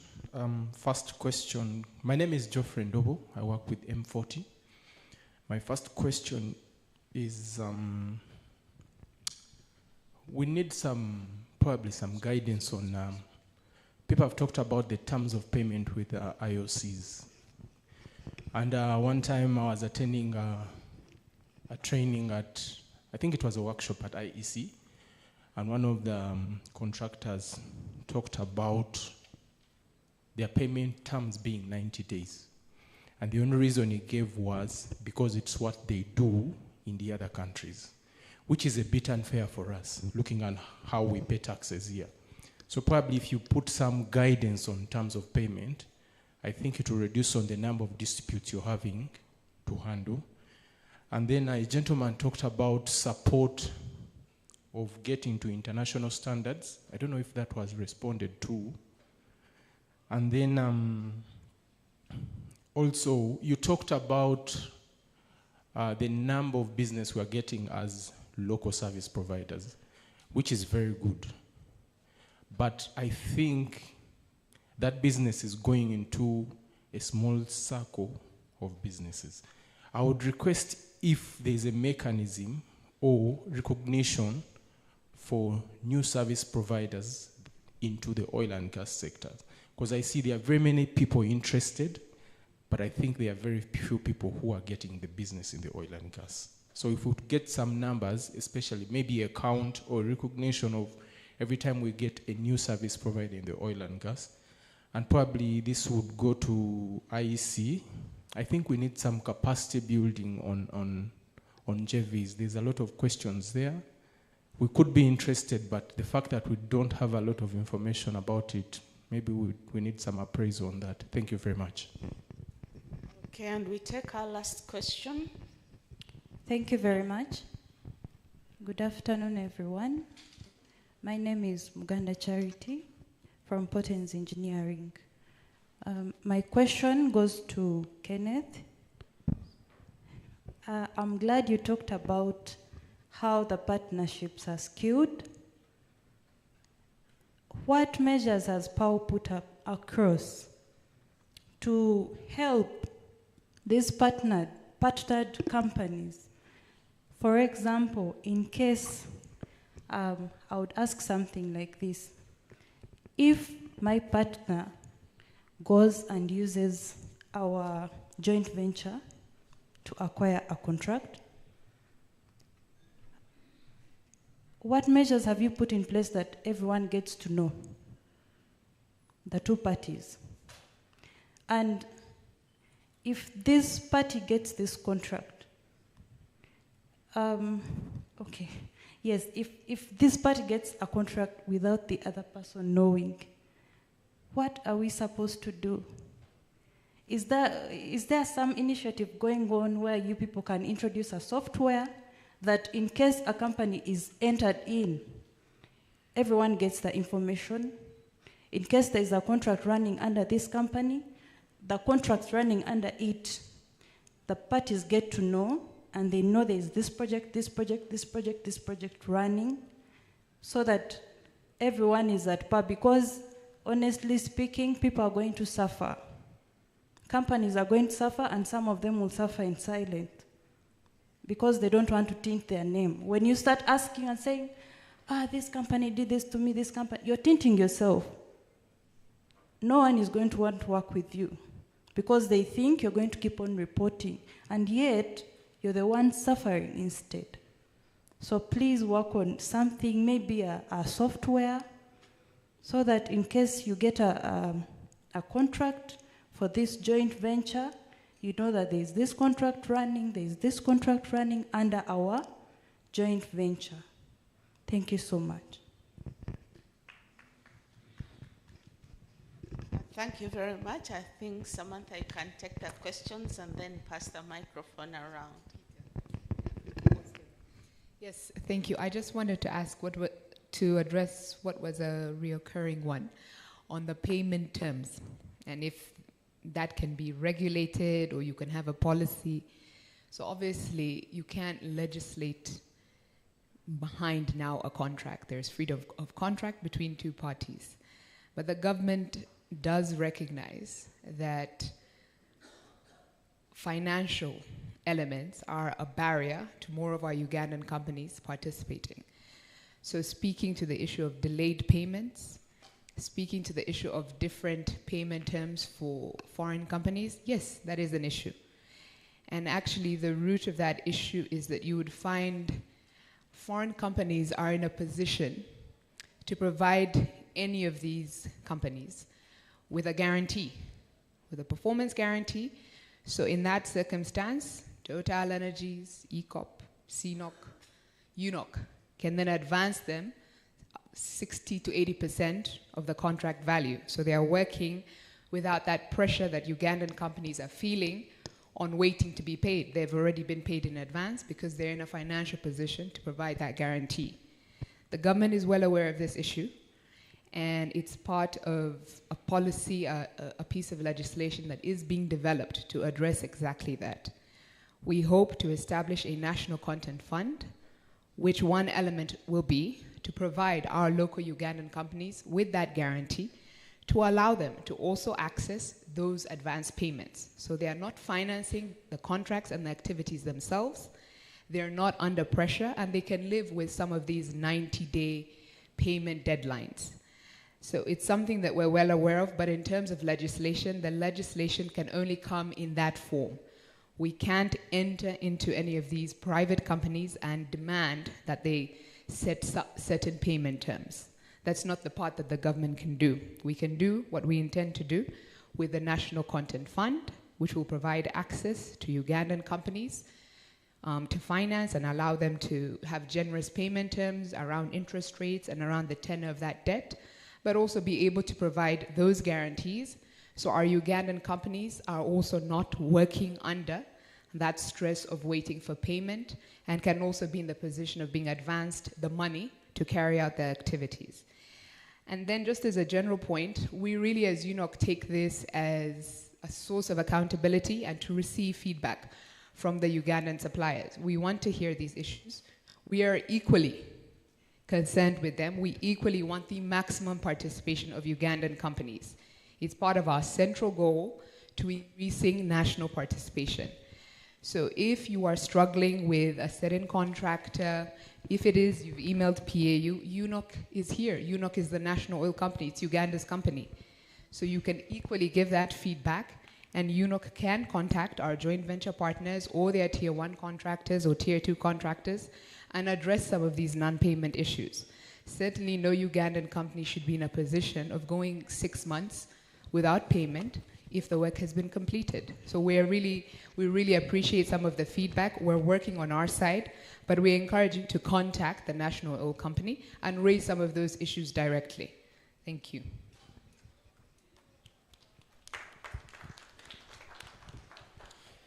Thank you so much. Maybe I'll also respond to some of the questions that have been raised. One around ISO, how important is it? Now, the certificate may not be that important, but the practice of those particular standards is critical to your business. So even before, because I usually get a lot of feedback that ISO certification is very expensive. However, you can be able to build these practices into your businesses so that when you're ready, or when, for example, an opportunity arises and you get sponsorship, it's a matter of having an auditor come audit your processes and get you certified. So the most important part is you to leave those practices in your business. The certification helps to give you extra validation. It's more like a degree certificate. That, oh, this person is certified by this party that they can do these things. So it's an extra added bonus, but the practices are what are important. Then If an audit firm can attach a QC report from the regulator, this has not been done. Maybe what we do in our verification of companies is to ensure that, first of all, the company does exist, that it is compliant with the key laws of the government, it pays its taxes, it pays social security, and that it has a valid location within Uganda. So usually our verification does not extend to your technical competence. That is done by the companies during the evaluation of your bids. Then looking at how to update information on the NSD. Now there are certain fields which you can continuously update. The NSDs, like your account, you can continuously update the work that you have done, the updates of your staff, your location. However, there are certain fields that are not available for you to be able to update. So things to do with like your TIN number, we don't expect your TIN to change. Things to do with your business description is now locked in because of that element of joint qualification where you are qualified for a particular set of activities. Now for those areas that are locked, you can be able to write an email to nsd@pau, and then you tell us, I'd like to add so many services to my business description because maybe we've expanded or something like that. And then a team will be able to evaluate your request and update. So that's for the areas that you're not able to update, please do write so that we can be able to support you. Then in regards to tips on forming a successful joint venture, the key ones, you need to look at the joint venture should complement your competence. It should be something that is going to help your business to grow as you work together. Then you need to be very careful as you look at the terms and conditions that you're signing in the joint venture. We've seen scenarios where people are in a joint venture, but then secretly they are competing. So you have the joint venture bidding for the work, then each of the parties is also bidding secretly. So you need to have an agreement in terms of what, as we work together, what do we partner on, what can we compete on, what should we ensure we do not compete against each other, so that you have a level of trust as you build these joint venture relationships. Then another thing is to avoid having side agreements, because we've seen a scenario where we approved a particular joint venture, then there was a dispute, then when the teams came back to the table, then now people were getting out other agreements which were not submitted. And they were saying, no, but we also agreed here. So you need to be as open as possible. Avoid using joint ventures as an avenue for you to be like a broker. Say, I have a company, you can come with me, then you get business in Uganda. Joint ventures are supposed to help your businesses to grow. That's the intention of the law. And that is why we really support joint venture formulation. The other thing is, as you're going through the joint venture process, we have a whole team that is dedicated to supporting enterprises. For the PAU, that would be me. But we have the IEC, we have UNOC, we have so many players who are really invested in the success of Ugandan businesses. If you have an agreement, run it by any one of us so that you can be able to get some support and insights.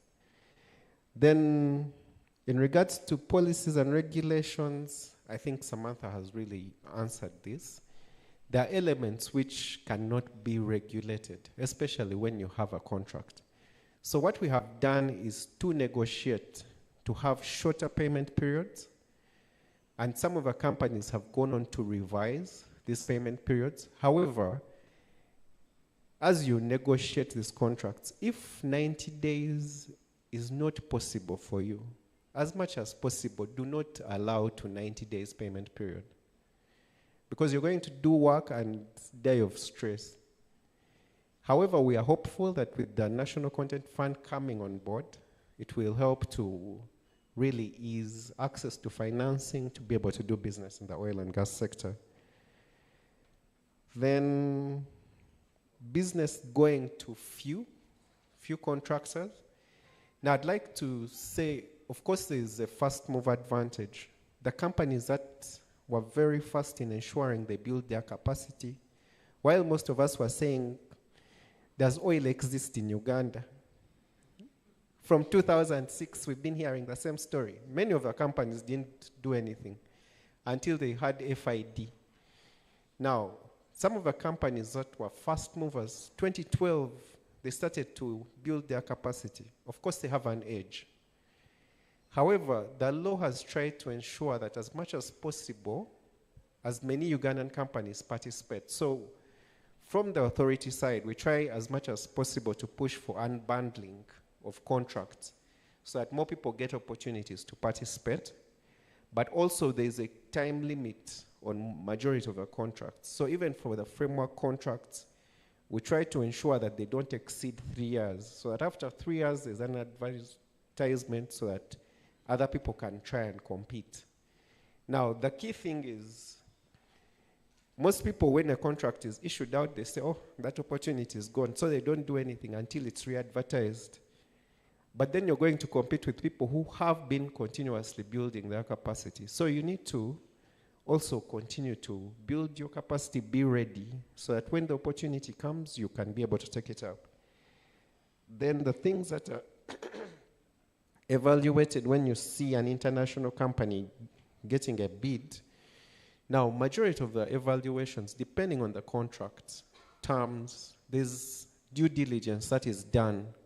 Companies have to provide certificates of works that have been completed. In many cases, companies will go and see and engage the people whom these people claim they did work for. Look at their registration documentation.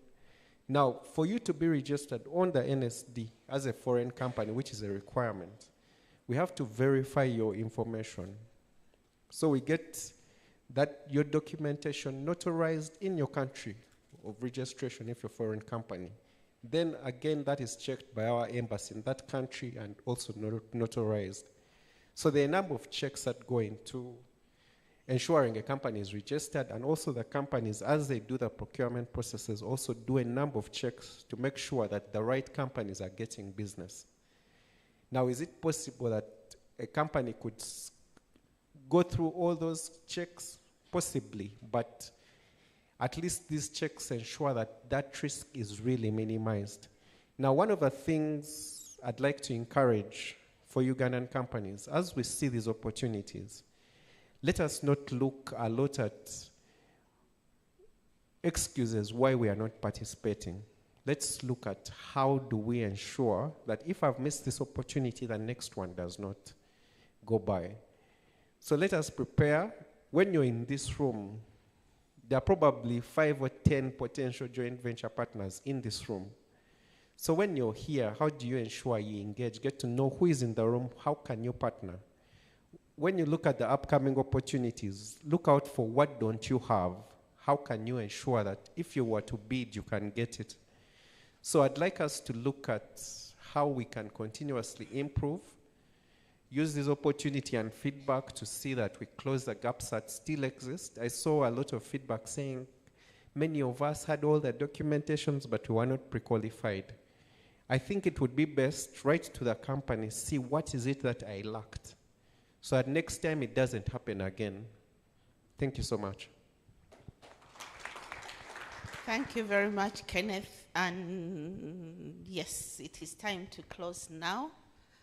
We have had a long half day, but we hope your questions are answered. Yes, we're going to share the presentations, and we kindly request that you make sure you register, because it's only those that will have registered that they are here that will get the presentations. And now I'd like to ask Samantha to come and give us closing remarks.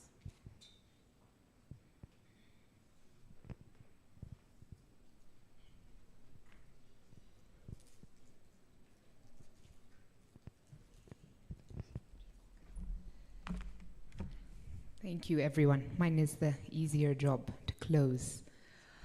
Firstly, I just want to extend my deepest thanks for all of you taking time out to come and attend this supplier development workshop in such great numbers, to ask such pertinent questions, and to continue to hold UNOC accountable. As I said, it's the Uganda National Oil Company, so it's your company, and we're here to serve. So at UNOC, one of our strategic objectives is to increase national participation. And the increased participation of suppliers is a critical component of that.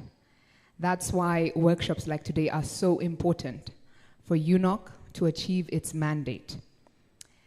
As some of you may have heard recently, the government of Uganda announced that Uganda is well on its way to achieving middle income status, and the main driver of that is the development of Uganda's oil projects.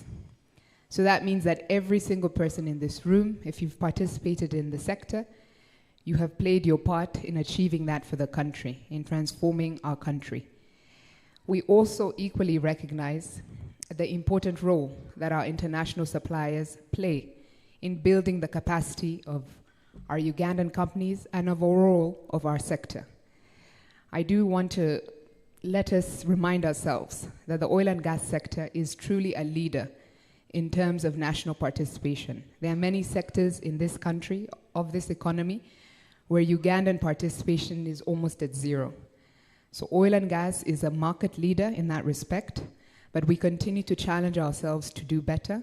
We thank you for this opportunity to hold UNOC accountable, to give us practical feedback on points of vigilance on our projects, and continued areas of improvement to delivering our mandate for the country.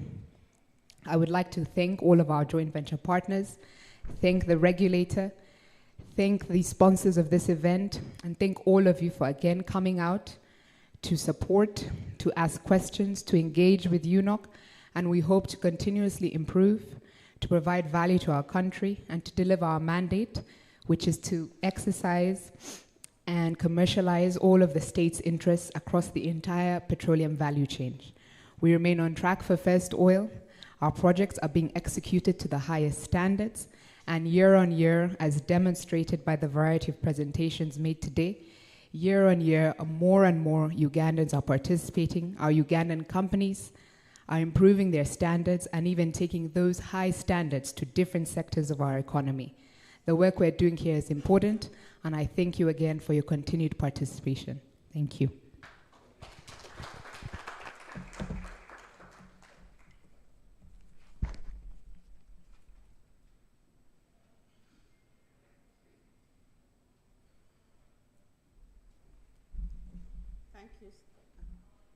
Thank you for those assuring words. Definitely, Samantha is in charge of national content, procurement, HSC at UNOC. He's our Chief Operations Officer.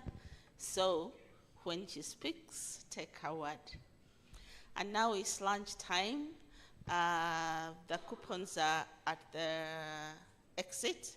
So as you're walking out, you get your lunch coupon, and we are eating from downstairs. Okay, thank you very much. We appreciate you and have a good afternoon.